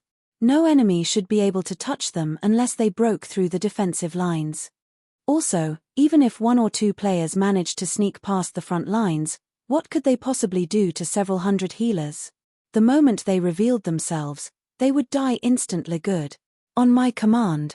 5, 4, 3, 2, 1 kill. Let not a single one of them go. After Shafong's shout, all 300+ assassins took action simultaneously, with every 2 assassins launching attacks on a single healer. When ambushed by an assassin, any ordinary healer would lose more than half of their HP, let alone an ambush by 2 elite assassins. Momentarily, many of World Dominators' healers felt a sting at the back of their heads. After they were forced into a fainted state, 2 piercing cold daggers slashed across their necks, followed by 2 frightening damages appearing above their heads. In the next moment, their bodies were no longer under their control. In the blink of an eye, World Dominators lost close to 200 healers. Immediately, Zero Wing's melee players began their charge. A moment later, Aqua Rose used a guild war order to lock down the entire region, preventing any from using a return scroll to leave the battlefield. Chapter 305, Zero Wing's Might. The sudden loss of almost 200 healers stunned everyone from World Dominators. It's an ambush. Run. Faced with several hundred assassins so close without any protectors by their side, the only way the healers of World Dominators could escape death was to run towards the main army of World Dominators. However, healers were inherently slow.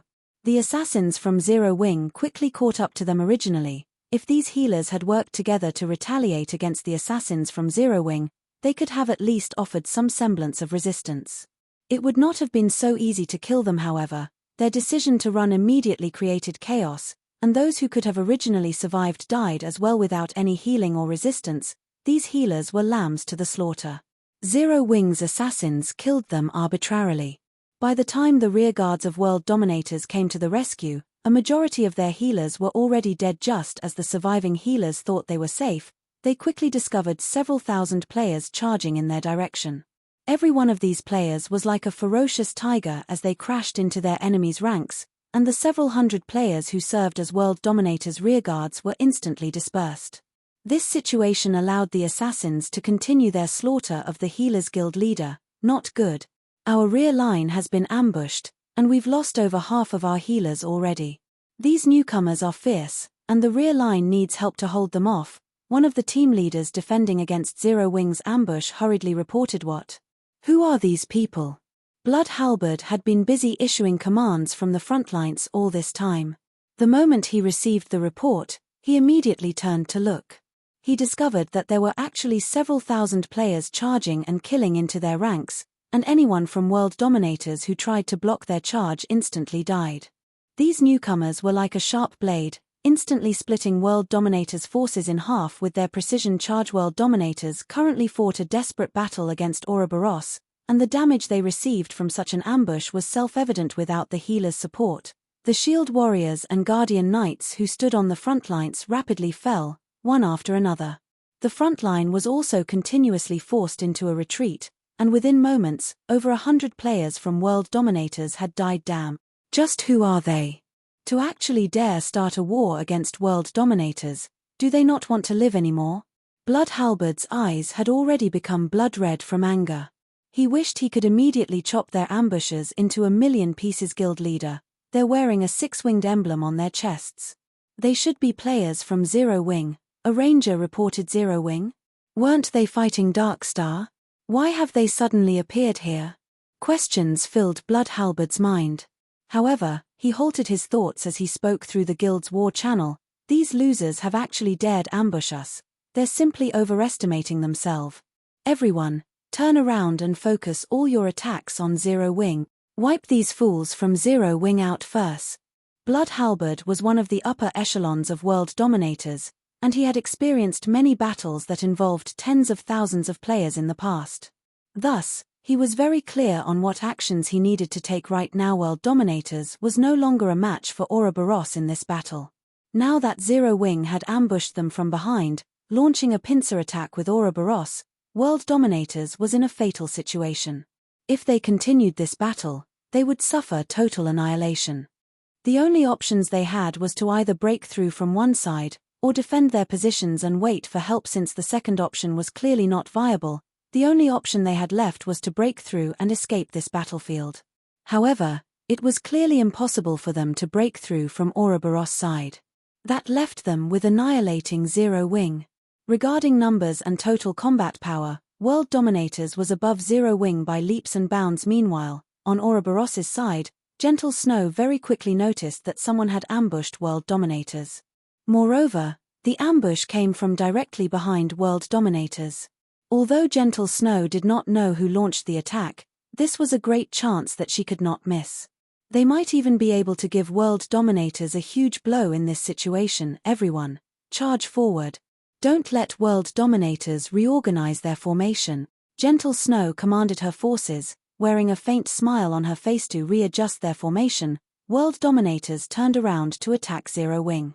Unfortunately, that decision came at a high price. Unwittingly, World Dominators lost thousands of their members. Blood Halberd's heart bled at this sight. Although they had fought Ouroboros for a long time, they had only lost around 1,000 or so players. Now, in just a few short minutes, they lost several times that amount. Kill. Annihilate Zero Wing. Blood Halberd bellowed through the guild channel as he pointed his sword at Zero Wing's 3,000 members. Currently, World Dominators still had close to 10,000 players alive. It would be an easy task for them to deal with just 3,000 players. Both sides immediately entered a desperate struggle, flames, and arrows filling the skies. A few independent players that stood a distance away were thoroughly shocked when they witnessed this scene. This battle was far more realistic and shocking than any movie they had watched before. Sounds of smashing and swords clashing filled the surroundings. There was also the constant stream of spells bombarding the land, sending debris and dust flying into the air. This was truly a bloody battlefield. In this battlefield, personal strength was insignificant. When struck by hundreds of fireballs and frost arrows, even the most powerful MTS would die instantly. Very good. It should be about time to use them now. Chiffon closely observed the battle through the live stream from Aqua Rose. After watching both sides clash for some time and seeing how closely packed the players on the enemy's side were, Chiffon commanded in the guild channel, "Use all your frost grenades and magic scrolls now. Hold nothing back and use all of them at once." The members of Zero Wing, who had long since hungered for this moment, immediately tossed the frost grenades in their hands. This time around, the members of Zero Wing only used basic frost grenades. Moreover, frost grenades were only half as effective when used against players, so each basic frost grenade only dealt 100 damage to players. However, with several thousand players using them simultaneously, the accumulated damage could easily exceed 10,000 points. Currently, a majority of the players in God's domain were around level 15, and even top-tier experts would be level 20 at best. Meanwhile, a level 20 shield warrior or guardian knight would only have around 3,000 HP. In the face of so many basic frost grenades, these players were cannon fodder. They could die at any given moment. Shortly after the basic frost grenades were thrown, a large swath of players from World Dominators died. As for those lucky enough to survive, they transformed into pure white ice sculptures immediately. The reinforcements from World Dominators who were just about to charge over were stunned stiff on the spot, intense fear permeating their hearts. As for Gentle Snow, who stood at a far distance, she had only noticed the center of the battlefield suddenly transforming into a snowy field. In this lush, green land surrounded by blistering hot temperatures, this white contrast made for relatively beautiful scenery. However, Blood Halberd was not in the mood to appreciate this pleasing sight. Zero Wing's combined frost grenade attack had instantly killed over 1,000 players. Adding in the follow-up control effect of the frost grenades and Ouroboros' continuous assault from behind, the death toll in this brief moment was at least 3,000. Moreover, even without this wave of frost grenades, Blood Halberd had discovered something very important. Although Zero Wing only had around 3,000 members, a large majority of them were elite players. Not only did they possess high levels, but their equipment was also of good quality. With these two advantages, these players could easily take on 2 to 3 average players. If the 10,000 or so players of World Dominators faced off against 3,000 average players, it would not take them very long to annihilate the latter and break out of this pincer attack. However, it was a completely different story if they faced 3,000 elite players. There was absolutely no way to break through this hurdle in a short time. Not to mention, they also had to pay a huge price to do so. It was the same situation when World Dominators had initially hindered Ouroboros' advance towards the Silverleaf Forest. At that time, they had only used several hundred elite players to block Ouroboros' army of 2,000 players. Now that World Dominators faced 3,000 elite players, in addition to the previous frost grenade attack, Blood Halberd began to consider suicide. If he had known about this earlier, he would have chosen to break through the pincer attack through Ouroboros' side. It would have been much easier that way. How did Zero Wing come into possession so many elite players? Blood Halberd could neither understand why nor did he try to understand it, as there was only one thing he could do right now. Everyone, listen to my command. All of you use return scrolls and leave this place immediately. Blood Halberd shouted reluctantly in the guild channel. This could not be helped. If they received several more waves of frost grenade attacks from Zero Wing, in addition to Ouroboros' assault, World Dominators would be annihilated. There was only one thing they could do now: escape. Although it would be both costly and time-consuming to use return scrolls, and even more people would die, it was a much better alternative than suffering total annihilation. Guild leader, this is not good. This area has been sealed. We can't use return scrolls. Chapter 306, The Price of Being a Passerby. His subordinates' report stunned Blood Halberd. Do they really intend to fight to the bitter end? Blood Halberd's eyes turned crimson, his current mood similar to an imminent volcanic eruption. With the entire area sealed off, preventing the use of return scrolls, world dominators had no way to escape the steep slopes on both sides of this area, left only one line of movement available. One could only advance forward or retreat backward. There was no third option available. Right now, however, Ouroboros blocked the road back to the city, while Zero Wing blocked the road to the Silverleaf Forest originally. Blood Halberd felt only contempt for Zero Wing's attempt to launch a pincer attack on world dominators. Now that he had personally witnessed Zero Wing's strength, however, Blood Halberd no longer dared underestimate Zero Wing. Whether it was Ouroboros or Zero Wing, neither of them was easy to deal with. Blood Halberd's current situation could be perfectly described as being stuck between a rock and a hard place. However, inaction would similarly result in world dominators' complete annihilation. Originally, world dominators had come to this place simply to aid Darkstar in delaying Ouroboros's advance. Now, however, they had become the center of the war. Everyone, defensive formation. Blood Halberd commanded after a bit of thought. Not daring to delay any longer, the members of world dominators immediately formed a circle to repel attacks from both sides and reduce their losses. Meanwhile, Blood Halberd sent out a communication request to Lone Tyrant. Originally, Lone Tyrant was still joyous over locating Fire Dance's group. However, he suddenly received an urgent call from Blood Halberd Vice Leader Blood. I will definitely send over the compensation after this entire matter is dealt with. Please stop rushing me, Lone Tyrant said, slightly annoyed. Compensation? Blood Halberd's anger boiled over when he heard this word. Originally, Darkstar was the one responsible for dealing with Zero Wing. However, world dominators now had to handle both Zero Wing and Ouroboros, placing Blood Halberd's guild in such a dangerous situation. Was this something mere compensation could make up for? Guild Leader Tyrant, I promised to help you delay Ouroboros, not to start an all-out war with them. Now, not only have you let Zero Wing's forces run away, you're even making world dominators face two guilds at once. Meanwhile, you, Guild Leader Tyrant, only know how to utter the word compensation. Guild Leader Tyrant, you're good. You're very good. The more Blood Halberd spoke, the angrier he got.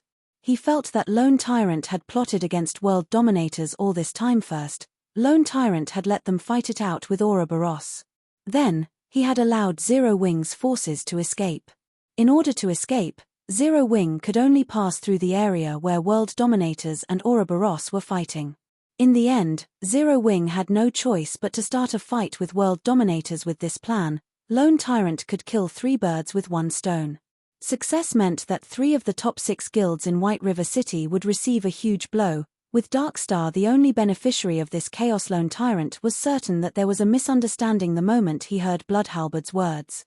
After all, he had not intentionally allowed Zero Wing to escape. Instead, the players from Zero Wing had left on their own, and they just happened to encounter world dominators on their way back, which resulted in world dominators suffering a pincer attack. Everything was simply a coincidence. As for Zero Wing's decision to directly oppose world dominators, any normal person would not do that currently. Darkstar was in an all-out war with Zero Wing, a war that would end only when one side was completely annihilated. Just before, Black Flame had even publicly declared that he would make Darkstar pay the price of 30,000 people. So, why would they suddenly go and provoke a first-rate guild like world dominators? Only a person who wished to die a quicker death or a person with brain damage would declare war simultaneously on 2 of the top 6 guilds in White River City. However, no matter what Lone Tyrant said now, Blood Halberd definitely would not believe him. Hence, Lone Tyrant hurriedly said, Vice Leader Blood, I truly know nothing about this matter. I'll send my army over there right away. If we execute a pincer attack, I'm sure we can wipe out Zero Wing. Well, come quickly, then. Blood Halberd shouted in rage. The more he listened to Lone Tyrant speak, the more disgusted he was with this person. Lone Tyrant had actually used world dominators as bait. However, the priority right now was for the guild to escape this predicament. Everything else was secondary. Okay, I'll have them head over immediately. Lone Tyrant ended the call and promptly contacted his troops stationed outside the Silverleaf Forest. Of the 6,000 players there, Lone Tyrant sent 5,000 over to deal with Zero Wing, while the remaining 1,000 stayed behind to continue blocking the exits of the Silverleaf Forest. However, as time slowly passed, World Dominator's situation turned grimmer and grimmer. Zero Wing's 3,000 elites were incredibly zealous. After several consecutive charges, Although Zero Wing lost several hundred of their members, World Dominators lost at least 3 to 4 times that number. Not to mention, Ouroboros was also madly assaulting them on the other side. After gathering up his courage, one of the team leaders of the elite teams, Lonely, walked up to Blood Halberd and asked in a soft tone, "Guild leader, if this situation continues, we'll definitely be finished. Are the reinforcements from Darkstar not here yet?" If the elite members of World Dominators were to lose 2 or 3 levels, in addition to most of the weapons and equipment on their bodies, World Dominators would definitely not be able to compete for White River City any longer. I know that. But they still need around 10 minutes before they can arrive. At this moment, Blood Halberd's heart was bleeding in pain. However, he was helpless in this situation, unless of course Zero Wing or Ouroboros showed mercy and let them go. Blood Halberd's eyes shone when this thought occurred to him. He was not out of options yet. World Dominators and Ouroboros were bitter enemies, so it was obviously impossible to ask Ouroboros to show mercy. However, there was a slight possibility of success with Zero Wing. After all, World Dominators had never come into direct conflict with Zero Wing before. Also, Zero Wing's main enemy was Darkstar, while World Dominators was simply a passerby in this matter. Hence, Blood Halberd immediately tried to contact Shifeng Vice Leader Halberd. "To what do I owe this pleasure?" Shifeng asked, a smile on his face. When he received Blood Halberd's call, he had chosen to accept it right away. "Guild leader Black Flame, the war between our guilds is just a misunderstanding. World Dominators has a feud only with Ouroboros. We came here simply to fight Ouroboros, and we truly never intended to fight your guild. In regard to the losses and inconvenience caused to your guild, I can compensate you on behalf of World Dominators. As long as Zero Wing stops attacking us right now, I will immediately have our guild's finance department send over 1 million credits to serve as compensation. What do you think, Guild leader Black Flame?" Although Blood Halberd had tried to speak casually, he could not completely hide the panic in his tone. After all, at least one elite member of World Dominators was dying with each passing second. 1 million credits in past virtual reality games, even well-known gaming workshops needed a month's time to earn such a sum. Hence, Blood Halberd's offer of 1 million clearly showed his sincerity, so it was all a misunderstanding. Shifeng acted as if he had come to a sudden realization, letting Blood Halberd feel a hint of hope. However, before Blood Halberd could even feel joy, Shifeng's tone changed abruptly as he said, "I am moved by Vice Leader Halberd's generosity. Sadly, one of my shortcomings as a person is that I am extremely headstrong. Since it is a misunderstanding, let us just continue this misunderstanding, then. You're making an enemy out of World Dominators. Aren't you afraid of our retaliation?" Blood Halberd screamed in anger. "Vice Leader Halberd, what's there to get angry about? The moment we started playing this game, we were bound to meet with some trouble. If you aren't even prepared to suffer such a small setback, I think it is better for you to retire sooner rather than later. Although World Dominators is only playing the role of a passerby in Darkstar's plan this time, by provoking Zero Wing, you also have to pay a terrible price." Shifeng chuckled. "However, don't you worry. Darkstar will soon be joining you all." After Shifeng disconnected the call, he then contacted Aqua Rose, saying, "No need to be polite. Leave none of them alive. Show everyone the consequences for those who dare to be a passerby and have thoughts about Zero Wing." Chapter 307, Famous in a Single War. Damn. This Black Flame is practically a mad dog that bites anyone it sees. Blood Halberd cursed. "I'll definitely remember this matter. If there is a chance in the future, I'll definitely not let him off. Vice Leader, we've lost too many healers. This long battle is also taking a heavy toll on the remaining healers' mana. They can't leave their combat status to use the magic spring, so they can only rely on mana recovery potions to replenish their mana. However, most of them have already consumed all the potions they have. If the reinforcements from Darkstar still don't arrive, we will definitely be finished," Lonely reported hurriedly. Naturally, Blood Halberd was aware of this matter. Before Zero Wing's intervention, World Dominators had been able to split its healers into 2 teams, with one team healing the players at the front and the other falling back to replenish their mana, and rotate them accordingly. However, Zero Wing's ambush had taken out over half of World Dominators' healers. If World Dominators were to insist on maintaining the rotation system, its death toll would at least double. Damn that lone tyrant. If he had not goaded me into hindering Ouroboros, we would not have fallen into this situation. Blood Halberd also hated Lone Tyrant greatly at this moment, regretting his decision to listen to him. If he had known that Zero Wing was so powerful, and also how insane Black Flame was, he definitely would have chosen to watch this entire affair play out from a safe distance. In the end, he now suffered from his own decision. Originally, there had already been a gap between World Dominators and Zero Wing in overall combat power. Now that World Dominators had lost the support of its healers, that gap had widened further following the crippling of World Dominators' healers. Its players were like wheat being reaped, their lives effortlessly harvested by the members of Zero Wing. In contrast, Zero Wing's healers carried out their task with great zeal.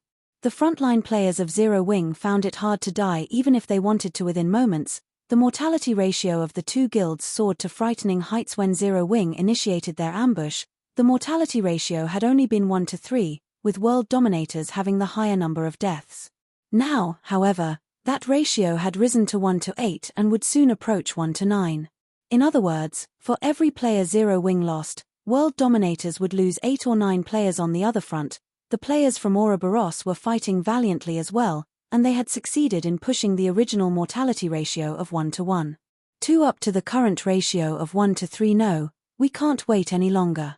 At this rate, we'll be completely annihilated by the time the reinforcements from Darkstar arrive. Both anger and grief filled Blood Halberd at this moment. World Dominators had started this war with over 10,000 members. Yet, now, only 5,000 or so members remained alive. Immediately, Blood Halberd shouted in the guild channel, "All of you, charge together with me. We're leaving with as many lives as we can." At Blood Halberd's command, everyone from World Dominators commenced a desperate charge while ignoring even the magical bombardments from enemy mags. Naturally, such an exodus only made it much easier for Zero Wing and Ouroboros to kill them. The price these two guilds had to pay also lessened greatly.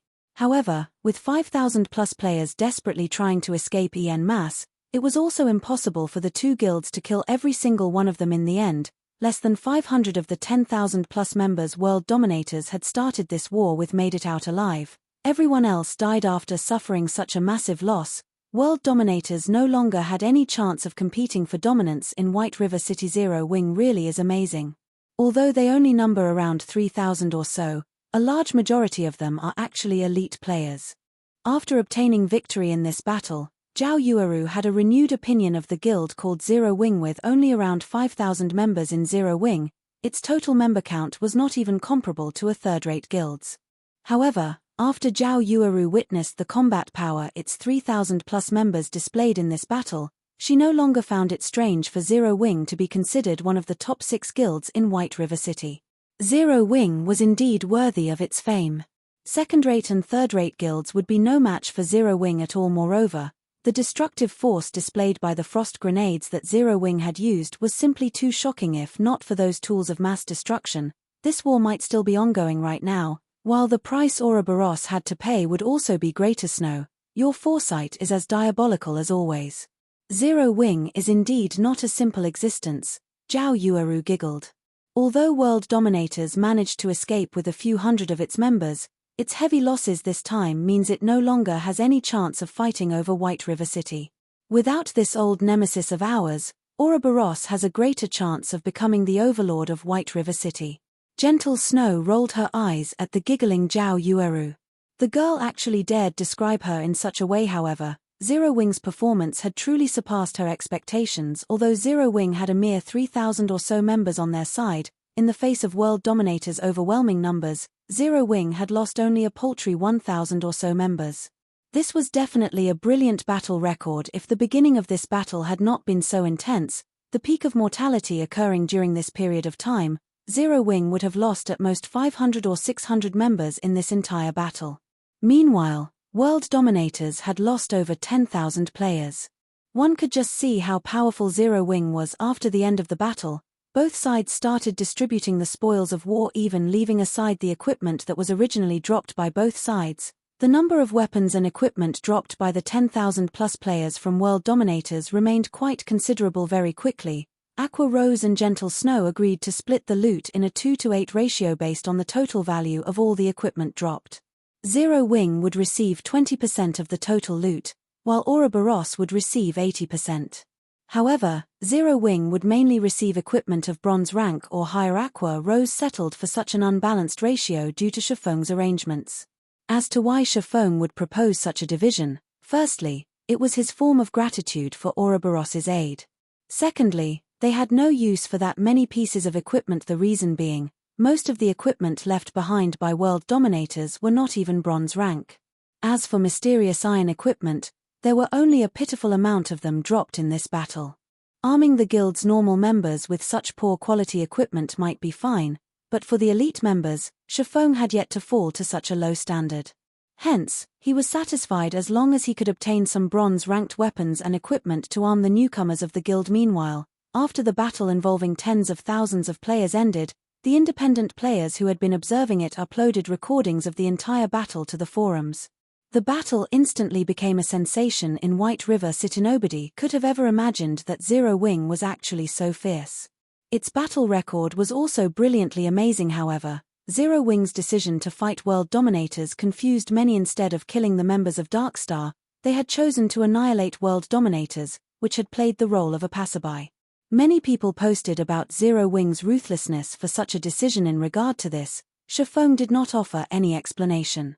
Even when Aqua Rose raised this matter to Shifeng, he only laughed it off without saying anything. In truth, Shifeng really did have his own motives for making such a decision. On one side, there was Darkstar, a guild supported by a gigantic existence like Underworld. On the other, there was World Dominators, a first-rate guild with an extraordinary background. If these two guilds cooperated to suppress Zero Wing, such an alliance would be detrimental to Zero Wing's development in White River City. Even with the help of Ouroboros, after Shifeng found out that these two guilds had joined hands, the first thing he thought to do was to annihilate World Dominators in White River City. Although World Dominators was a first-rate guild, their main force was not based in Star Moon Kingdom. There were countless cities in God's domain. After World Dominators spread its forces widely, it had only a few experts in each city.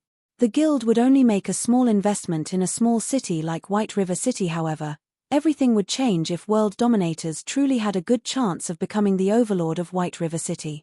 At such a time, the guild would definitely increase its investments greatly, and then, World Dominators' power in White River City would grow several-fold, making it even harder to deal with. In the past, Blood Halberd had achieved amazing feats in White River City.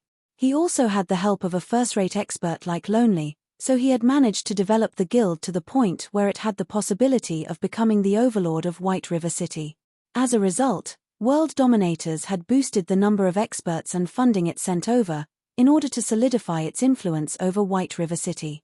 Thus, the guild's power in White River City greatly increased, and it became even more powerful than the current Ouroboros. Now that World Dominators had decided to oppose Zero Wing, Shifeng definitely could not allow it to develop in White River City.